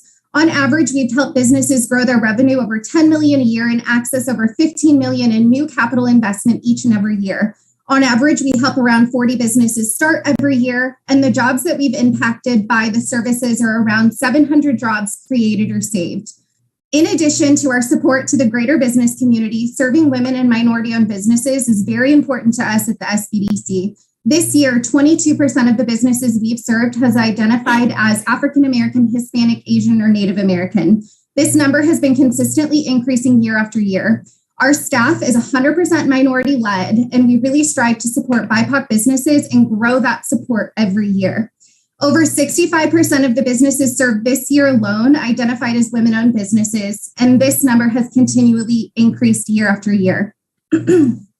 We strive to truly be an excellent resources to the businesses we serve, but also be an excellent community partner. We're very participative in community efforts. We spend over 500 hours each year working with various community organizations and supporting various community initiatives. This includes time spent on city strategic planning. We are participating on the community health plan.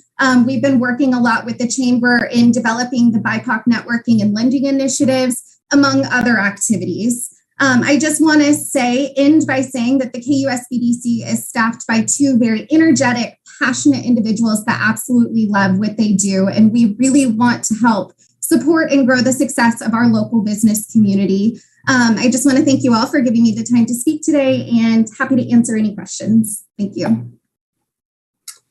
Thank you, Christina, and you are very enthusiastic. And thanks, Adam and Steve, for the update.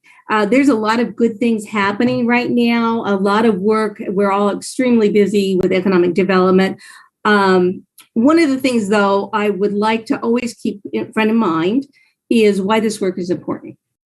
First of all, Lawrence is a first-class city with an unbalanced real estate tax base, which restricts the resources and the capacity to enhance prosperity, provide quality of life infrastructure services, and amenities.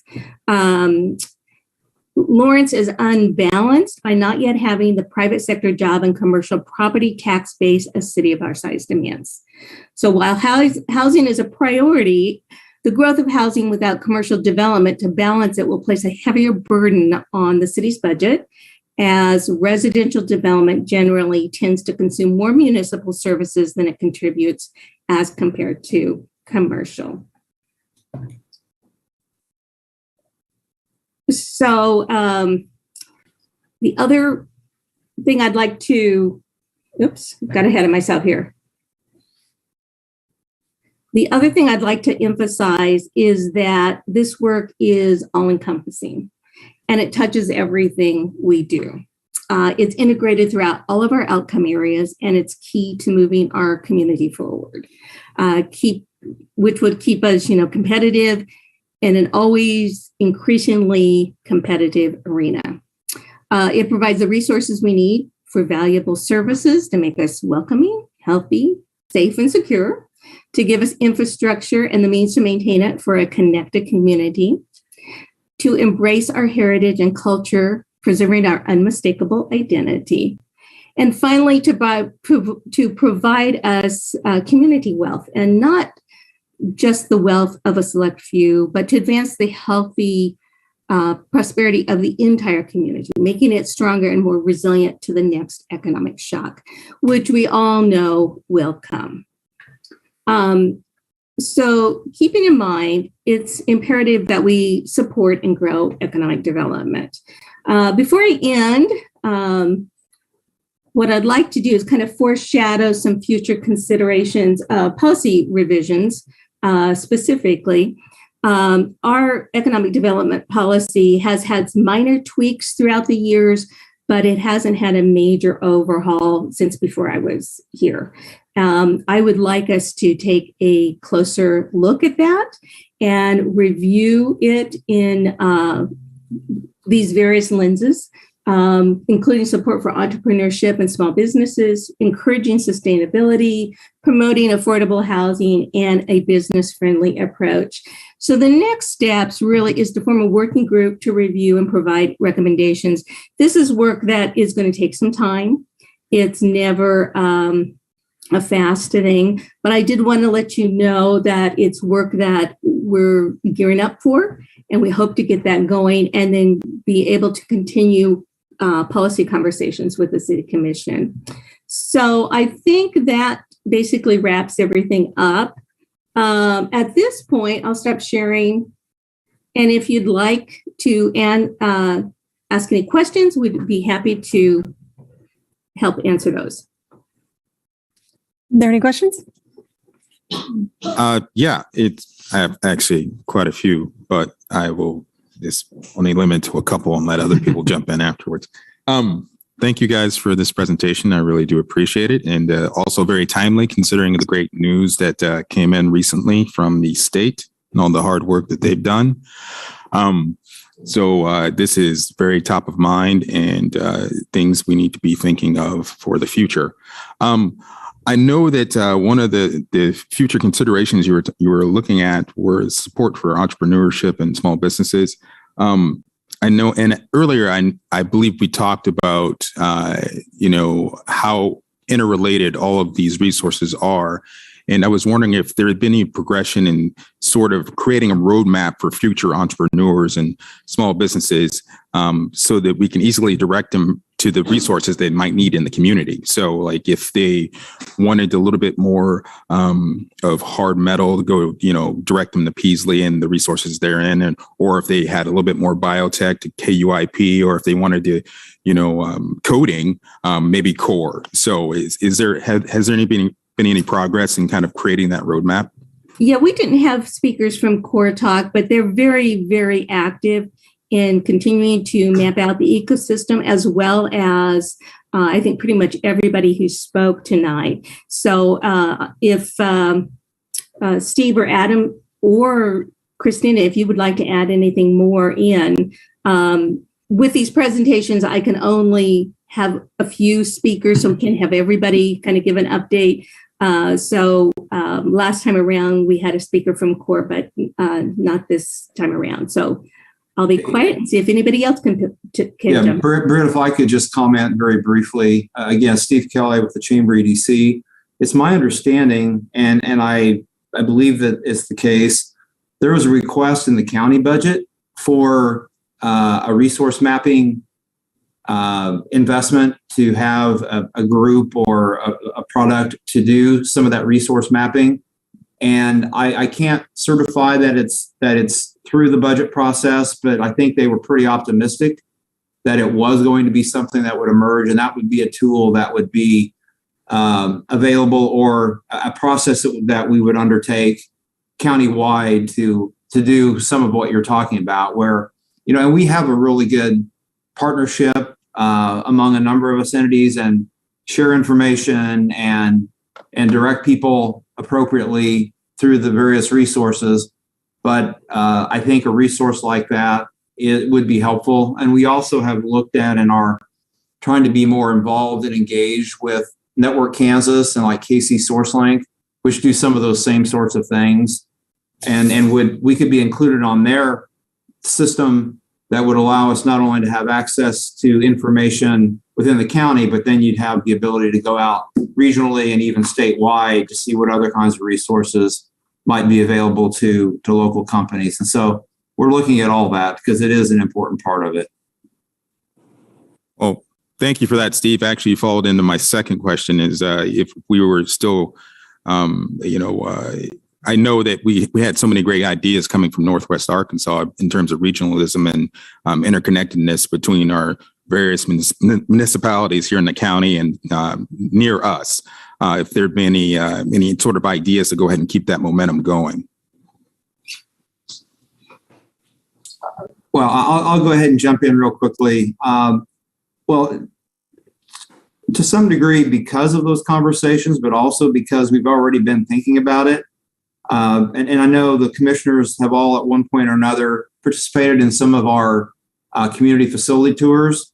we are looking and have not actually reached out yet, but are looking at maybe including some opportunities to visit facilities in Eudora and in the Baldwin City area as part of it. It creates a little more logistic challenge because of the additional drive time in that, but we think that there's an opportunity to do that and are looking at doing some of that. And certainly, as it was referenced earlier, I think in your comments about the announcement about DeSoto, there's going to be all sorts of things happening in Lawrence, or the potential for all sorts of things to happen in Lawrence and throughout Douglas County.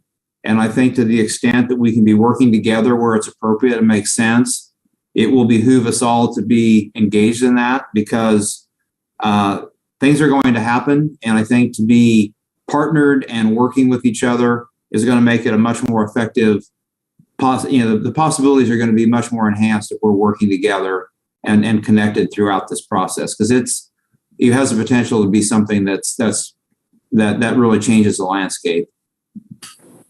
Absolutely. Thank you for that, Steve. Other questions?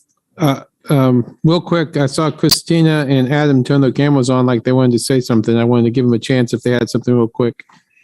I was just going to add that Commissioner Littlejohn mentioned our trip to Northwest Arkansas with Topeka, and we've had some additional contact with them, and they're planning to make a visit to the Innovation Park because they're getting ready to develop their own innovation building in downtown Topeka. And so as part of that, they thought it was important to see what we're doing here so that we can have an additive process in terms of them not building redundant systems, but something that might make the whole system more effective by working together.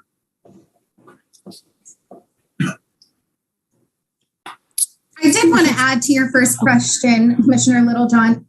One of the things, and I'm relatively new to this leadership role, I took over about 6 months ago as the regional director at the KU Small Business Development Center. But over the last couple of years, the resource partners have definitely taken an intentional approach to getting together. So I often talk to the individuals at KUIP, Peasley Tech, the Chamber, and other local resources. So we could build genuine relationships. And what I mean by that is we truly understand what each other does. So if an entrepreneur goes into KUIP, they can refer appropriately if they don't have the resources.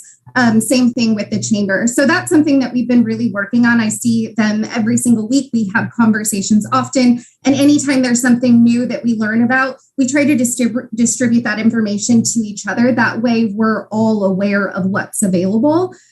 So at whatever point in the stop, we can direct an entrepreneur to the right resource. I had, like Commissioner Littlejohn, I probably could have a lot of things to say and ask, but keep it short. And some of you guys we see more often than others. So Brendan, Alan, are you still on? I would ask you, besides getting some more office space, what are one or two things we could do to attract more tech jobs like yours to Lawrence and downtown Lawrence in particular? Yeah, it's kind of a chicken and egg problem in some ways, because especially when we try to attract people here, I would say one of the things we often run into is that people are worried about the next job, not the job they're in right now. So it's, okay, so alarm.com doesn't work out. What's my other option in Lawrence? So it's one of those kind of virtuous cycle things where we need to have more tech here to hire more people here so that they have more security. But I also look at that as also expanding more in the Kansas City area and the surrounding areas and Topeka as well, to show them that, hey, your commute in DC is an hour and a half and you can go to Kansas City in 30 minutes to Overland Park if this doesn't work out. I mean, obviously we try not to push the fact it might not work out, but that's one problem I run into here. I would say the other problem is just kind of the preconceptions about Kansas. And again, I think that's one of the big things about getting them here. Like if I can get people to visit or do recruiting trips, especially from outside the state, and have them see the downtown area, have them see the community, it makes a huge difference. I don't know how that's actionable, to be fair. But that's the downtown area. I really can't undersell how big of a recruiting tool that is for anyone probably, but especially tech companies when you're trying to hire people from the coast and stuff like that, to show them a really innovative downtown area. And also, as Steve kind of brought up, there's a lot more companies here than I think people know about. And so making people aware of those companies, that there are other options, but also that Lawrence really is a burgeoning tech hub. I know there was a study by Axios, and then I can't remember the other one, but they, recently showed that the tech growth here is pretty high. So I've actually sent that out to everyone that we're talking to try to grow the operation here. And I think that makes a big difference. Obviously, having a big recruiting pool at the university helps a lot too. Alarm.com expands a lot out of university hires. So the more that we have multiple places we can do that and have a locus. Again, I guess I'd end with, I think there's a model there. I mean, obviously we've talked a lot about, entrepreneurship and growing a new business, but I think there's a big model to attract, especially places on the coast, to have satellite offices here due to cost of living, we actually have a large talent pool. Some of the best engineers I've ever worked with are here. And so being able to use, I guess, the capital from the coast to bring it in here, give some incentives and, use our natural advantages to grow that. But hopefully that answered your question. I kind of meandered there a bit. No, thank you. If I could add just a little bit too, I think one of the other things that as you look across some of the companies I mentioned, that's a key piece is you have someone like Brendan, who is a champion for the community, for the area. That makes a big difference too, because it's not someone who's just there filling the space. Brendan is very passionate and goes out of his way to make things work and to sell the community and to sell the resources and the assets here. And I think that's really important. And we're really blessed that a lot of the companies that are in the tech space have people like Brendan in them. And that's, I think, really important as well.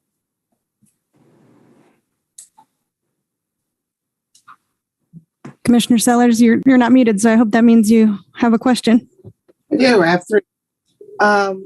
Real quick, Mr. Allen with Alarm.com, you had mentioned that your at the office here in Lawrence is one of the most diverse in your company. Could you kind of go into a little bit of high level detail about what those indicators are, or what does that look like? Are you diverse by age, ableism, ethnicity? What is that?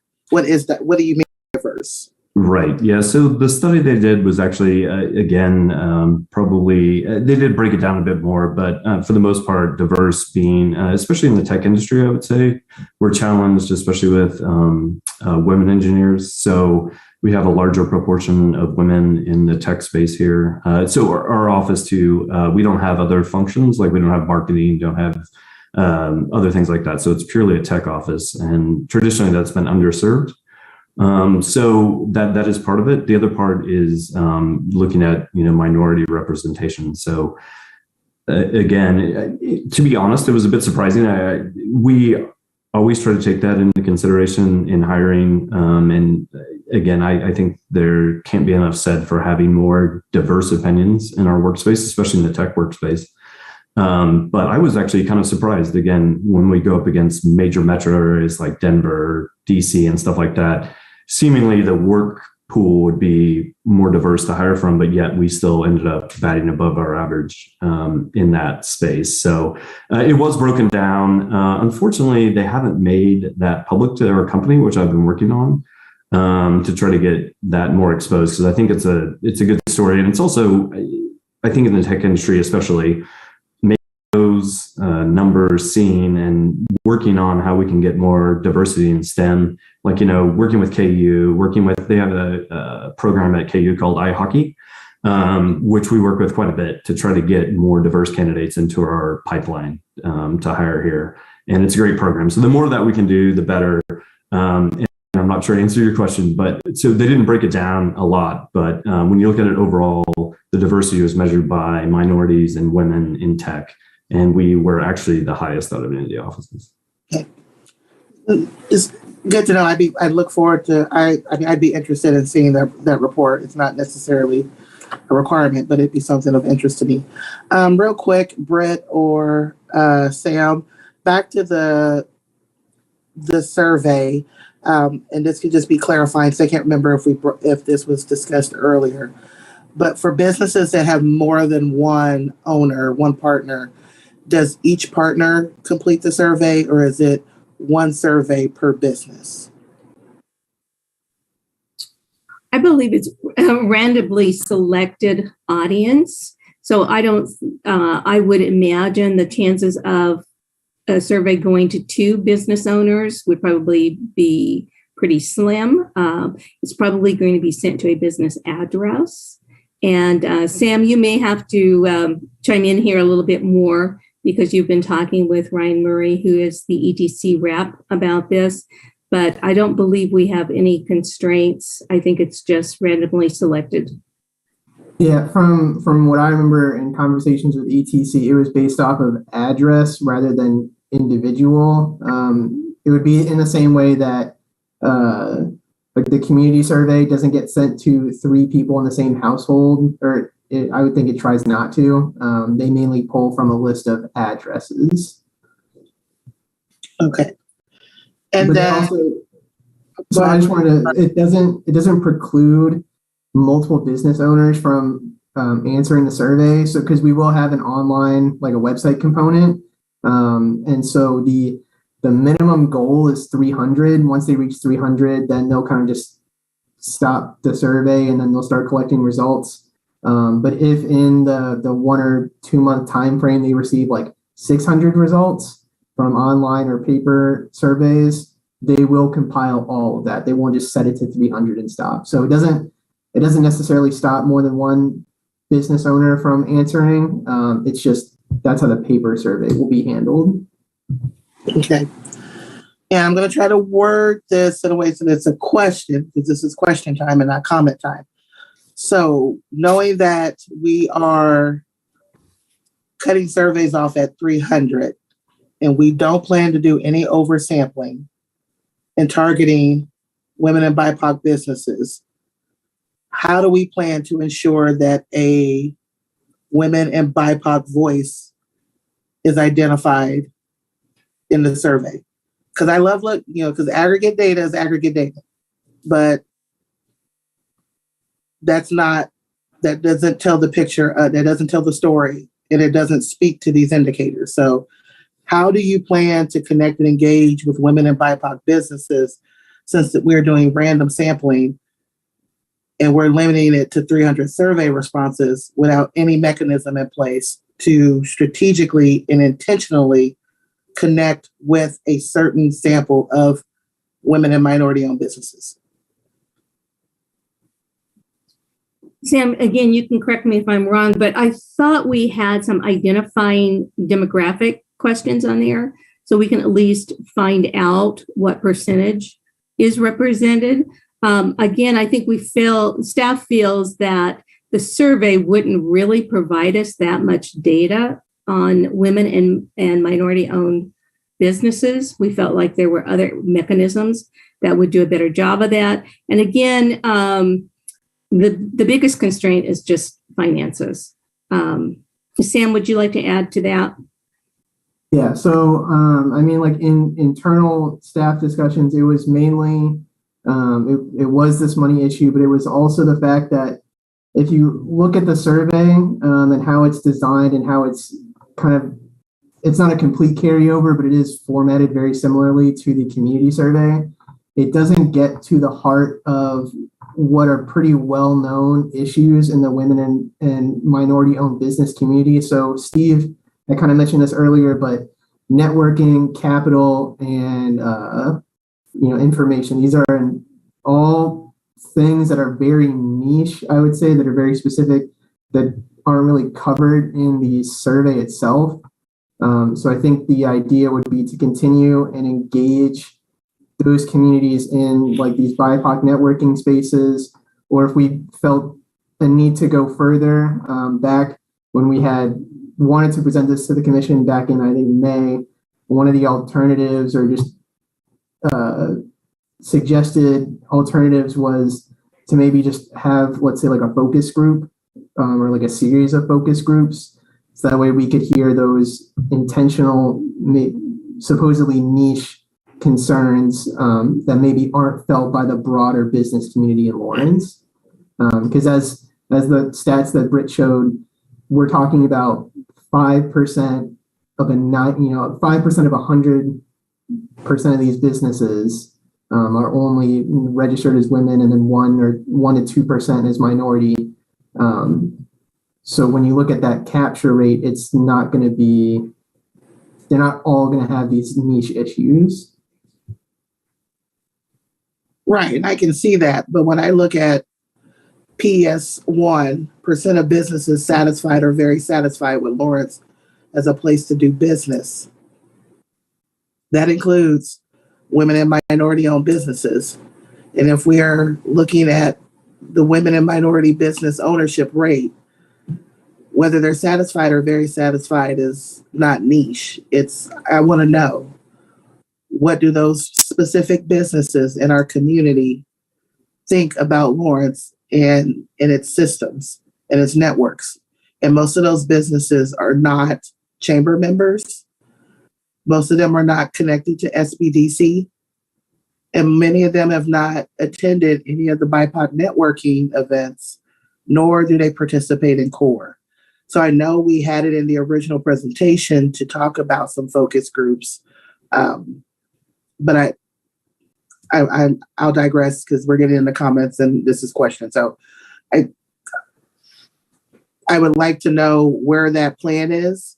If we're deploying this survey, where are you all at with developing that idea of the focus group to intentionally reach out to women and BIPOC business owners to gauge their thoughts on business ownership, city services, and things of that nature?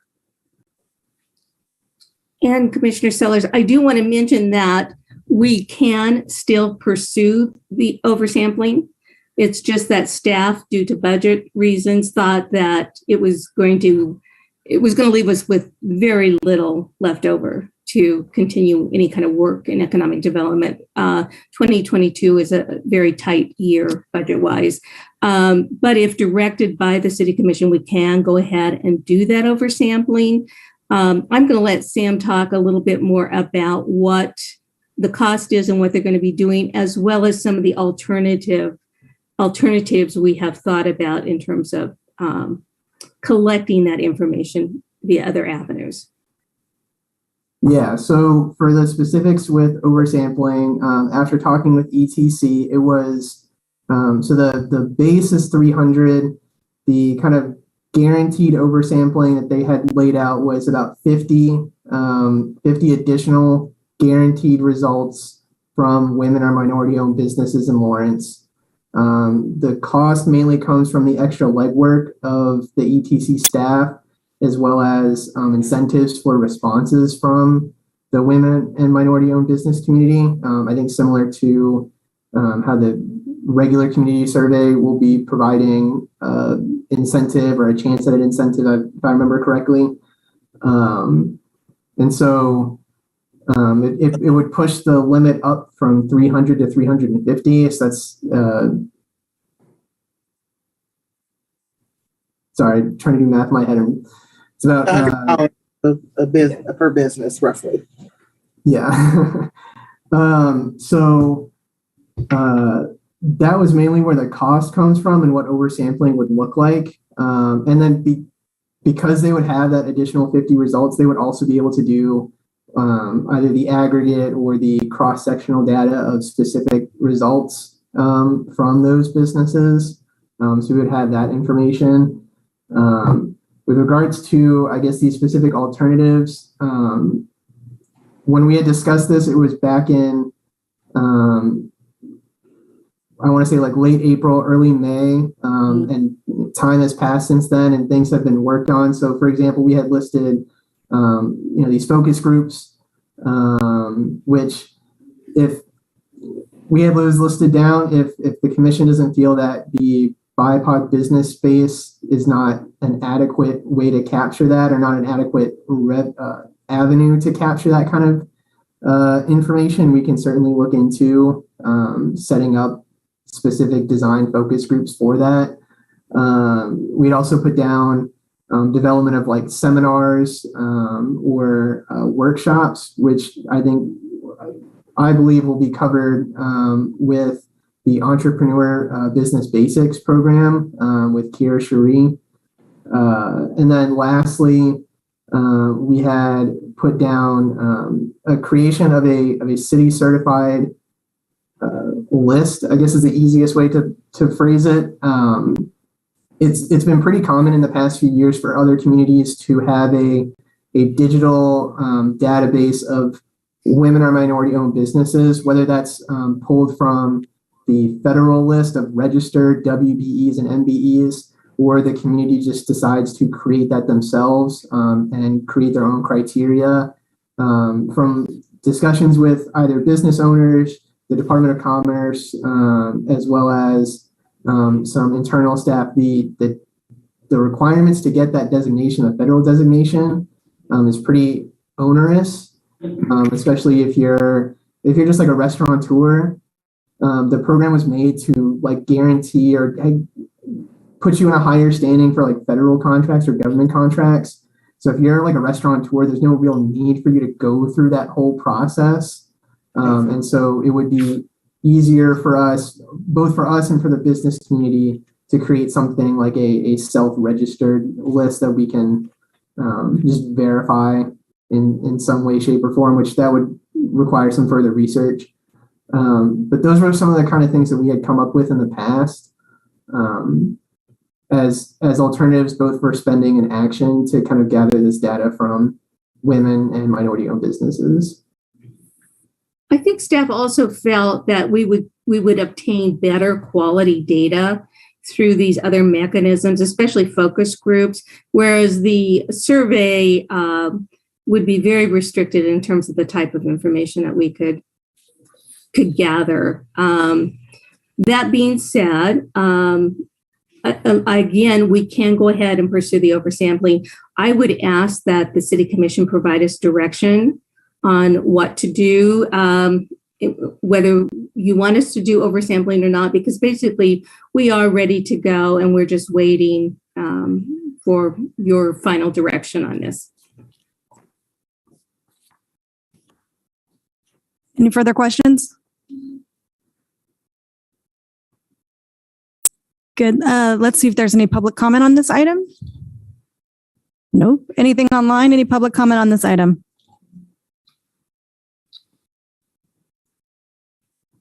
No, Mayor. Excellent. Let's bring it back for discussion to the commission.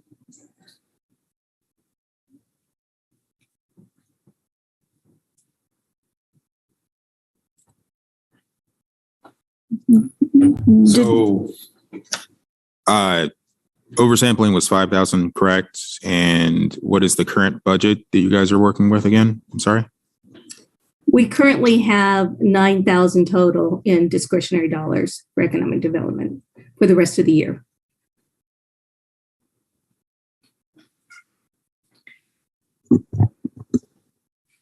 Commissioner Sellers, what's your thought on the oversampling versus the focus groups? $5,000 for 50 additional surveys is not a good use of money.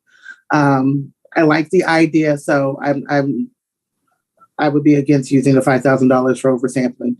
I think we have mechanisms in place, whether it's through partners with CORE or with the Chamber, with the BIPOC network, that those spaces can be used to deploy the survey within. There just needs to be some structure there needs to be a little bit more structure to it. And also a more active and not passive. There needs to be more active engagement and inviting businesses to come, with that being the premise. And whether it's an incentive, I don't know. I don't think it necessarily has to be, because we have the BIPOC networking events that I have attended have been well attended, and there's good discussion there. There's a mix of individuals who are looking at creating a business, growing their business, as well as establish BIPOC business owners and women business owners. So I think that would be an environment, a space that we can deploy this. And I would like to see it. It's just more of how do we ensure and we're being authentic and intentional about reaching out to women and minority owned businesses, because a lot of these groups are not part of a lot of these businesses are not part of the chamber. They're not. And we'd be fooling ourselves if we thought that. So my goal is that $5,000 is not going to reach those. It's not going to reach those groups, and it's going to be it's going to be futile. So I think there's things that we can do in-house. It's just doing it with the level of intentionality and working with our partners to ensure that we find some way to engage and encourage that participation so that we can do that. So I think the core group, the BIPOC network group, those are great spaces to do it. We don't need to do the sampling. We don't need to do the oversampling. And Commissioner Sellers, this is Britt Krumke, Economic Development Director. I would just like to clarify that ETC, the ones who will be doing this survey, will be pulling from the Data Axle database of businesses in Lawrence, and will not, so it's not a chamber database. We're not specifically targeting chamber members or anything, so it should be randomly selected. And yes, we can, I think we could do something a little more focused and intentional if we were to go with focus groups, or even maybe a set survey just to kind of tease out some additional issues that we think these populations might be experiencing when it comes to business ownership. Thank you, Brett. And yes, I know that it wouldn't be just a chamber list, but one of the things that we talked about in the networking groups is a passive approach to engaging women and especially BIPOC business owners. So getting a survey in the mail without, with a letter, that's passive to me. And it's not really, it doesn't speak to, I'm really wanting to know what these specific business owners, what value that their words have and their experience and their perspective have on our community. You can't do that by mailing something. It's creating a space. And I would love to see us, since we have partners in a space to do that, to essentially do it with some intentionality and just some dedicated care. These are the things that we have to do to show individuals in our community that we do care and that we want them to be prosperous and that we're here to provide them with those supports. So, I don't want a survey to go to these groups in the mail. I think there needs to be some level of personal touch to it. And whether it's a direct invitation to attend, whether we're using those advisory members that the chamber has with the revolving loan program to connect. I know the chamber is doing DEI work, using their champions to reach out to these business owners because they're not being talked to. They're just now being engaged, and there's a little bit of coaxing that needs to happen, and there's a little bit more work that has to be done to show BIPOC and women business owners, especially BIPOC women business owners, that you truly do care and that you're not just looking to exploit their thoughts and their feedback to benefit someone else and not them. So. And Commissioner Sellers, I also wanted to mention that staff has access to the same database that ETC will be using. In fact, that's what we use to pull the women and minority business ownership statistics that I showed you earlier. And that particular database gives a ton of information about the business, the type of business, who owns it, their ethnicity, their gender, and contact information. So we do have a really strong list that actually ETC would be using that we could provide to our partners for directly contacting those women and minority business owners. I would love that. I think we're just going to have to realize that there's just a little bit of coaxing and care and with that intentionality in it and those processes that we're not used to doing, and that I understand capacity. I truly do. But if we are targeting this and we're wanting to hear these voices and we're really trying to move and elevate women and minority business owners and creating a welcoming environment for different ethnic communities within Lawrence, things have to be done a little bit differently. So, I'd like for us to be, to speak to that and actually be actionable in those efforts. So, I think that's the only comment piece I had. It's just that intentionality piece, the survey we discussed. There was something on page 5 that I just wanted to speak to in the memo. Let me find it real quick. Sorry.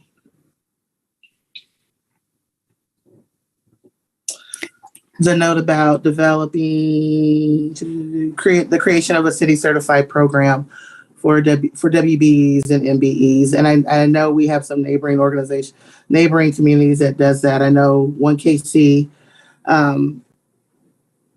has their Women's Business Center and their Women's Capital Network and their Women's Employment Network. And these are all organizations that I've had the privilege to be a part of and to engage with. And so seeing that, I really felt like we do have mechanisms in place to make that happen and for that and to be successful in that piece. And so it was nice to see discussion around a city certified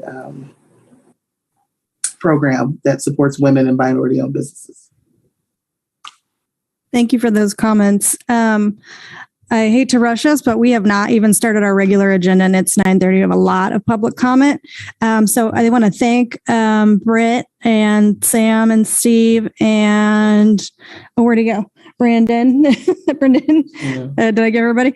And Christina. So thank you so much for being here and sharing with us. That brings us to our regular agenda item number 1, which is to receive the draft final site plan for the Stratford Water Tower.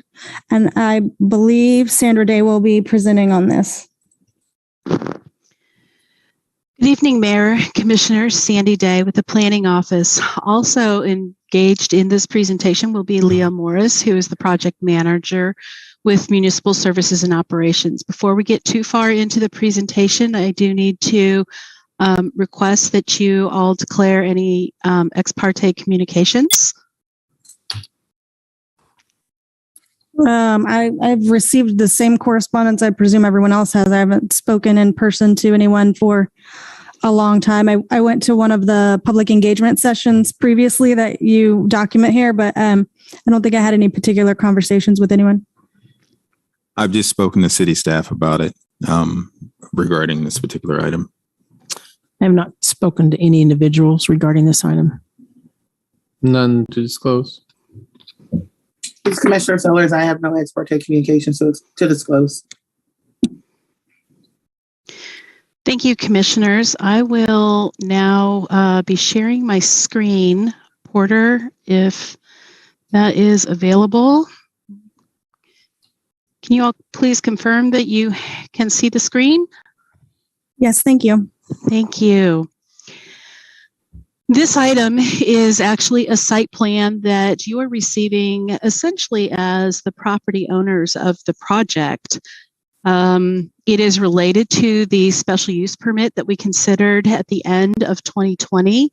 And as a requirement of that procedure, a site plan has also been submitted. There is a lot of process with this project. We want to spend a little time in this presentation going over process, but we also need to kind of recap some of the project history. So Leah and I will be going back and forth in that presentation.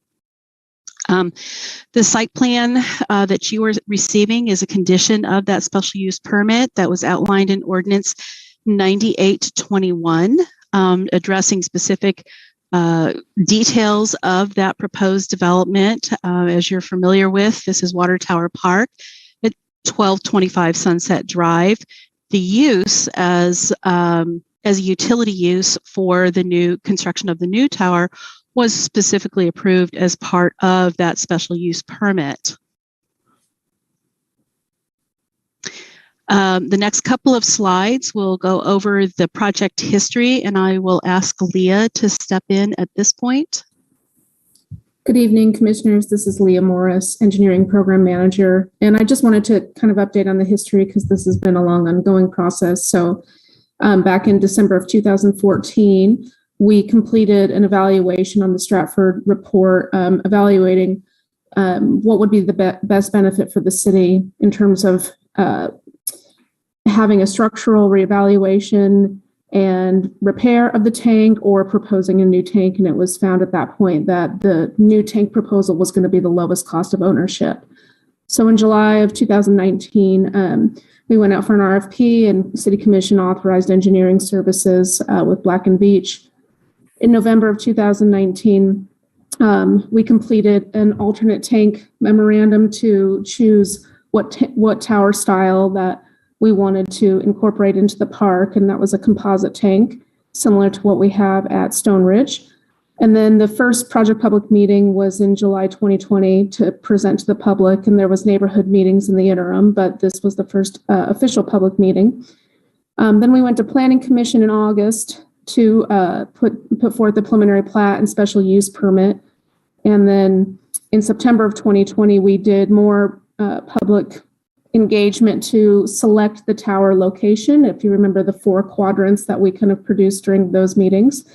And then in October of 2020, we went back to Planning Commission for the second time to get the preliminary plat and special use permit authorized. And then in December, we went to City Commission where the ordinance 1921 was passed and the final plat was received and approved by City Commission.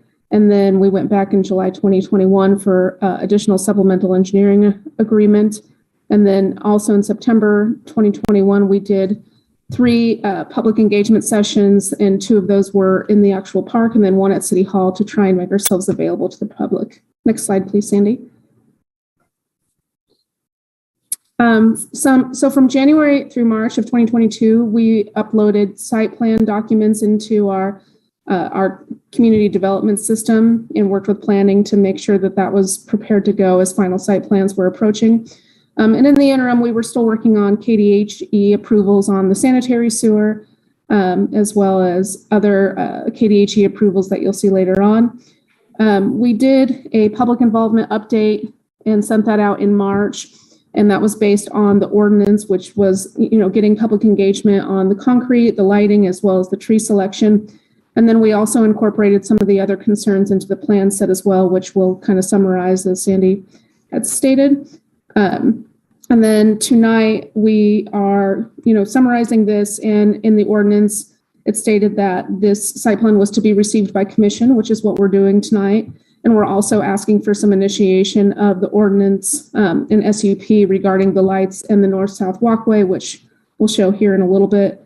And then that will commence notice being sent out to the public, as well as the additional planned City Commission meetings for the final site plan approval with the ordinance as well. Next slide. And Sandy, you were going to walk through this. Yes, the next couple of slides are again intended to provide kind of a graphic overview of the design changes in the project that have been implemented based on the different comments through Planning Commission process, through public engagement, and direction from the City Commission. So this is a slide of the drawing that was that we started with the new water facility being located with direct access to Sunset. The tower was originally designed with the idea or the concept to be able to co-locate commercial communication equipment with those supporting ground facilities accessed from the north side of the park. As we move through some of that engagement, this obviously changed. This is also showing that larger tank size that was originally in the plan preparations. Some of that engagement included moving and rotating the tower to come off the north side of the property through the existing pathway that could be converted to a multi-use path that would allow for maintenance access and emergency access from fire if that is ever needed through controlled access. It also reflects a change to the plan that removed co-location of communication equipment. That was a recommendation that came out through the public hearing through the Planning Commission and was forwarded to the City Commission when they considered the special use permit. And this was yet another one of those revisions that talked about, again, removing the opportunity for co-location of the commercial communications, and then also either retaining the building that is currently used by Douglas County, or if that building could not be reused, including a building where that new equipment could be located on the site. And that is required equipment for emergency communication and fire communication as well. So it is critical infrastructure, and that would be the only communication equipment that would be co-located on the structure. At the City Commission meetings in December, the Commission recommended ultimately approval of the use with a number of conditions, specifically addressing items that we also look at in a site plan component. So special use permit approved the use, and the site plan component is looking at the details and specifications of how things are arranged on that property. One of those things was a requirement to provide landscaping. This revised plan that is included in your packet now shows the required street trees for the project. We also have a plan that shows the water tower itself being relocated to the west, so further to the park, to provide more of a buffer from property owners to the east. The tower location was shifted actually 37 feet. The condition that commercial communication equipment is prohibited from being located on that tower. The site plan has been designed without any forecast of where that equipment would be. The city, as the property owner, also controls the ability to prohibit the use of co-location equipment on that tower. The proposed structure was actually downsized to not exceed the 500,000 gallons. And then one of the other site plan components was about fencing of the water tower that has been prohibited. Again, the site plan reflects that there is no fencing proposed for the site. The only fencing that is proposed is that related to the Douglas County Communications Building. That is redundant security that is required at the federal level to secure that equipment. And the fence that is being proposed is a decorative fencing, so that will open up much more usable park space than is currently available in the park today. The other fencing that is shown on the plan is fencing that is related to tree protection. Specific trees will be protected during the construction of the new tower and also for the demolition. So there is a robust plan to protect those trees during that construction. And then the other fencing that's shown on the plan is the construction fencing. It shows kind of the extreme boundary of where that fencing would be located during certain phases of the project, and that will be managed by the contractor and the construction crews to make sure that the site is both safe and secure during those critical phases of the project. There are a couple of conditions that were identified in the ordinance. One of those was specifically to show a 10-foot wide pedestrian pathway along the west property line, and also to show specific lighting along that pathway. And as we met with the neighborhood through those other public engagements throughout the summer, fall of last year, it became very clear that there was not a desire to have the 10-foot wide pedestrian path or lighting along that west property line. That lighting would be something that should be talked about and discussed and developed through a master plan park initiative, which the Parks and Recreation Department will take over that step of planning and use of the park. The project is designed to include conduit that could extend lighting to the site, depending on what that master plan effort is.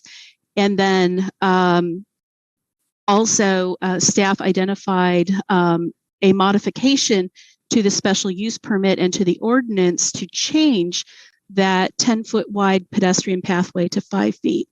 The site plan that you see in your packet does comply with all of those conditions except for the lighting at the moment. So the 10-foot wide pedestrian path on the west side is shown on the project.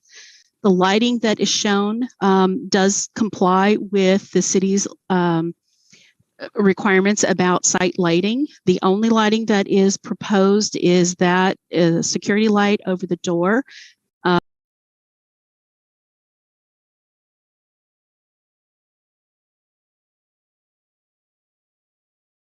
For the City Commission and for staff to proceed to the next steps of the approval process, and that would be completing the site plan. The Commission could accept this site plan as we look at it today with the 10-foot wide path, and then a lighting plan would need to be provided to show pedestrian lighting along this west property line. And we believe that that is contrary to what the neighborhood's expressed wishes are for that component. In order to make those amendments, the special use permit and the ordinance need to be amended, and that is an action that rests with the City Commission. You have the authority and the prerogative to amend, suspend, or revoke a special use permit subject to a public hearing. So that would, in essence, bring this project back to you to amend that special use permit to modify those particular conditions that were set out in ordinance. To just cover the process a little bit, this is a very heavy process-oriented project, and there are multiple steps yet to come. The item that you're doing tonight is to receive this final site plan with that 10-foot path, and if you so direct, with the additional lighting. Once that step is complete, staff would publish the administrative determination, notify property owners of that determination, and that would begin an appeal process. Property owners would have 9 days to make an appeal of that site plan, which would come back to the City Commission for you to consider the site plan component. Alternatively, or as an option, you could initiate an amendment to the special use permit as we've described in the documentation. In order to do that, your action tonight would be to initiate that change. That would then require public notice to the property owners, and I believe that's a 20-day notice, or that would be the soonest it could be brought forward. Then you would hold that public hearing for the amendment to the special use permit to specifically address those particular conditions. One would be to reduce the pedestrian pathway is what staff's recommendation for you is, and then also to actually remove the condition about lighting and let the lighting be developed and evolve through a very specific master plan park effort that would be conducted by the Parks and Recreation Department as part of the programming for the open space. Once that happens, we would revise the site plan, publish that administrative determination, and that actually brings us back to where we would pick up with the site plan, publishing that administrative determination, notifying the neighbors, offering that 9-day appeal process, in which time the site plan could be brought back to the City Commission. A couple of things of note, the items that we have for consideration are a site plan. A site plan is not a construction document. The requirements in a construction document are very explicit details. So things like pavement color. We know that in the site plan appropriately documents that the pedestrian pathway on the north side is going to be 10 feet wide with the 3 additional feet on either side. That will be a stamped pavement typology with an earth tone color, and that is based on that information staff gathered during those public processes. And then the exact color, whether it's beige 301 or earth tone XYZ, those would be specified in the construction documents and not necessarily in the site plan. These are the options that I've described for the City Commission on this slide, which is to receive the site plan. It would move forward with that process, 10-foot wide pedestrian path on the north side, revised photometric plan to provide lighting along that west property line.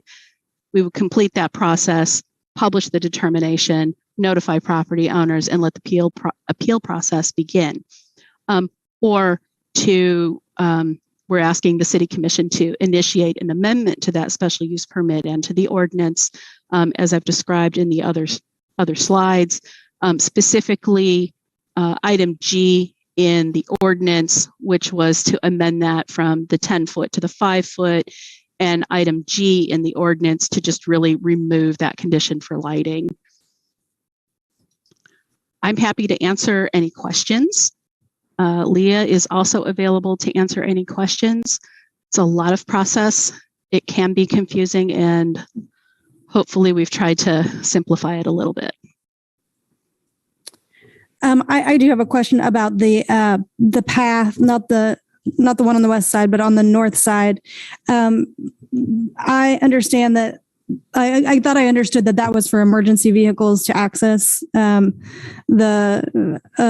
water tower and the other building. Is it both, or is it an emergency path or an emergency road that is also being used as a path? Mayor Shipley, this is Leah Morris, Engineering Program Manager.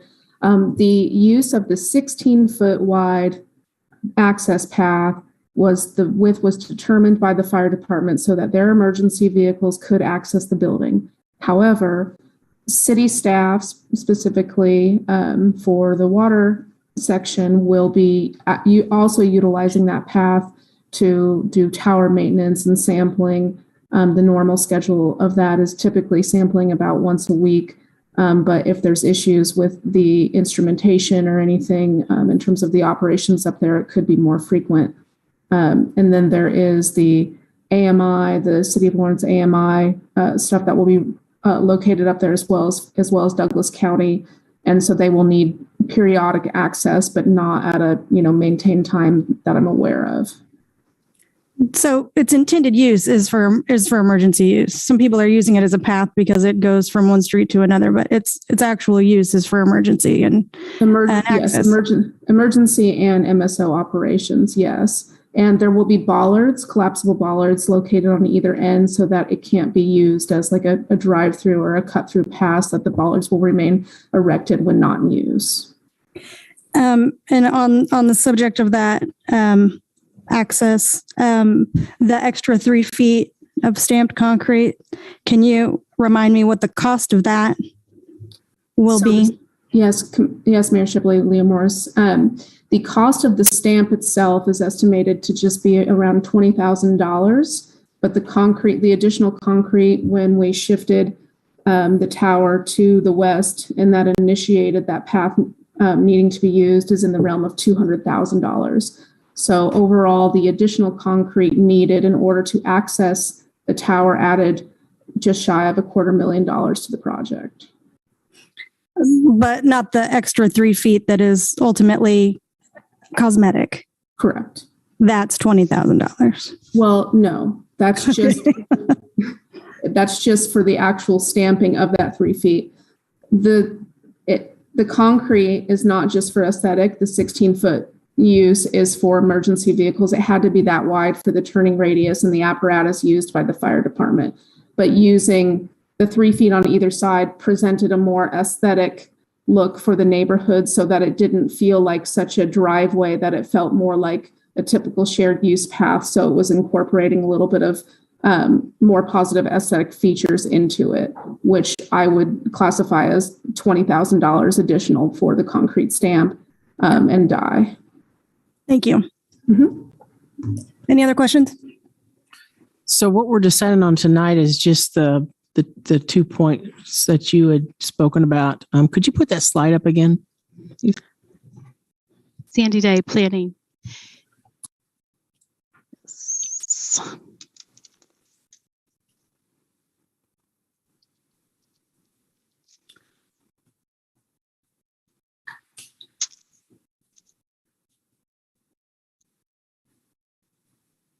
Is this the slide that you were requesting?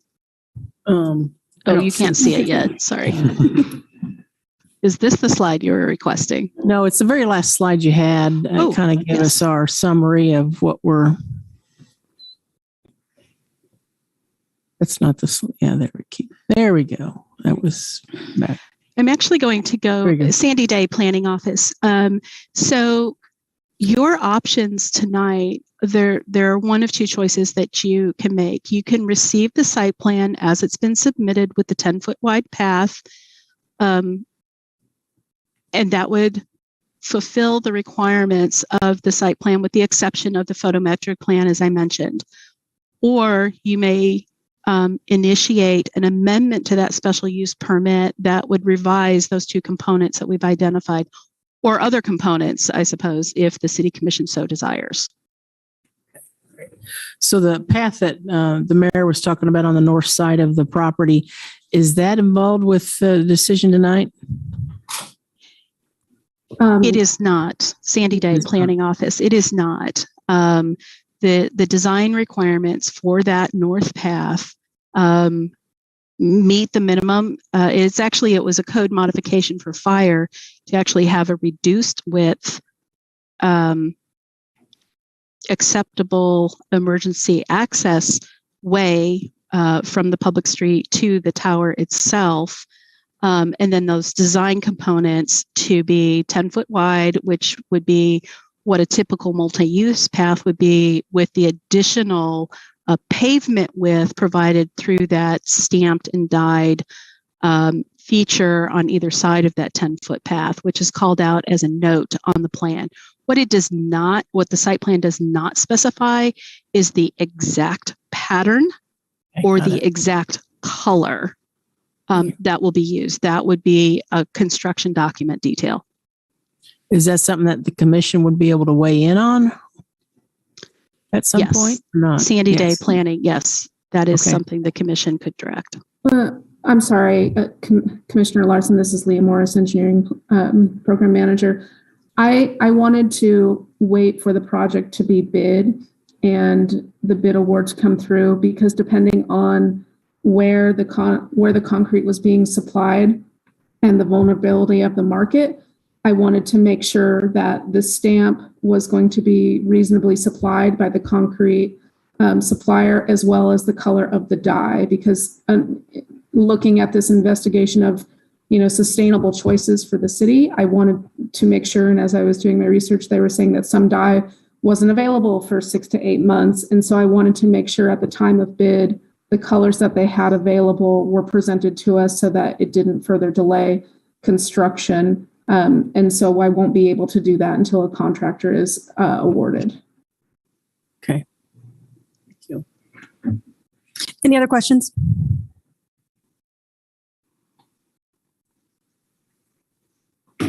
Okay, then let's see if there's any public comment in the room. No. Public comment online. Sherry will call on you if you can use your raise the hand function so she can see you. Raise, take a breath. Thank you so much for the opportunity to speak.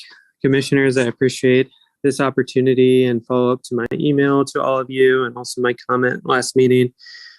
I'd like to start by thanking you all for your thoughtful consideration of making July 2022 Park Month for Lawrence. I think it fits right into the values of the community as expressed in the last meeting.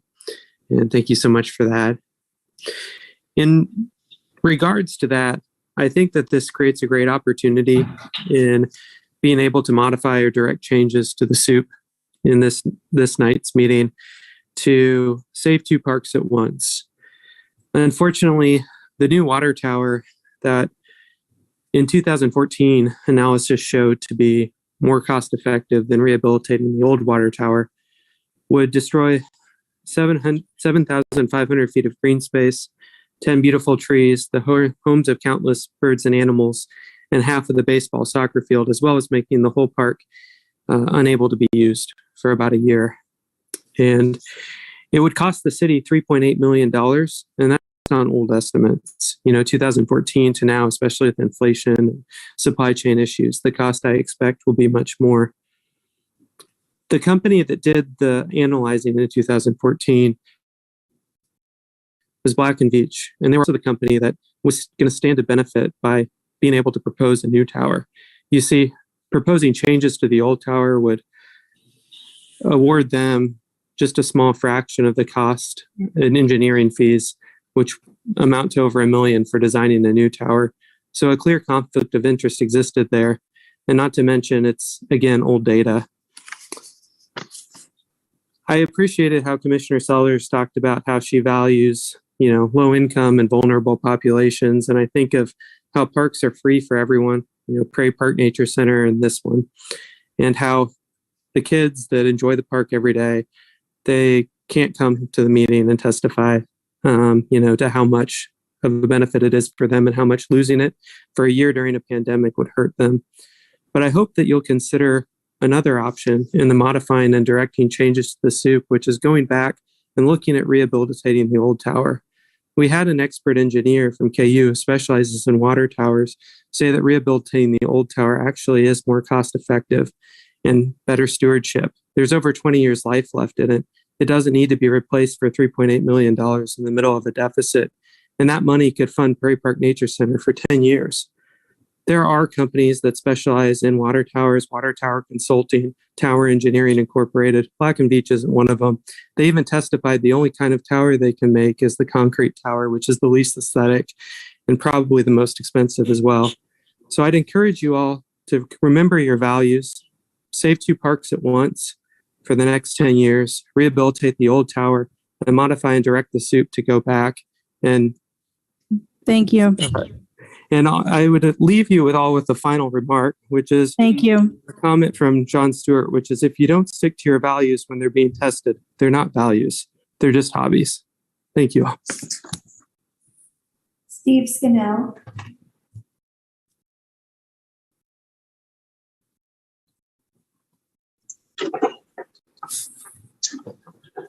Thank you. Can you hear me okay? Yes, thanks. Okay. My name's Steve Scannell. I live at 1005 Sunset Drive. I'm a retired KU architect. I've been actively involved for the past 2 years, advocating for the best interests of both the neighbors and the city related to this project. I'm here tonight to ask that you provide guidance to city staff on several important details that I'm not sure will get addressed in an appropriate manner unless you intercede on our behalf and express support for the recommendations that I'm making on behalf of the neighbors. Specifically, please direct city staff on our behalf to do the following. Require the consulting engineer to clearly show the extent of the colored stamped concrete on the final drawings and include other details related to it, and to share those updated drawings with the public for comment prior to bidding. Currently, we've been told that there's a note on the drawings that covers this, which says stamping shall be 3 feet wide on each side of the drive. But if you take that literally, that means that the border will follow the curved radii at each end, which was never the intent, nor what we understood was agreed on. Intent has always been to create 10-foot wide natural gray concrete bike path down the center of the 16-foot wide service drive with an ADA tactile warning strip at each end, so it won't look like an industrial driveway, even though it will function like one. But it would instead look like a city standard 10-foot wide bike path with a colored stamped concrete on both sides of it and the drive to the tower. Please take a look at the drawings that I attached in my written comments towards the end from 2021 that clearly show all that. Staff also indicated that a vaulted cobblestone pattern was the preferred pattern for responses to their survey, But during our on-site discussions with staff, almost all the neighbors present told staff that we didn't respond to their surveys since they were so poorly done. And we asked them to instead rely on our discussion comments. And during those discussions, I recommended that we use the running bond brick pattern in the sable color that is used on all of the city standard crosswalks. And a majority of the neighbors supported that approach. I think the cobblestone pattern that the survey selected is a poor choice, given its irregular surface, as you can see in the photos I attached in my comments. And I would ask that you direct staff or give them guidance to use the city standard crosswalk materials instead, which should both be more economical because it's something that's done all across the city and which they have on hand. You don't need to wait until after the project's bid. In fact, you're just asking for potential change orders if you do wait. And I would also ask that you please have them address other details that I won't get into that are written in my comments.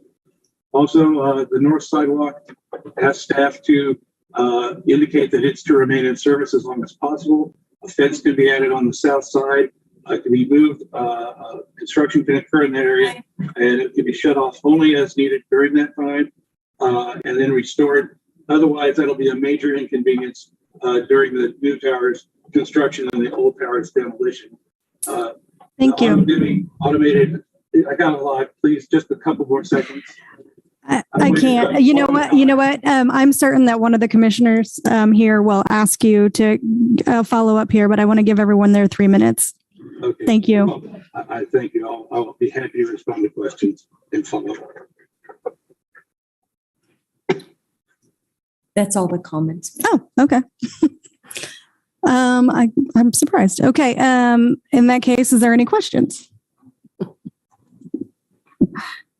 So my understanding is that, again, I just want to go back to make sure we're just working with the 10-foot pathway right now tonight, and that these items that the neighborhood has brought up, and they've got some good points here. Those are items is going to be decided at a later date by the commission. It'll be brought forth to the commission. Is that right?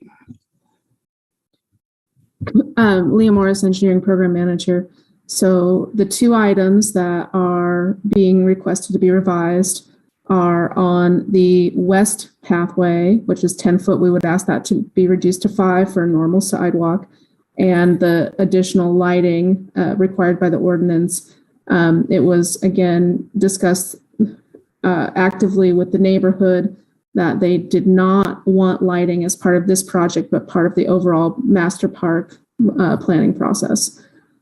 So in terms of additional decisions to be brought to the commission, if there are things that the commission would like to have input on, then that is completely, up to the commission. But at this point, the selected concrete pattern as well as the color is going to be determined after the bid process, so that process can be provided by the vendor.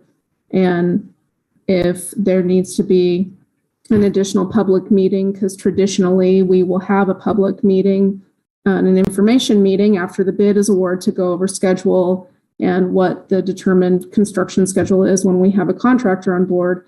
If the public would like to be engaged at that point to select the color and the pattern that is provided by the contractor at that point, I think that would be a compromise in terms of, again, keeping the public engaged in those options, but also getting good sustainable selections that don't push the construction back, for additional time on the schedule. But I feel that the plans clearly call out that this is required as part of the site and part of the construction. So it will be in the bid, and we are doing a pre-bid on this project and we will be explaining that specifically at the pre-bid to the contractors that intend to propose on the project. Okay, got it. What about the question that was brought up regarding having the sidewalk open as much as possible during construction? Is that feasible? Leah Morris, Engineering Program Manager. Yes, Commissioner Larson, it is. We are going to explicitly talk to the contractor about, wanting to keep as much green space in the park available during construction. If you look at the fence layout for the temporary construction, it is shown crossing that north sidewalk, but we really want to make sure that, we don't typically dictate means and methods of the contractor, but the majority of the construction is going to happen in that northwest corner. And we are showing the construction entrance to the south. So until the water line goes in, as well as the north path is demoed, I think that it would be feasible for them to keep that open. And then once that construction starts on that northern part, then shift the fence at that point. That seems reasonable to me, but again, that can be discussed with the contractor specifically, because if we dictate it in means and methods, then it does, provide opportunity for higher costs. Okay, great. And then one other thing was the idea of the parks aspect of it. Does that come at a later date as the master plan for the park there? Sandy Day, Planning Office. The park initiative for the master plan is going to be a process that is managed and dictated through Parks and Recreation staff. They can begin that process at any time. I think they have been waiting just a little bit to make sure that they have a final project, so they know where buildings and structures are located at kind of a final placement before they do that. They committed at some of those public engagement meetings to meeting with a neighborhood to talk about different ideas that people were interested in for the use of the park.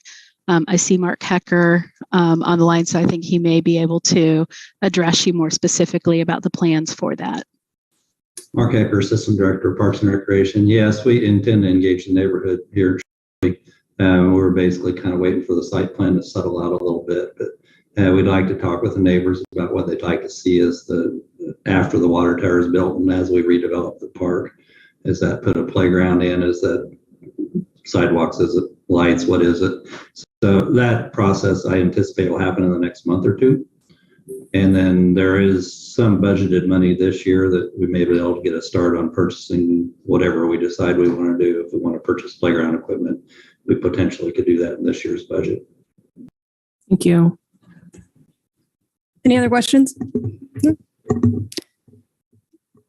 Commissioner Sellers, you got any questions? No, Mayor, I do not. Okay. Do I have any motions? Well, I think we definitely want to modify the ordinance to get it going, and we'll see the site plan again. So yes, I move we initiate an amendment for 2013-06.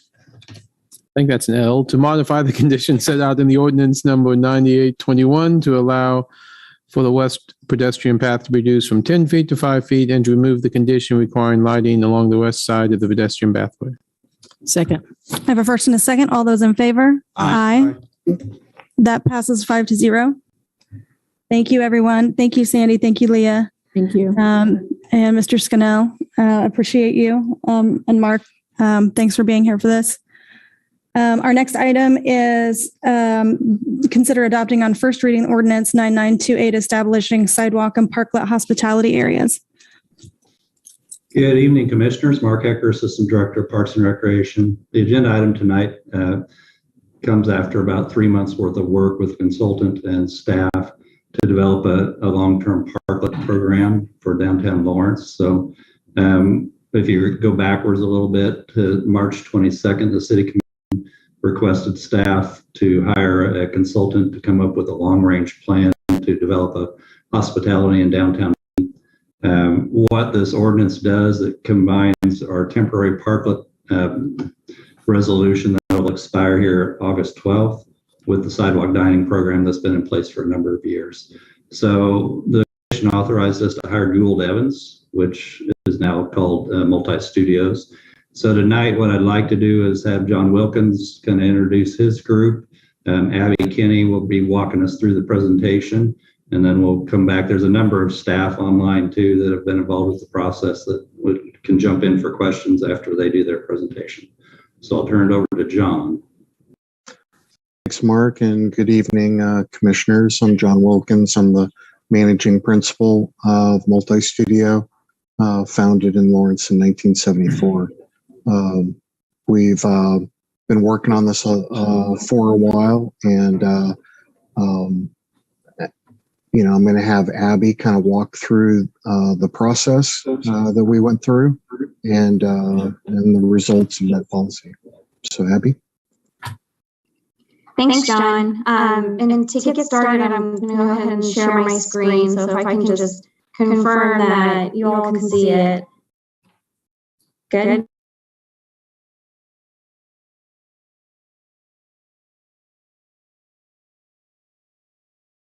Yes. Maybe not. Let's see.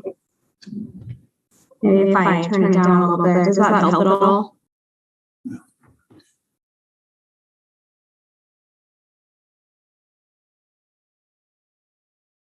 No speaker or something. Is it still echoing? Yeah. Yeah. It is. Huh. I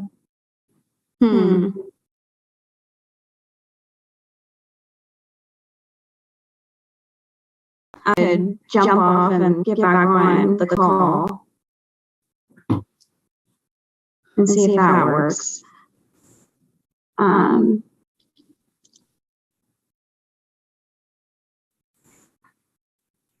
Let's see. Does this help at all? Yes. It does? Okay, great. Great job. Yeah, thanks for your patience. Thank you all for the opportunity to walk through this ordinance. I'll try to be respectful of your all's time and just kind of provide a summary of the process. My name's Abby Kinney. I'm an urban planner at Multi-Studio based out of the Kansas City office. And I've been working with the Lawrence City staff as well as downtown stakeholders since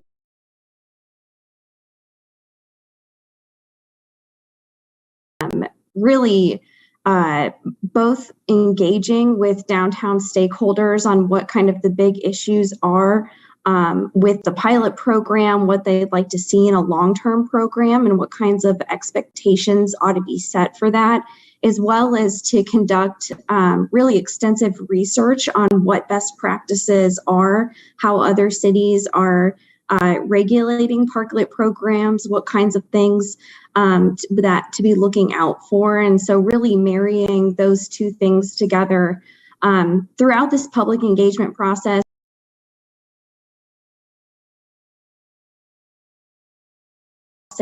People in the downtown area and working with them on what the kind of the big issues were regarding parking, regarding utilizing parking spaces for parklets. We had 10 formal meetings where we met with stakeholders. We had extensive ongoing email and phone communications with a number of different stakeholders, some of which had their own parklets, and we were able to learn about kind of what has been working and what hasn't.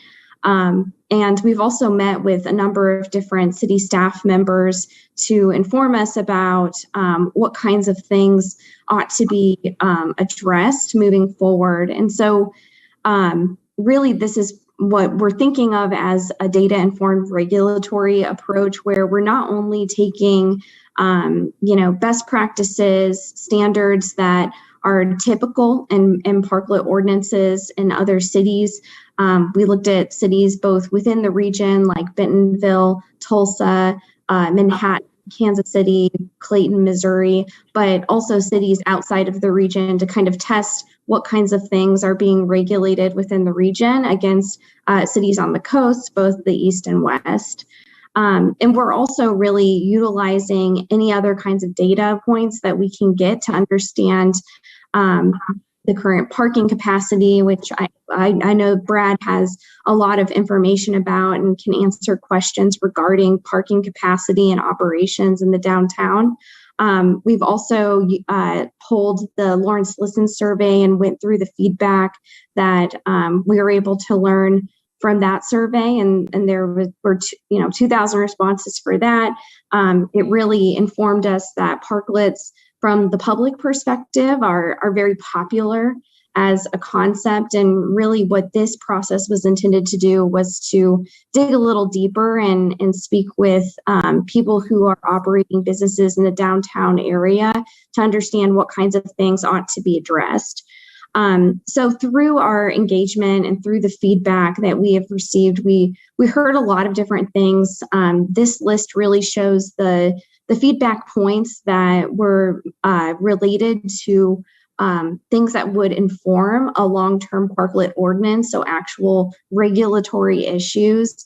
And some of the issues that were brought up are things that are standard practices, things that are typically regulated, oftentimes regulated in similar ways.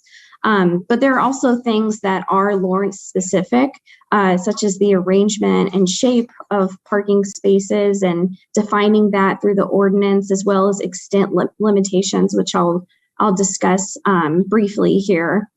So the ordinance that has been drafted for your consideration tonight basically amends the current sidewalk dining program and turns it into sidewalk and parklet hospitality areas.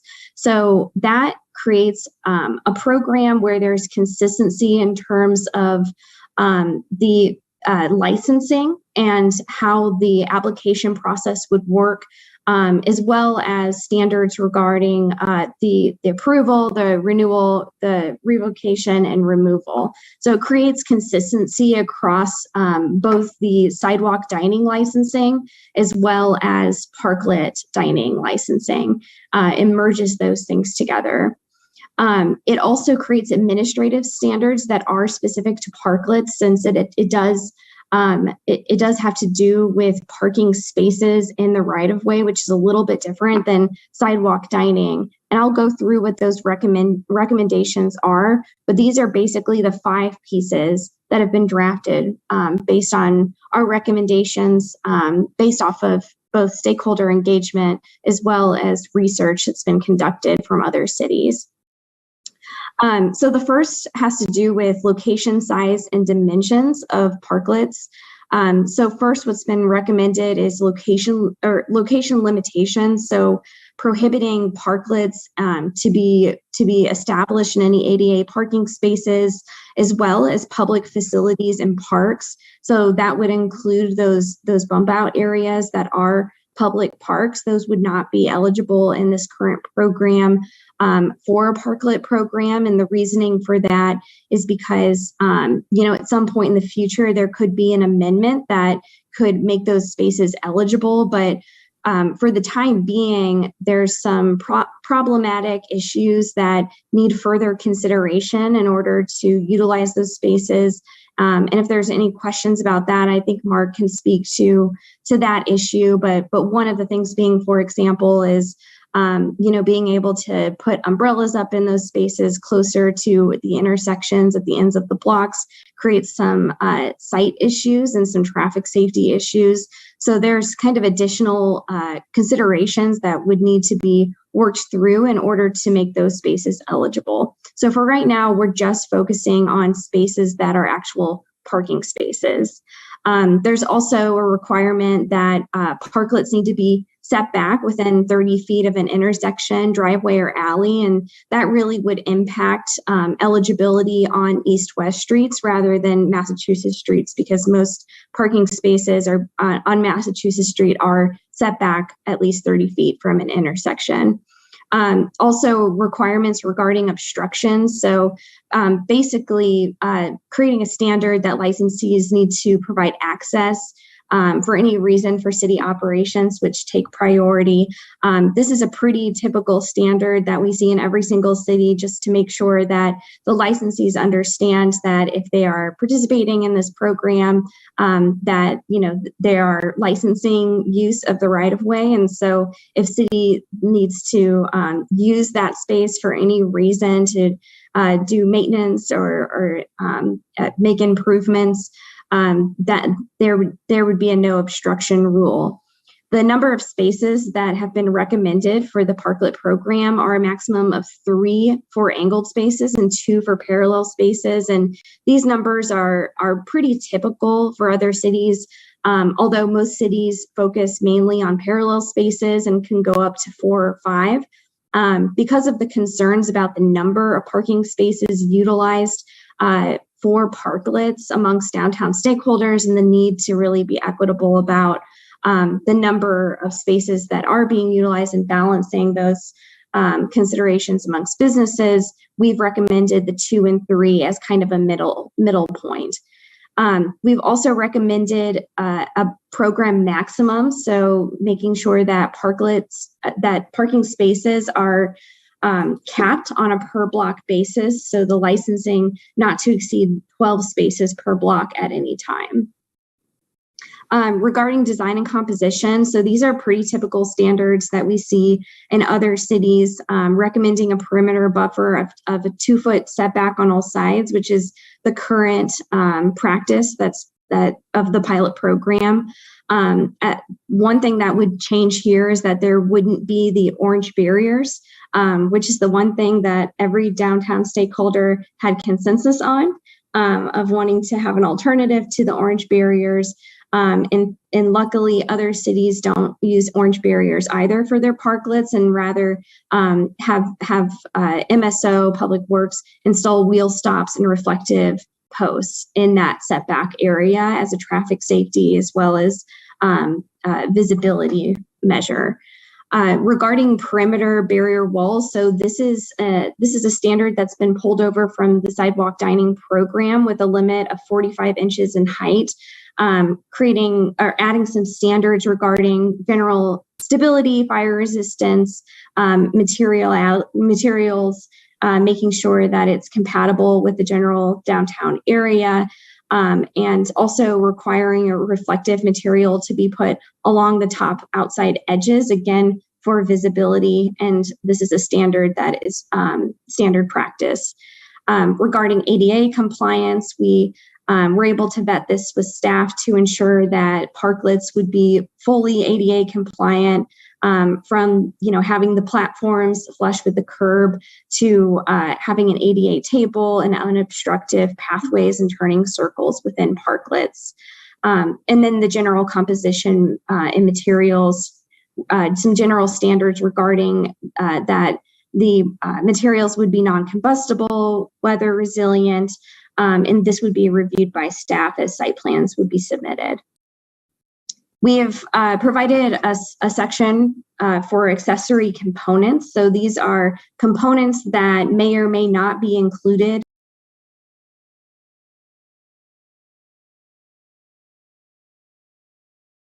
that allow overhead structures. And one of the concerns for downtown Lawrence was that there are not only fire safety issues with overhead structures that would require some extensive standards, but there's also concerns about historic preservation and eligibility of the historic designation. And so we actually made this consistent with the sidewalk dining program, which allows temporary canopies, umbrellas, but not a permanent roof structure in parklets. And this is not very common, but there are some current parklets that have permanent roof structures that would be no longer permitted to do that if this were approved. Regarding electricity, so this would need to be performed by a licensed electrician with overhead connections to the subject property. You would think this goes without saying, but clarifying that electricity needs to come from the property that the licensee is operating from, and not any kind of public connections for lighting. Also, lighting can be supported by vertical poles, clarifying that the lighting should not be wrapped around the street trees. We've provided recommendations for standards for outside heaters. So we are recommending a limit of 2 per parking stall. Some of the concerns that were brought up through this process was not only some fire safety concerns with the over concentration of outside heaters, but also concerns about air quality as well as the health of the trees. So we've required some setback requirements from the public street trees so that both the emissions from the outside heaters as well as the heat from the outside heaters are not adversely affecting the street trees that are in the public right of way. We've also included standards around open flames, vegetation, making sure that any kind of vegetation is not obstructing sight lines. And then also regarding sounds and signs, ensuring that the licensee would be complying with adopted city ordinances. And then regarding operations, so the licensee would be required to maintain their parklet, maintain the sidewalk outside of the parklet, keeping the area clear of leaves, snow, ice, trash, and debris, as well as complying with any local and state laws regarding stormwater pollution, smoking, and alcohol. We have been working to develop a recommendation for the annual licensing fee. This is one thing that other cities don't really have a standard practice on, and I would say that other cities severely undervalue their public right-of-way. The thing that I think is helpful about Lawrence is that you guys know the value of your parking due to the metering system that you have in the downtown area. And so Brad was very helpful in giving us an understanding of what the average annual revenue per parking space is, and starting to use that as kind of the jumping off point for understanding what how a fee structure might be put together and recommended for this.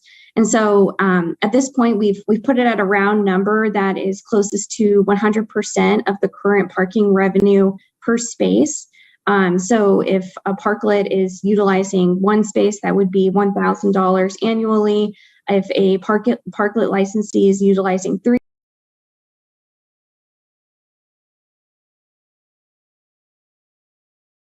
with that, there's a number of staff people who have been really helpful in this process, and I'm sure are happy to answer any questions you might have. And I'm also happy to answer questions. And I thank you for the opportunity to present this.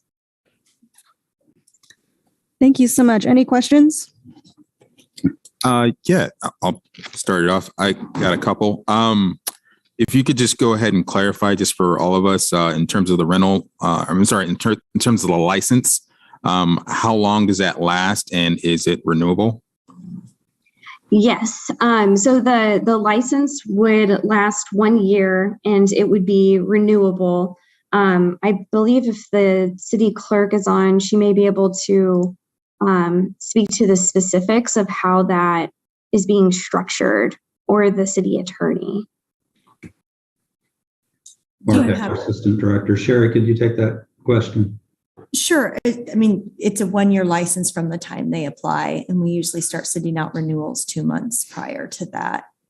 And then they will have a specific period of time to renew or notify us that they don't plan to renew, so that we know that that space is then available for other individuals interested, since we have that 12 space limit per block. Thank you, Sherry. And I just had an additional question. I believe a business owner submitted comment, and he had, I believe they had a question regarding one of the parklets, and I didn't really see on the presentation, or is there any sort of language or accommodation for parklets or spaces that might be taken up that aren't directly in front of the pertaining business? Based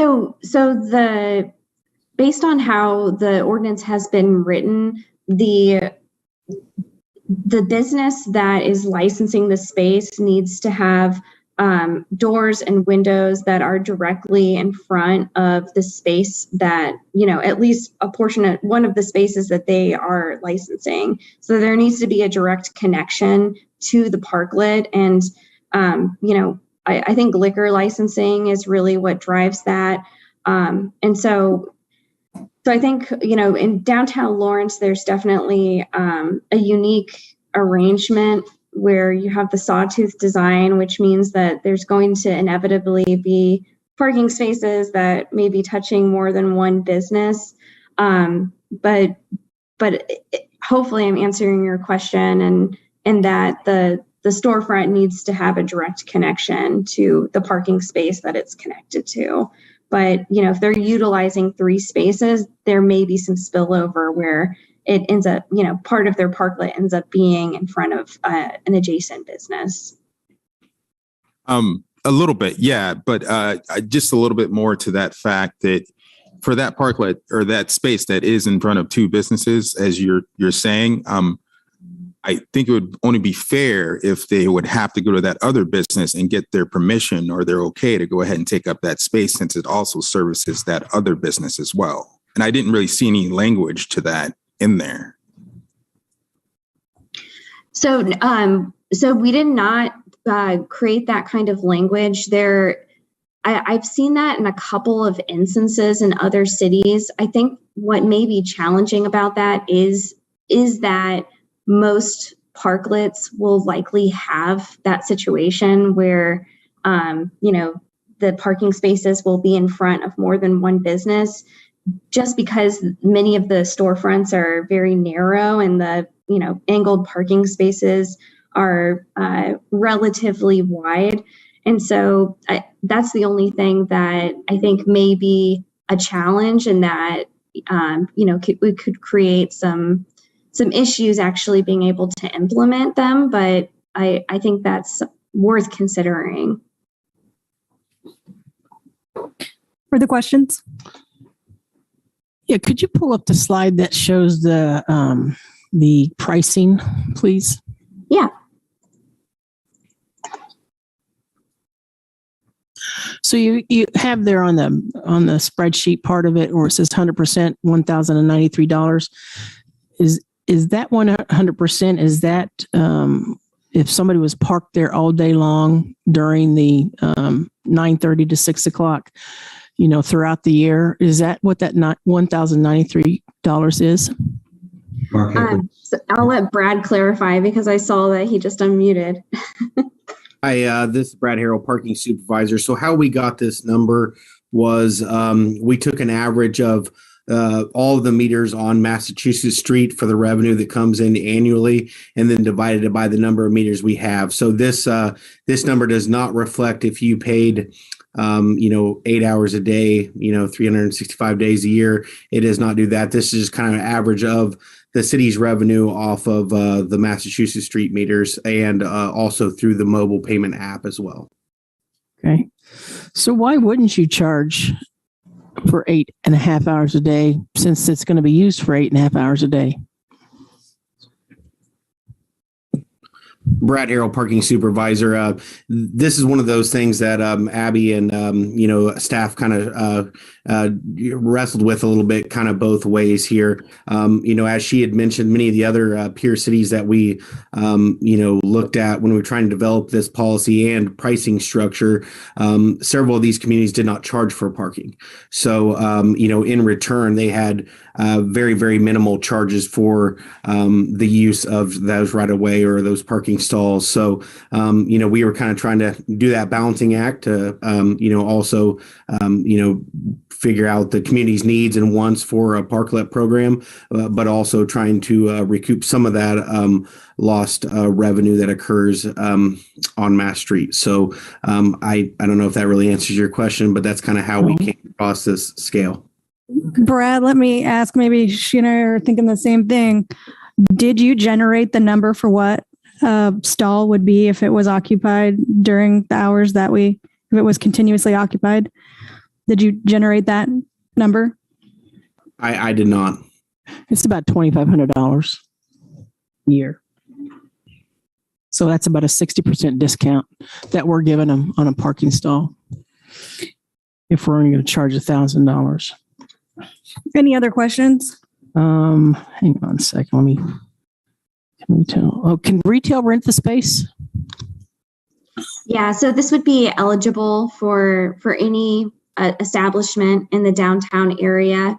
They could participate in the licensing program, so long as they're following all of the standards that have been put in place. It doesn't the program doesn't discriminate between what type of business it is. So would they have to use it for restaurant type, or can they use it to reserve it for their parking space for their clients? So because it requires an actual platform, an ADA accessible platform to be built in the space, you wouldn't be able to get a car into that space, but a retailer, if they wanted to build a platform and utilize it for sales space, that would be an option as well. Okay. So just for display or whatever. One more, I tried to understand a little bit better about how you're doing the side streets, because did I understand right that you aren't there's not a limitation as to the number of stalls that can be used on a side street, or is that not correct? So the per block limitation does not apply to the side streets. It focuses on Mass Street. However, there are locational limitations on the side streets that are going to limit which spaces are actually eligible due to the 30-foot setback requirement from not only the intersections on either side, but also the alleyways. And that was due to a lot of feedback that we got around, trucks and traffic coming out of those alleys and not being able to see past some of the parklets. And so we worked with MSO on making sure that there was adequate clearance requirements. So there would be, much more limitations in terms of which spaces would be eligible to be utilized on those east-west streets. Okay, great. That makes sense. Randy? Yes, this is Randy Larkin, Deputy City Attorney. Yes, they would be limited to 12 as well. It's per block. So there's a block between New Hampshire and Massachusetts and Vermont or New Hampshire. And there would be only 12 allowed on each of those blocks as well. But I don't think we could get 12 on there. So I think, as Abby says, it's kind of a moot point. There probably won't be that many on each of those blocks. Okay, thank you. Couple quick questions. It says the flooring material, lots of material, needs to be non-combustible. I know most of them are now like decking, like wood decking. Is that considered non-combustible, or is everyone going to need to pull that out and put in metal or something else? Brick. So if either I think Jeff or somebody from the fire department may be able to speak to specific materials. Typically, in ordinances such as these, cities will not provide a specific list of materials, since materials are changing so often. But there will be standards around being non-combustible, being weather resilient, being sturdy and able to hold a certain amount of weight. And rather than having specific materials, and then those materials would be reviewed at the site plan level as applicants are, bringing forward what kind and identifying the kinds of materials they're planning to use. City staff would be reviewing that to make sure that those are appropriate.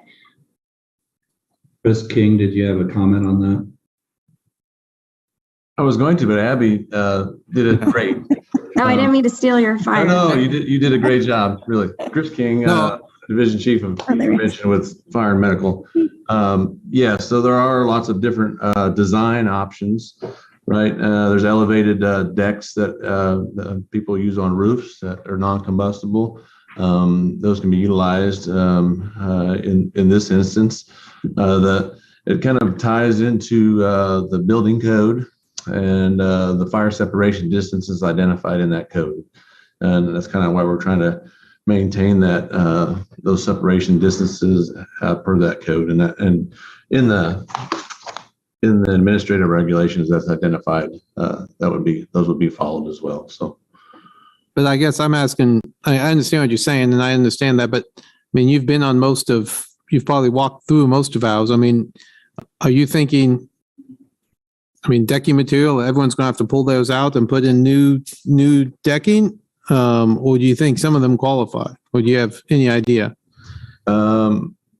we would have to get specific information on each parklet, if you would. We haven't obtained that information. There is in the regulations, there's, and I don't know if it's in the regulations or it's actually in the ordinance, it talks about the sunset date or allowance compliance window of coming into compliance for long-term parklets. And Abby, you may be able to speak to that. Yes, that was my follow-up question. How long? What's the timing of this?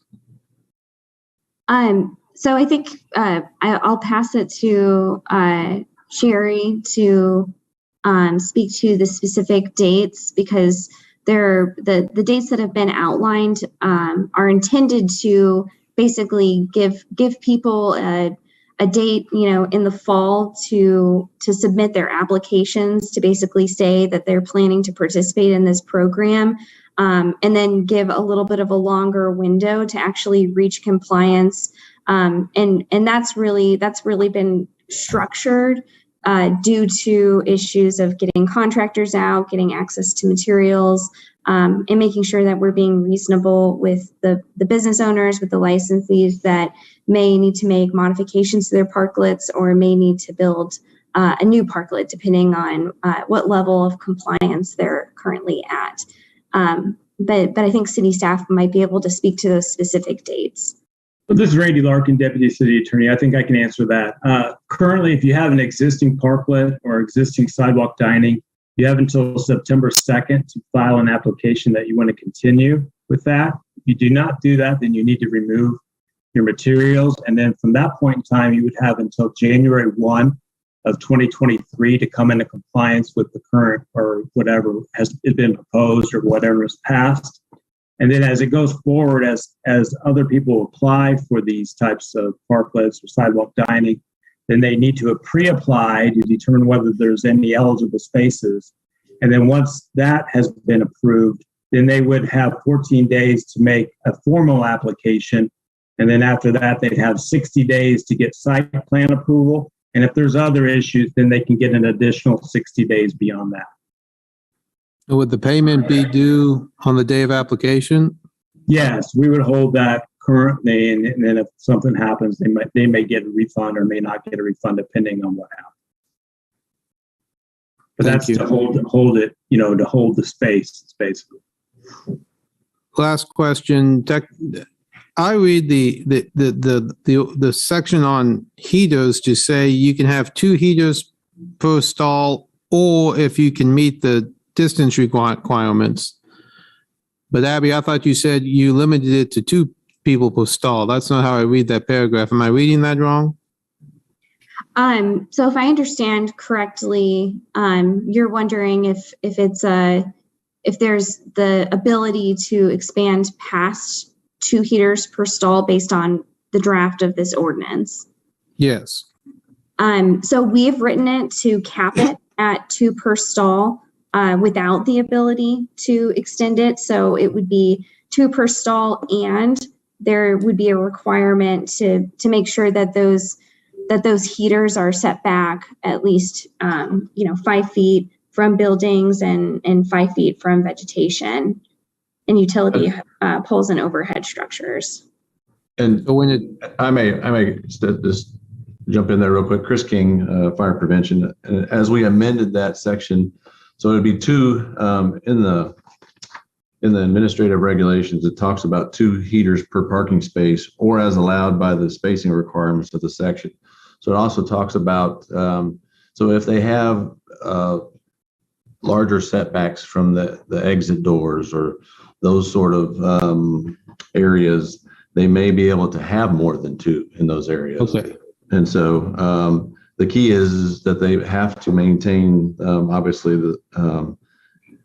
depending on how many trees they have next to them or how close they are to the buildings, the exits, and those sort of things, or the other items that are listed out: the combustible material, the vegetation, trees, utility poles, those sort of things that may limit them. But if they don't have those things, then it might expand it. So, okay, that's how I read it. Thank you, Chris. That's all I have for now. one more question. Hold on. Commissioner Sellers, you got something? I got two quick questions. One alludes to what Randy said in regards to the licensing fee. So in section 6-1204C, it states that the licensing fee will not be prorated or refunded. So as far as the process and mechanism, there's a pre-application. Once the pre-application is approved, then they go into application process, and at that time, the fee is due. And so I guess my question is,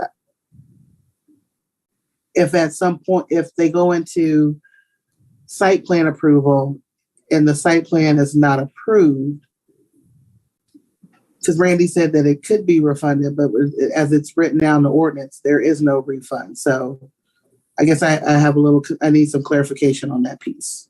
This is Randy Larkin, Deputy City Attorney. You're right, Commissioner. As it's written out right now, there does not allow any refunds, but there may be situations where we would probably grant a refund. If it was a revocation or some other type of deal where they just didn't do the work, but if they're working toward getting it and it just doesn't work out or something happens and they abandon it, pull it back, perhaps there might be a situation. But as it's drafted right now, there is no refund. Okay.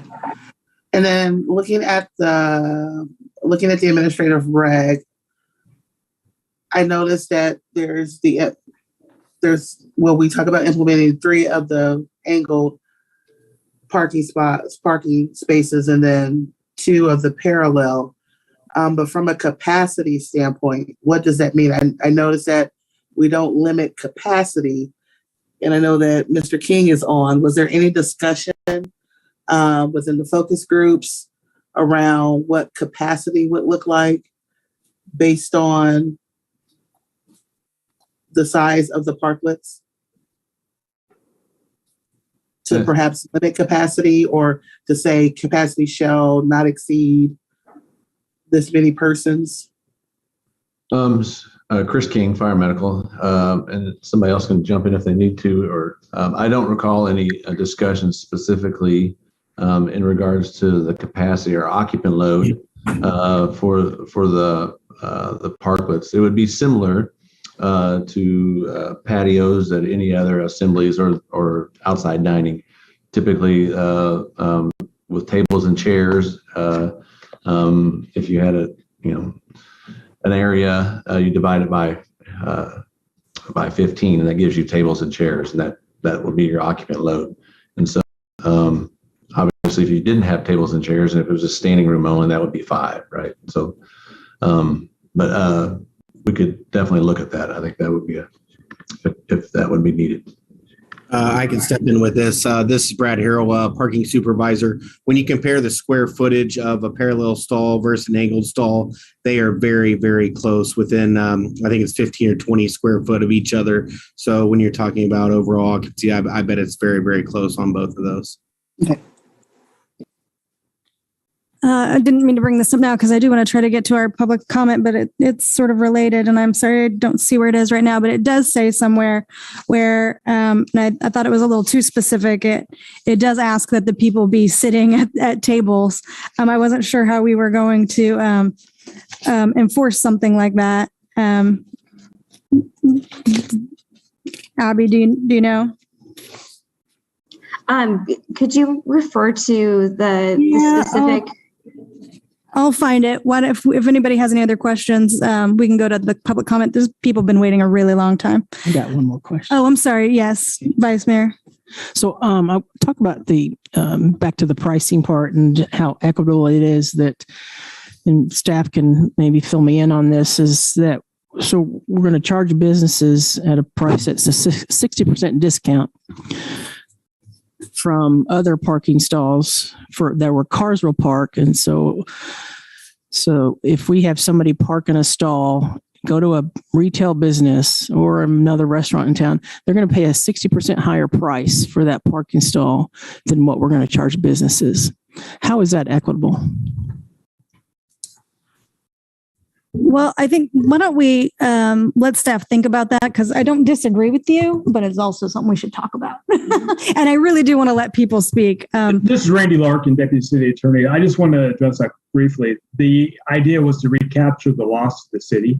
So we're not filling those parking spaces 12 hours a day. Now, if the City Commission wanted us to recapture the full price beyond what we're actually getting paid, we can look into that, but the goal was just to recapture costs. And if the City Commission wants something different, we can definitely be directed, and we will take direction that way. Okay. With that, let's go ahead and start with public comment here in the room. Nate, you've been waiting so patiently.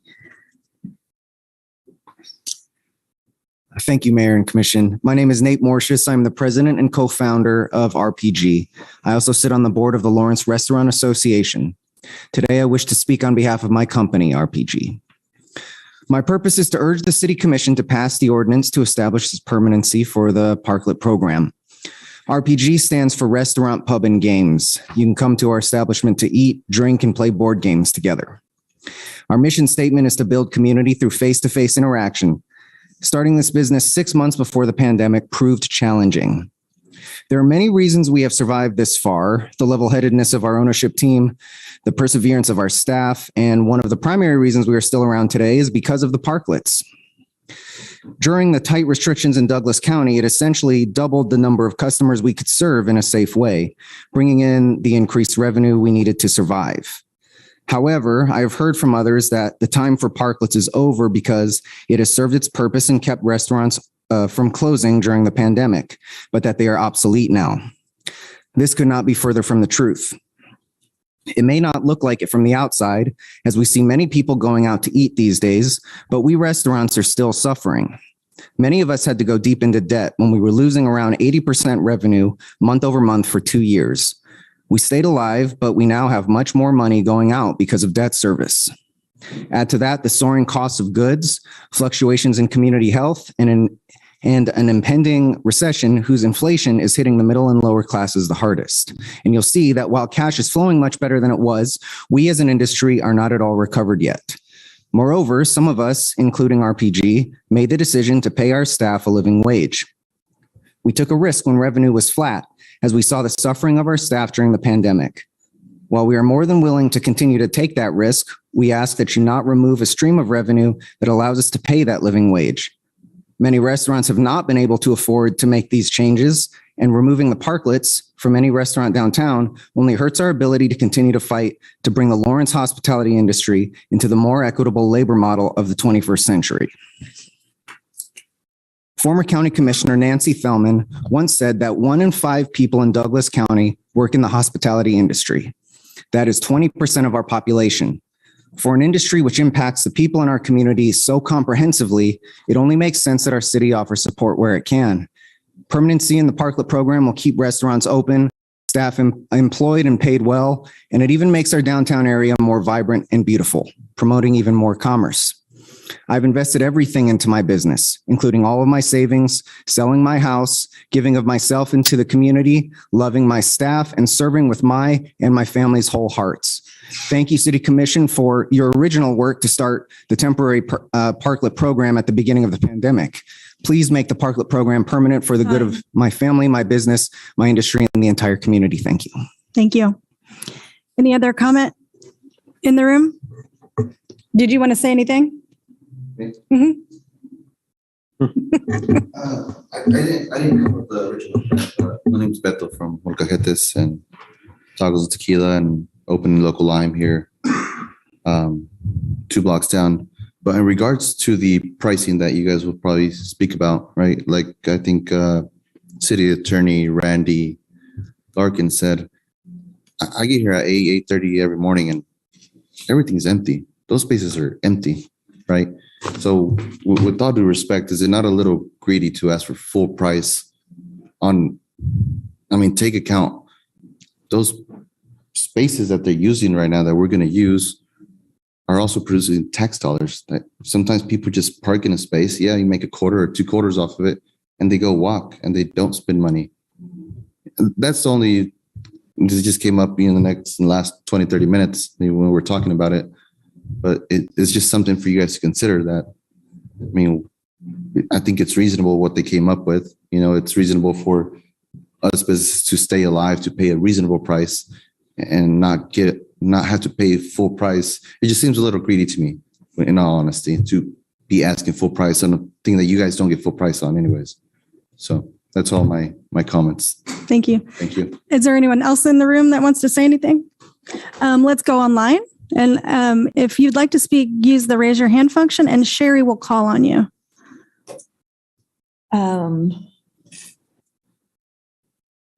Lawrence Accountability.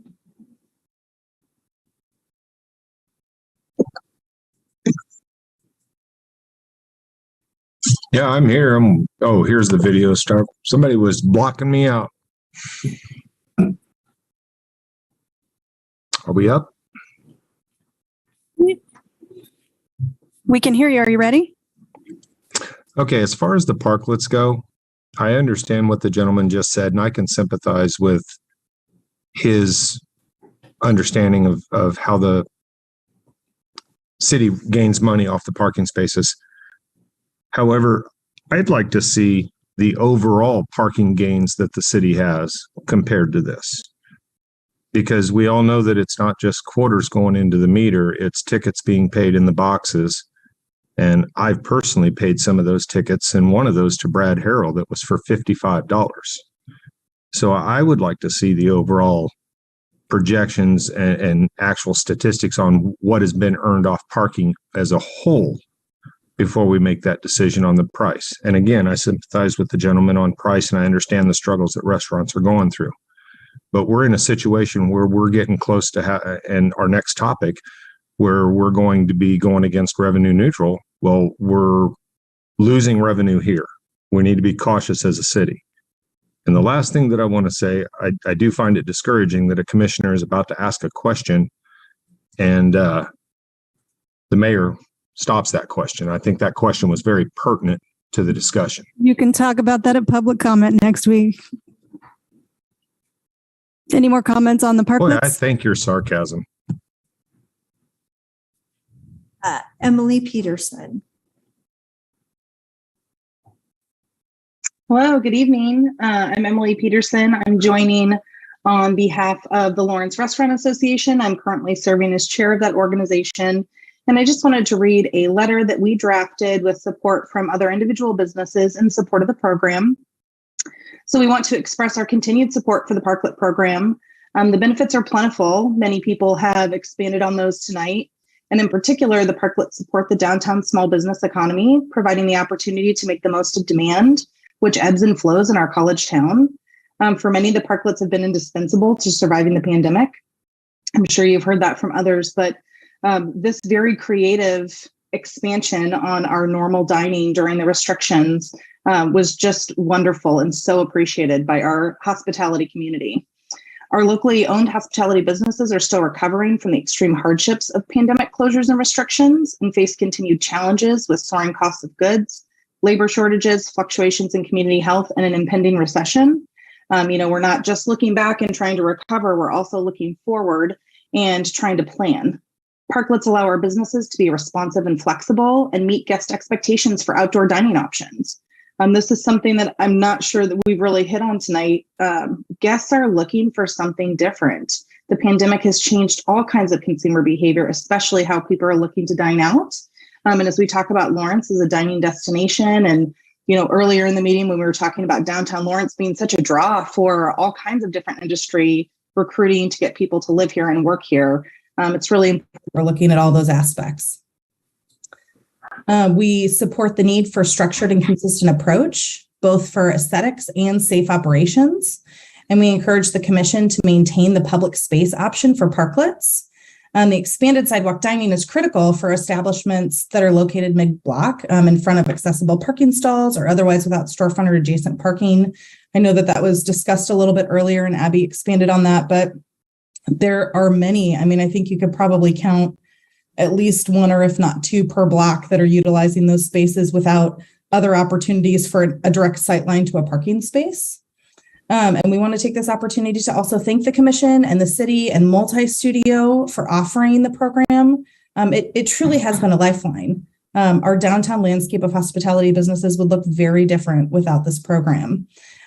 We look forward to the future of the program and working together to keep Lawrence a top dining destination. And Lawrence Restaurant Association just wants to continue to reinforce that we're here to be a partner and work through anything we can to collaboratively approach outdoor dining for hopefully years to come. So as an organization, those are our sentiments. And then also several business owners wanted to add their name to this communication. That includes Archibald's, the Bourgeois Pig, Burger Stand, Dempsey's, East Lawrence Wine Academy. Thanks. Thank you. Yep.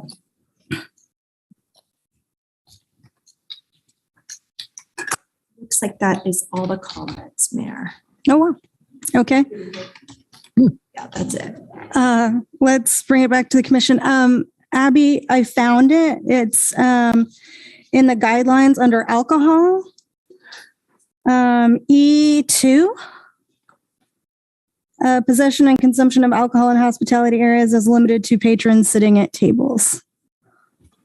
So that's probably why I didn't recall it. So that is something that I believe, and I think Randy may be able to verify this, but something that's been pulled over from the current sidewalk dining program. So making those alcohol standards consistent. So that may have to do with state regulations regarding serving alcohol in the right of way.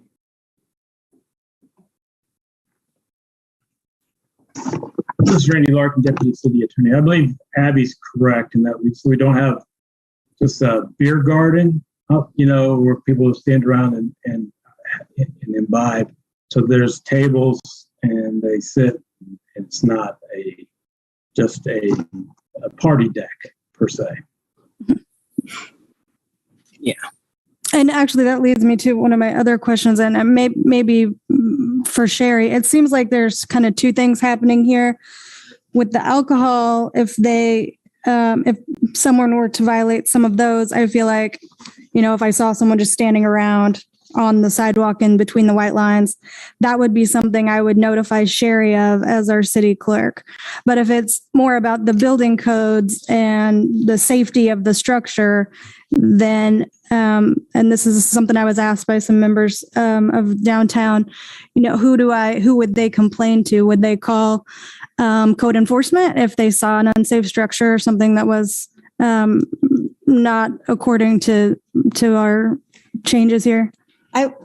Brandy may want to add to this, but I would say typically when the license, they could call either, but generally people call my office, and then if there's issues with, because it's related to the license, and then that becomes an issue, a communication between myself and code enforcement for them to go look and assess the issue. That's typically how we handle those things. That's how we handle it currently with sidewalk dining, and that would be the expectation on this as well. Doesn't mean people cannot call code enforcement directly, but it would be a communication between our two offices, regardless of where someone started. Any other comments? I was also a little concerned with under site plan that, and I think Abby mentioned this, that some things may be approved or reviewed by Historic Resources Commission. And I think there's another place where it sort of very vaguely says, that it be generally in the way of downtown looking. Some of that stuff's really vague and has become problematic in the past. Does anyone want to talk about how you arrived at that language?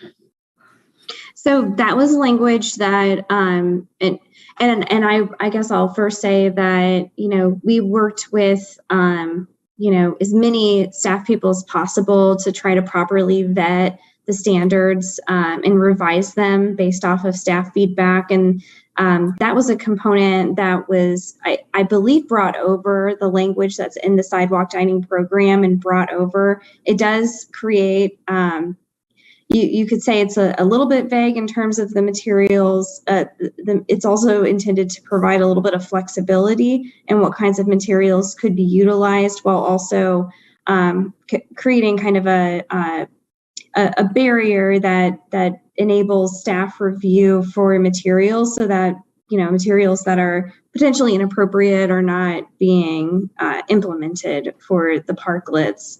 But that's something that's really been brought over from the current sidewalk dining standards to reinforce consistency amongst the two programs. And one last thing, the public areas you were discussing, which are not included here, I don't want to fight that battle today, but it does look to me like there's at least 3 businesses using them right now. Yes. And I think I even heard some of them listed in this letter earlier in our public comment. I do find that a little concerning. Without opening a can of worms, could that be something on a case-by-case basis where obviously the safety and the sight lines are what's most important? So as this program has been set up, it could be amended to include those spaces in it.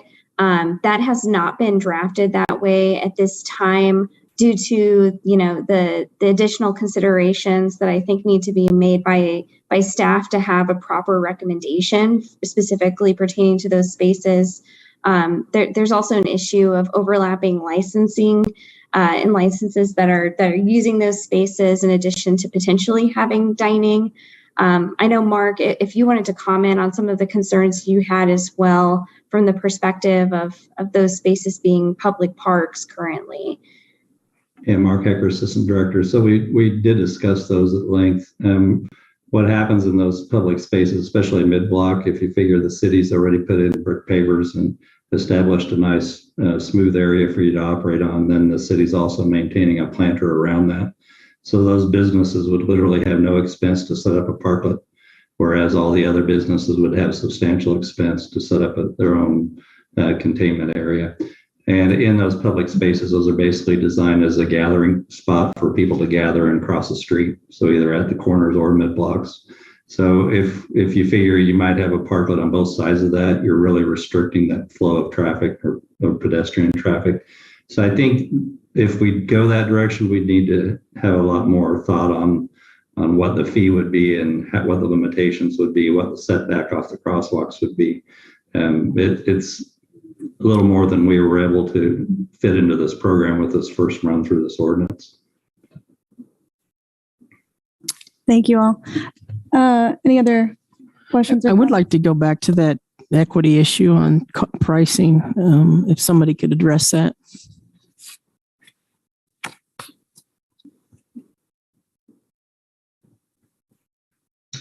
Mark Ecker, System Director, could you refresh our memory on? Sure. Sorry about that. Sorry.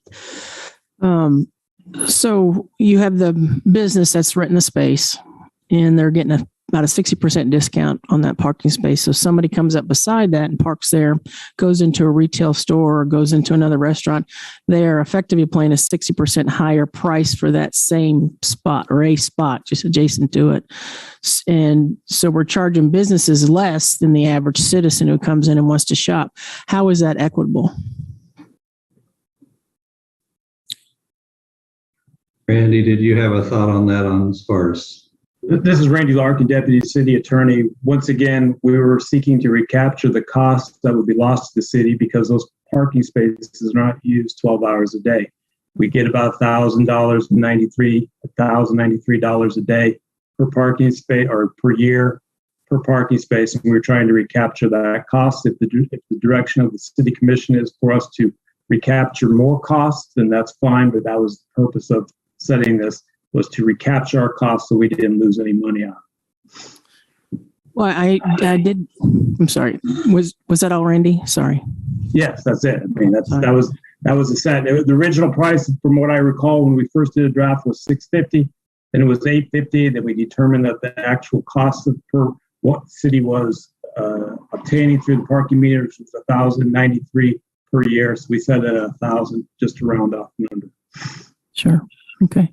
Well, looking at our budget for 2023, And when you indicate that it's a matter of cost recovery, I'm looking at our parking budget, and we're actually going to be in the hole by $225,000 according to our 2023 budget projection, that we are expending more than our projected revenue. So I'm concerned that we're maybe not looking at the whole picture as to what cost recovery is.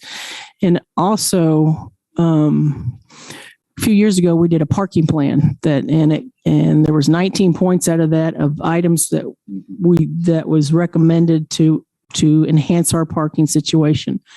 So if the revenue, if you would charge exactly, actually what it would cost to park there for 8.5 hours, which is the time we charge, seems like we could start using some of that money to address some of those issues in our parking recommendation, and also balance our budget, because it's not balanced for 2023 according to the projections. Randy, this is Randy Larkin, Deputy City Attorney. Again, the $1,000 was to recapture our costs. It's merely a recommendation. If the City Commission wants to direct that it be more, we will gladly put that in the ordinance. Commissioner Lawson, will you vote for it if we change it to 2,500? I don't know. Okay. Because I also wanted to ask about, did we consider doing a part year program for the summer, spring, fall versus a whole year? Mark Eckers. Go ahead, Mark. Yeah, we honestly, we looked at that at length, and several people recommended that. Well, we basically came up with, through talking with quite a few people, cost to construct those platforms and then take them out and then put them back in is pretty high. So most people, when we start looking at it that way, they would just basically pay for the full year program. The other thing we looked at was some type of modular system that could be purchased maybe by the city and then rented to participants. We weren't able to actually find anyone who was doing that with an angled parking setup. There are multiple companies who do them for the parallel parking, but I think that would take more research if we wanted to go down that road to make it more of a program that you could come in, put them in, use them for 6 months and pull them back out and store them and bring them back later. So I think that is something maybe we continue to research and see if we can find alternatives. And can I add to that? We also discussed the impact on staff time. So when we talk about cost recovery, that's hugely impactful on staff having to inspect it when they remove it and then re-inspect when they put it back in. So as opposed to doing that once on the initial install, once a year doing a walkthrough to make sure it's compliant, we would have to inspect to make sure that the parking space or the sidewalk had gone back to the way it was prior to, and then inspect it again when they reassembled it. So that's one of the reasons we didn't see that there was a benefit to that. I'll also add that as parklets are being installed, MSO will be responsible for installing and bolting the wheel stops, as well as the vertical reflective posts, which would take additional staff time if they were taken in and out each year. Mayor? Yes. Just this is Commissioner Sellers. I have a quick question for Brad. And I can't remember when we initially had this conversation, if we discussed this or if I'm just imagining it. But on a typical day, week, do you know what percentage of capacity and parking spots downtown do we utilize? So whether it's a given day, a given week, what percentage of parking spots are being utilized on a daily or weekly basis? This is Brad Harrell, parking supervisor. So, excuse me. Yes, we did have that conversation. So, our new parking enforcement system utilizes license plate recognition. So we are collecting occupancy data, every hour that we're out. And so I do have that data. If it's something, I do have it in a graph form. If you'd like me to just kind of share with it, I might have to have Porter allow me to share. You can share, Brad. Okay, so this is our 2 hour lot. So there's a few of these that were left out there a little bit further away from kind of the core of downtown. But this shows you kind of the graph of that. Here is the average 2 hour lots together. You can see, at any given day where we top out somewhere right below 80%, and then that kind of goes down here with this trend. Our parking garage is down below. The light blue here that you see, that is our New Hampshire Street garage, which kind of has a max, obviously, I think it's 57, somewhere along that line. And here is our average use of our garages throughout the day, all combined. I also have Massachusetts Street as well, but as you can kind of get an idea from this data here, we do have ample availability when you're looking at our downtown as a whole. Mass Street is a 2 hour maximum right now, so I think it really has a good indication to look at kind of the same use here, except for these 2 hour lots are actually 2 hour free lots. So I don't know if that answers, or if you'd like more data, I can certainly provide it. No, this is perfect. I just wanted us to be able to look at where we're at as it relates to capacity, since we don't enforce parking 7 days a week and we don't enforce it on holidays. So it was good to know where we are capacity wise as we look at discussions around whether or not $1,000 is adequate or even considered equitable in this case.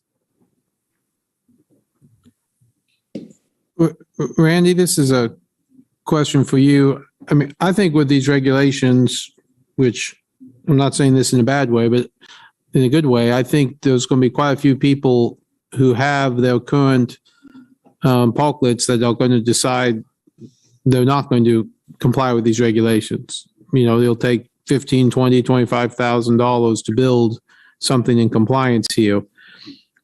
As I read this, if someone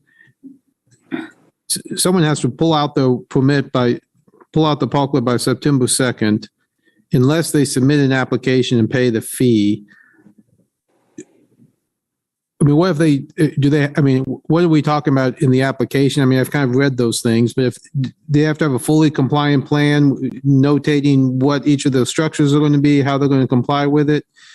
And then what if they never proceed forward with that? Or what if their plan doesn't meet? Do they still get to go all the way to January 2023? Is there some place in the process where we can say, you're not really complying here, you're done before January 1, 2023? This is Randy Larkin, Deputy City Attorney. As it's currently drafted, they have until September 2nd to apply, and then they would have until January 1 of 2023 to come into compliance. If they're not in compliance, don't have an approved site plan, aren't in compliance with their site plan, then they're done out of the program. So that they'll have that period of time. So they would have a little bit of leeway, and hopefully they're going to make progress toward meeting those standards. But they do have to. What if they don't have a compliant site plan within the 60 days? What if they just don't? What if they submit something it's barely qualifies, and then they don't do anything else? Does all they have to do is do it once, or do they have to have a compliant site plan within the 60 days? They need to have a compliant site plan, but then of course they might be working through it, and then they could get an additional 60 days, and that would basically take us to January 1. We just wanted to allow them the opportunity to be able to put and make the construction and do the work to put it in, and if they don't, then they're out of the program. And if the commission wanted to make it a less time, that's fine. That was just how it was evolved. Yeah. Well, I think it makes sense for those who are really trying. I guess I just don't want people who aren't really. I guess they do have to pay the fee, and it's non-refundable. So I guess that's something. But okay, and I guess I think you're going to get a lot of questions between now and September 2nd, which is how does my current setup comply? In particular, does my decking comply? Does my siding comply? Because it makes a big difference to them before they pay the fee. If they think it complies and they think they only have to spend $2,000 or $3,000 to come into compliance, that's one thing. But if everyone's deck is going to have to be pulled out and everyone's siding is going to be pulled out and everyone's going to have to start over, they're going to want to know that before they submit an application. So I hope Chris and staff is ready to answer questions between now and September 2nd, assuming we pass something tonight, because there's going to be a whole lot of questions before those site plans get submitted. Yep. I would agree. I mean, not only those, but other questions as well. So would there be any interest in the commission to talk about the number of spaces, 12 per block, whether or not there would be consideration for lowering that to 8? I would talk about it with you, but we're on the wrong side of that argument. And I wasn't sure it was worth arguing with. Well, I don't see how we could do first come, first serve and decide which businesses can and can't have it. I'm not sure I understand how that's equitable either. Was any other commissioners would be interested in that discussion at all? What discussion? 12 spots per block versus bumping it down to 8. What's the rationale for bumping it down to 8? Well, because if a business can have 3 up to 3 spots, 8's is not a clean number. So we're talking about 9 as opposed to 12. 9, sure. Just to keep more parking spaces open for retail customers. Although it's not on the agenda tonight, I did ask. Right. I am interested in getting rid of the 15-minute ones and opening up 4 more parking spots on every block. Yeah. But that might be something for another night, but I'd be very interested in that. I don't think those 15-minute meters are well used, and that could open up more parking. Do you care about the 12? I care about 12. Keep it? I prefer to keep it. Do you think the first come, first serve is problematic?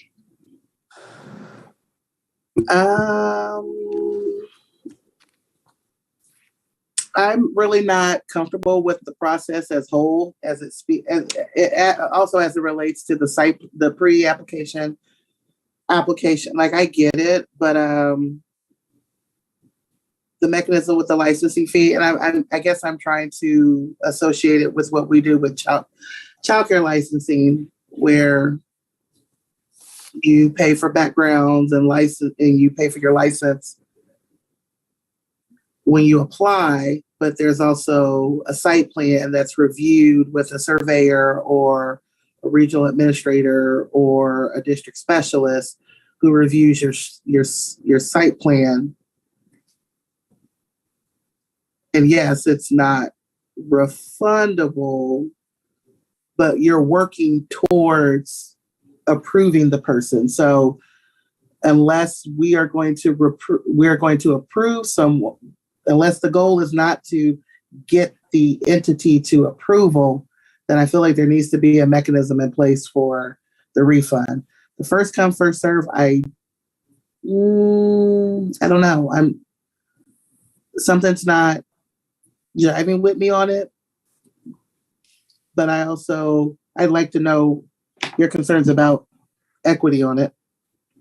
Well, I don't see how I can, if there's a block that has 4 or 5 restaurants, I don't see how I can tell one restaurant that they don't deserve the same opportunity to have a parklet. Any more than I would say that about a retailer.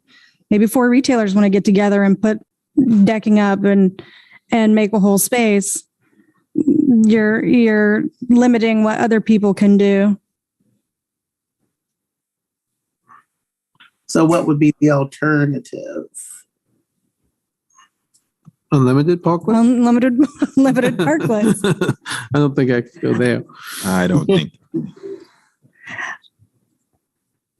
And since we've now sort of figured out those, the corners are basically off, that's probably reducing some of the ones that we're seeing right now. Well, 3 at least that I can think of off the top of my head. Right. That's another topic I'm interested in at some other point. Mm-hmm. I'm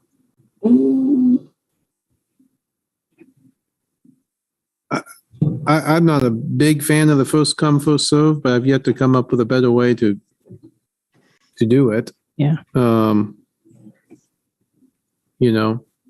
I haven't come up with a better way to do it. So I would refer back to our consultants on this and what you've seen in other communities. Has that been the standard of practice? That's first come, first serve, or?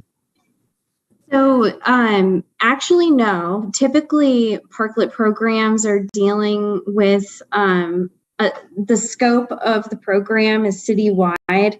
And so they don't necessarily have the situation where you have parklets concentrating on one block and then causing the kinds of issues that we're seeing in downtown Lawrence.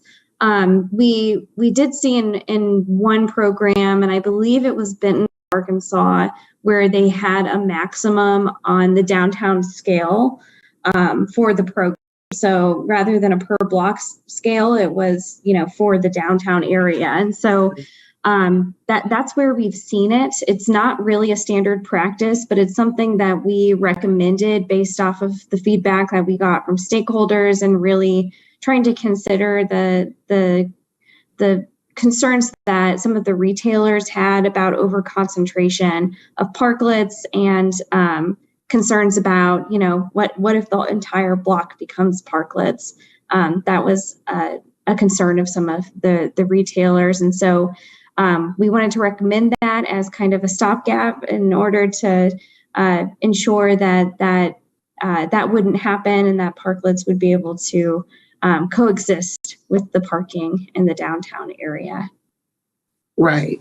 Thank you. Because I get that piece. The idea that we do have some blocks that are more heavily restaurant than they are retail, and I can see why there would be some concern from the retail community that if there wasn't a stopgap, that there may be some continued inundation of parklets, which could speak to part of their concern around accessibility for patrons. But I also recognize that parking is not just for retail folks, it's for restaurateurs as well. So, the beauty of this is that if it doesn't work if we see that this mechanism is not working, we can always come back and change it. I think to other commissioners' points, I don't have an alternative in mind. So first come, first serve might just be the unorthodox measure that we would have to utilize right now until something comes to mind at a decent time of night or day for us to think about. And I was going to add that, again, it's only an issue, of course, if you have that many people. And I don't know if Abby or anyone got any estimates from other places about how much it costs to build something to come into compliance. But I've had several people tell me they're thinking, $25,000 to $30,000. You have wrought iron fences and non-combustible metals and 25 to 36 inches, and that you're probably not actually going to get that many people who are willing to come into compliance to this, given the cost. Right. But do you have any feel for that, Abby, of costs in other locations? Or yeah, that's correct. The last estimates that I was looking at, I believe, were from late 2020, where people were quoting 15 to 20. I would add 30% to that, maybe 40% to that. So I bet it's getting closer to 30,000, depending on the level of investment and customization that licensees are planning to put into this. But I think that there are some existing parklets that may come close to complying with the standards that have been drafted, and so may be able to have a smaller amount of additional investment than $30,000. But I think you're right on that it is around 20 to 30 if you were to build a brand new parklet. So it's going to be somewhat uncommon to get a lot of people. I mean, I don't think we'll have too many first come, first served battles, but. Mark Hecker, Assistant Director. I might give you a little background on the 12. So we heard the most concerns of the 700 block where there are 12 stalls being used for parklets. So that's kind of how we got to that number. And the thinking on first come, first serve is that we wouldn't add another parklet to that block unless one of the others decided not to continue with the program. So that's a little bit of the rationale reasoning, right or wrong. That was us trying to say if you have a parklet, you'll have an opportunity to stay in the program if you want to comply. But, you know, on the other blocks where there may be only 3 or 4 stalls being used, first come, first serve may never come into play. So. Are you kind of saying that some of your thought about the cost, $1,000 or more, is somewhat colored by how much you think people need to spend in order to have one of these? Or are you comfortable with, I think $1,000 is low. I'm not sure 2,500 is where I could go. But that only amounts to, I think I want $1.70 a day or something like that. I mean, I do. I mean, my initial reaction was $1,000 was low too. But yes, I guess I'm somewhat colored from the fact that I think it's going to be really expensive to comply with these, and I mean, I'm not sure if Abby's right or not that many are close to compliance or not. I've talked to a couple that I would have thought would be close to compliance, and they were like, "Oh, I have to move mine 12 inches because I'm not 48 inches away. Now I have to move my entrance because I don't meet the 48 inches, and I have to, my ADA is not quite right or something. And so those small changes make big things." Or the walls are 48 inches high and they can be no longer higher than 45 inches high. So they have to pull out all the walls and put them back in. And so, yes, it's colored somewhat by that. And so that is probably why I'm more comfortable with 1,000. I mean, I wouldn't necessarily be opposed, which is why I asked the question. If you're slightly higher, if that made, commissioners happier, I'd probably not be completely opposed to that.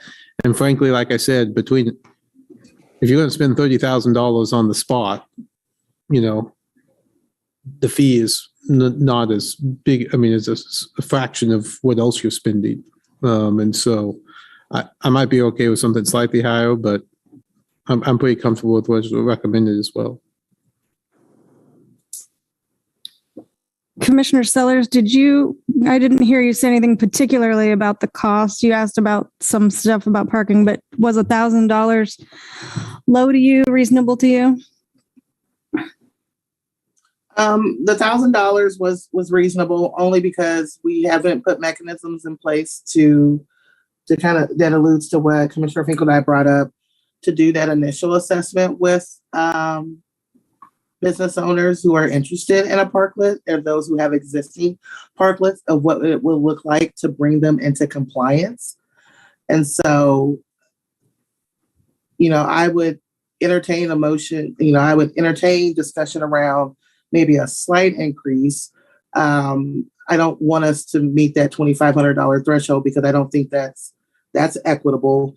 And we're comparing apples to oranges in that piece as it relates to a business and them using the space when we don't actually recoup money from a parking space 365 days a year. So, I don't think charging a full $2,500 per se would be equitable, but maybe a slight increase in about the fee. I would be open to those discussions. I wouldn't want it to exceed too much, simply because we know that these businesses that will take on that burden and that would take on that cost burden.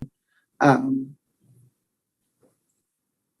think that's a little bit that needs, I don't know. I'm not, if we're just trying to cover costs, then it's good where it's at. If we feel like there needs to be an additional recoupment, then we need to say that and discuss what that amount's going to look like. But yeah, I'm open for discussion, but I don't want to increase it too terribly much. And then it fits within what was outlined to us on the slide that was shared during the presentation.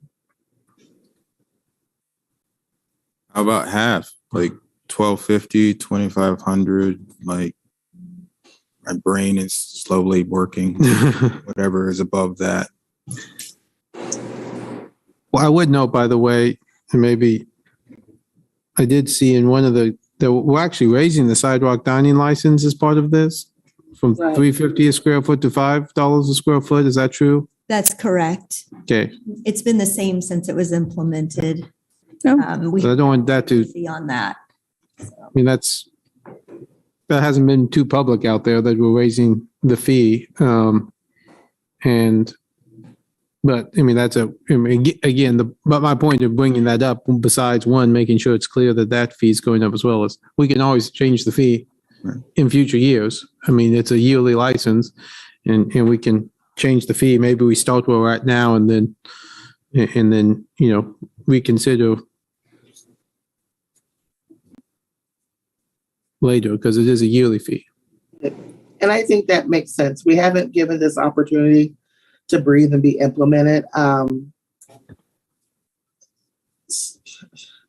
mean, we're not, I would like for us to give it a chance at the current rate, knowing what we know, and that because of the costs that will be associated with ensuring that businesses are using the approved products and materials to build out these parklets, that's an additional cost. We know that businesses downtown are going to generate sales tax dollars. We know that they're generating the sales tax dollars from the utilization of the parklets. So, I mean, if we need to revisit, then I think we can revisit. I just think we might be moving just a little prematurely to want to jump the price up too much, especially without a good solid rationale as to why we're going to do it. I'm fine with it. 2,000, 3,000. Yeah, unless there's anything else, I would entertain a motion then. Well, I would like to say a few things. Sure. First, please. So, when the pandemic started, we came up with a parklet plan, and I thought it was really good. And I still think parklets are going to be part of our downtown, and I think they're very positive. But many of those retailers actually gave up parking spaces to their fellow restaurant person adjacent to them in order for them to expand out more than the two that was originally allowed. So those retailers gave up some of those spots to help out the restaurants, to help out their fellow restaurant neighbor. And, I thought that was great. Everybody was pitching in, trying to find a way to make this work during the pandemic. But it was under the guise that the retailers are under the guise that this is temporary. This is only going to be temporary. And so we're into our third year now of this temporary situation. And I appreciate how successful they've been. And I like I said, I do think they provide some level of positive, but it's how it's implemented.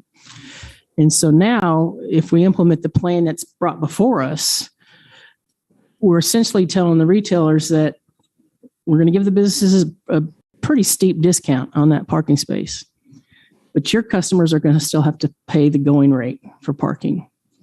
And so they're really getting the short end of the stick. Retailers are on this whole program. So I would again just ask that the commission considers that. And when you talk about cost recovery, what we're trying to do is cost recovery. I don't know how we can say that honestly when our projected budget for 2023 is showing a $225,000 deficit spending for 2023. And we've got a parking plan that we're trying to implement that has 19 points on it that we're wanting to upgrade our parking system. And so I don't see where we're saying that we can say that that's cost recovery, because we've got a lot of expenses that aren't being covered according to our budget.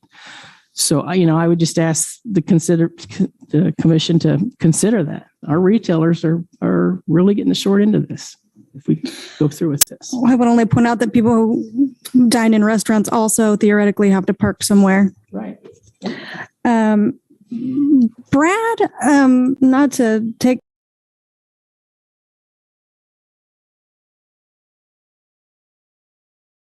spend more money on parking. And hear me out.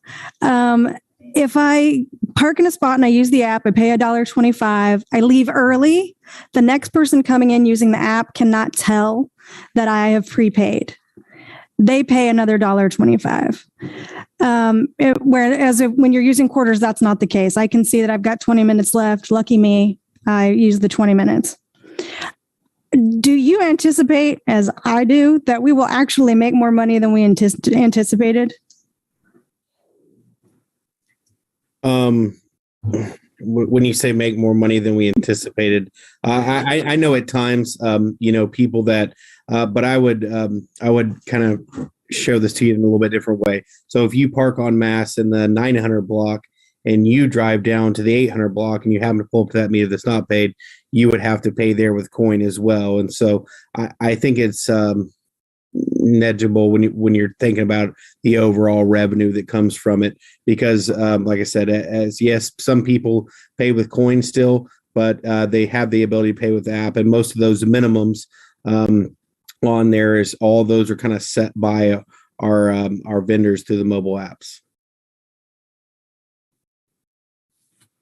And while we've got Brad, I'd really like, again, not to add more to our future agendas, but to look at those 15-minute meters and maybe have a recommendation from you guys on the 15-minute meters and open up some more long-term parking. Yeah, and has it been a year yet since we put the new app in? I would love a book report about the data you've collected. Absolutely. I could prepare all that data for you. In relation to the 15-minute meters, Brad Finkeldye, sorry about my pup here. I have already done some occupancy data on those stalls. They are at, peak around 40%, and then rest of survey times around 30% occupied. So I already have kind of city manager's report prepared to come to you, determining whatever happens from today's meeting for your recommendation. So I can have that to you in short order as well. Thank you.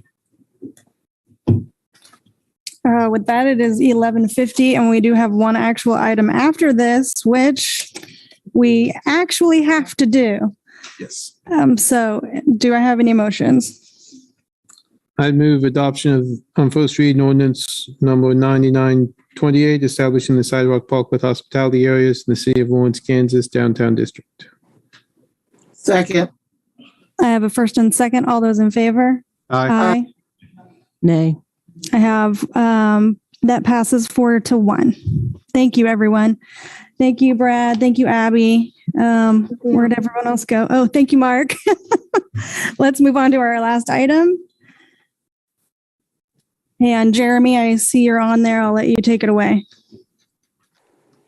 Yes. Good evening, everybody. Give me just 1 second. Is that good morning or good evening?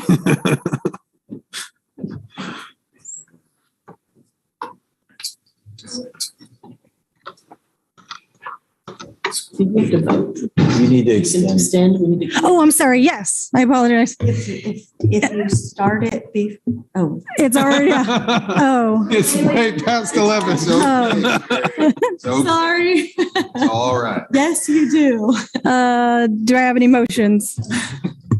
Move to extend the meeting 20 minutes. Yep. Second. I have a first and a second. All those in favor? Aye. Aye. Go ahead, Jeremy. Sorry about that. No problem. Good evening, Jeremy Wilmoth, Director of Finance. Want to run through a quick presentation on the revenue neutral rate.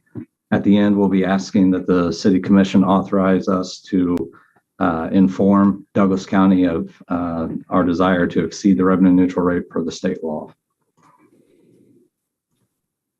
Just real quick on the budget calendar, we first came before you May 17th to talk about policy guidance for the city manager's recommended budget and provide a presentation on the performance-based budgeting system that we utilized. On June 21st, we provided the first draft, if you will, of the capital improvement plan. Just last week, we provided the city the city manager's recommended budget and recommended CIP. And tonight we're requesting that the city commission establish a maximum expenditure and authorize publication of the notice of hearing and the revenue neutral rate hearing. And to, as I said, direct staff to contact Douglas County and inform them of our intention to exceed the revenue neutral rate per state law. Just a reminder of the revenue mill levy that we're requesting. After discussion last week, we did increase the mill levy so that the city's mill levy is flat. The increase to the levy is for the library of 0.077. So the total requested levy that will be on the revenue neutral rate hearing that we submit to the county and what will be published in the paper will be 33.367 mills, which is 0.07 higher than our current mill levy of 33.29 mills. Again, a definition of the revenue neutral rate is defined in state law is a mill levy required to raise the same amount of property tax revenue as the prior year using the current year assessed valuation. So the current year assessed valuation is just over 1.3 billion. So the revenue neutral rate, the rate that would be required to generate the same amount of tax as 22 would be 29.075. Our current mill, as I said, is 33.29. The proposed mill is 33.367. And the blurb at the bottom, again, is just a notice that tonight we're establishing the maximum levy. You always have the freedom and the authority to lower that levy between now and the time of your final adoption of the budget. But you will not be able to go above whatever number you establish tonight as the maximum authorized levy for the 2023 budget. So should the city commission choose to exceed the revenue neutral rate as staff is recommending, we'll need to hold a revenue neutral rate hearing as well as the budget hearing. The state law does allow for those to happen at the same time, but they are two separate hearings. The revenue neutral rate hearing can only occur between August 20th and September 20th. That's why we're requesting a special called meeting on August 23rd to hold both the revenue neutral rate hearing and the budget hearing. And then should you follow the statute to authorize the exceeding the revenue neutral rate, the budget is required to be certified to the county clerk by October 1st. Just want to remind you of those dates. So tonight you'll see in your packet, there is a notice to the county. That notice is compliant with the state law that amended the revenue neutral rate process with the Senate substitute for House Bill 2239. So the statement that we're requesting, or the notice that we're requesting to send to the county is a statement of the intent to exceed the revenue neutral rate. It also has the date, the time, and the location of the revenue neutral rate public hearing and the proposed tax rate. And then lastly, this is especially pertinent for those who are new to our budget process, but there's a state law budget ordinance, and the state law budget ordinance states that the city or the municipality, whatever it is, a city, a county, a school district, cannot spend money in excess of what is on the state budget form without holding a second public hearing and establishing that the new expenditures are not coming from a property tax. So you do have the ability to raise your budget above for any other revenue type than a property tax. So if, for example, we got a new fee, you all established a new fee, we could amend the budget to add the revenue for that fee and the expenditures that you would expect to see associated with that fee. And so what we do to provide maximum of flexibility for the community is we establish a budget state form that has all the revenues that we're anticipating plus all the fund balance we're anticipating as the expenditure amount. However, because the city wants to be good stewards of the public's money, the budget that you all authorize for city staff and the city manager to follow is just that amount that we showed you last week. And so we have a chart to sort of show that difference that I'll show in just a second. And I apologize, it's going to be very small on the presentation slide. That's why we showed it as an attachment to the presentation so that you can see it a little more clearly. But this is the information that will be published in the paper showing the mill levy rate, the revenues expected to be gained from that mill levy, and then the total authorized expenditures for all the funds. And this is the all fund summary that we showed last week. There is one caveat. We added that $99,000 to both property taxes, and I think I put it in operating expenses just for the sake of this presentation. And so this is the form I was talking about. To get to the state budget form number, you take the operating budget that we're asking for, plus all the fund balance for the state budget funded funds, and you get $478.22 million. However, the actual amount of budget that we're asking the city commission to consider are all of those funds that are required under state law and these additional funds that are not required under state law that we provide to provide maximum transparency into the funding and the operations of the city. So the number for the city's budget is $436.87 million.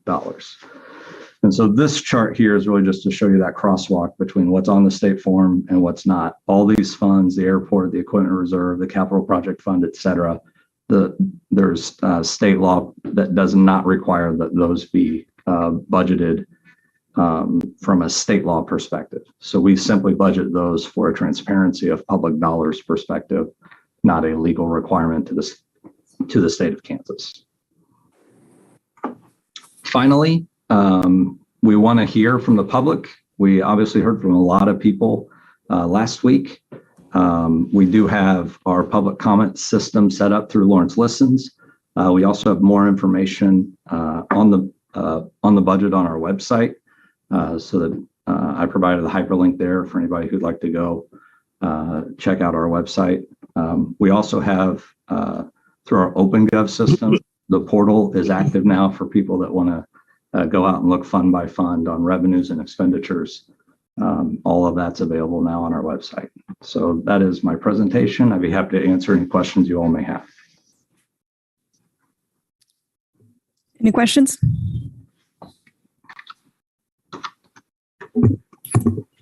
Is there any public comment? Is there any public comment online? Yes. Grab this real quick.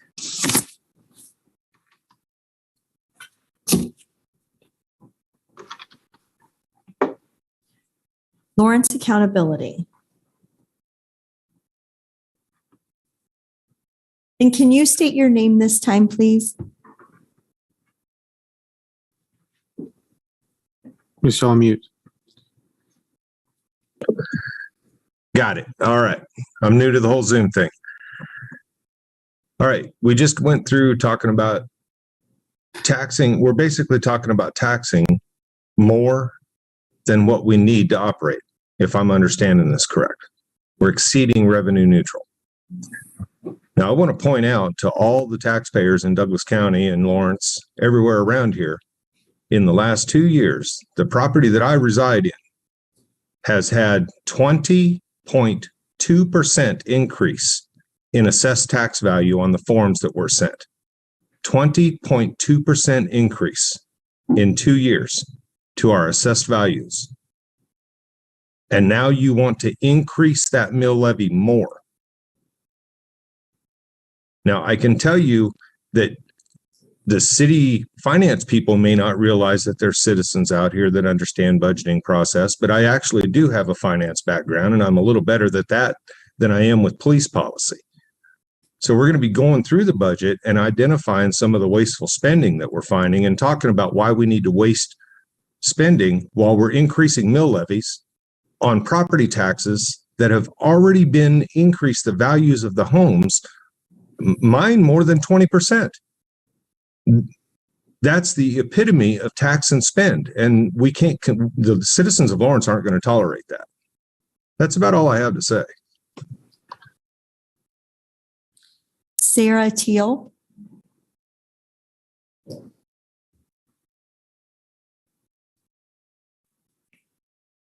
Hi, my name is Sarah Goodwin Peel, and I'm the chairperson of the Lawrence Public Library Board of Trustees. And I would just like to thank all of you for this thoughtful study for the city's budget recommendation. I appreciate it so much. And to say again that the increase for the public library will allow Lawrence Public Library to implement a compensation plan that achieves fair and equitable pay for library employees, something we've been working towards for many, many years. This necessary one-time course correction also puts the library in a more stable financial position for years to come. Thank you very much for considering this and to the city manager for recommending this increase. Thank you.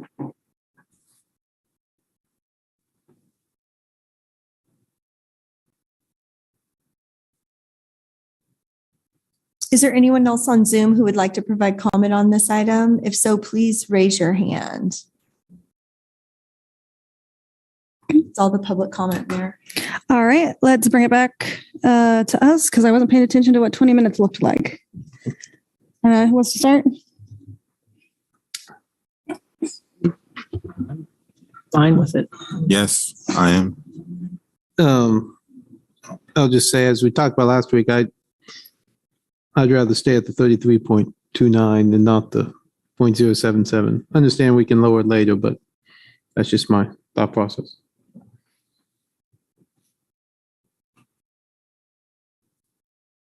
Well, yes. Given what Vice Mayor Larson said last week, and we do have the ability to lower it if we want, but this way, at least, if we do it this way, it doesn't take away from our budget per se. That it's just in addition to, and we can kind of keep those lines, demarcation going. Commissioner Sellers? I have no comment, but I'm ready to move. Okay. I move that we authorize the city to notify Douglas County of the intent of the governing body to propose a tax rate of 33.367 mils, which exceeds the revenue neutral rate as defined by state law for the 2023 budget, and schedule both the public hearing to exceed the revenue neutral rate and the 2023 budget hearing on Tuesday, August 23rd, 2022 at 5:45 p.m. in the City Commission Room, First Floor, City Hall, for the purpose of hearing and answering objections of taxpayers related to exceeding the revenue neutral rate and the amount of the ad valorem tax and the proposed use of all funds. Second. I have a first and a second. All those in favor? Aye. Aye. All those opposed? Nay. That passes 4-1. As fast as we can. Any commission items? Nope. I have one, but I'll tell you guys about it later. We got time. City manager's report. Thank you, Mayor. There's a number of updates on some ongoing projects and just some different news to report, and happy to answer any questions. Any questions? This is a public comment item. Any public comment? None. Any public comment online? No. Great. I will entertain motions. I was going to say, quick on the calendar. Oh, the calendar. To note, I'm going to miss the August 2nd meeting. Going to be on vacation. Why gotta be like that? The ribbon cutting you have taken care of. What? The ribbon cutting. That day? Yeah, on August 2nd. Well, maybe I'm glad they said that then. Yeah. I do? Oh. I can take it if you want. Yeah, please do. Yeah, I didn't realize. I didn't check my calendar on that. Yes, if you could cover that, someone would cover that, would be great. I can. I'm flying out that morning. All right. Thank you. Thank you for checking that. Move to adjourn. Move to adjourn. Did somebody say that already? Nope. Move to adjourn. I have a first. Second. I have a first and a second. All those in favor? Aye. Aye. Thank you, everyone, for staying and with us this whole time. I appreciate it.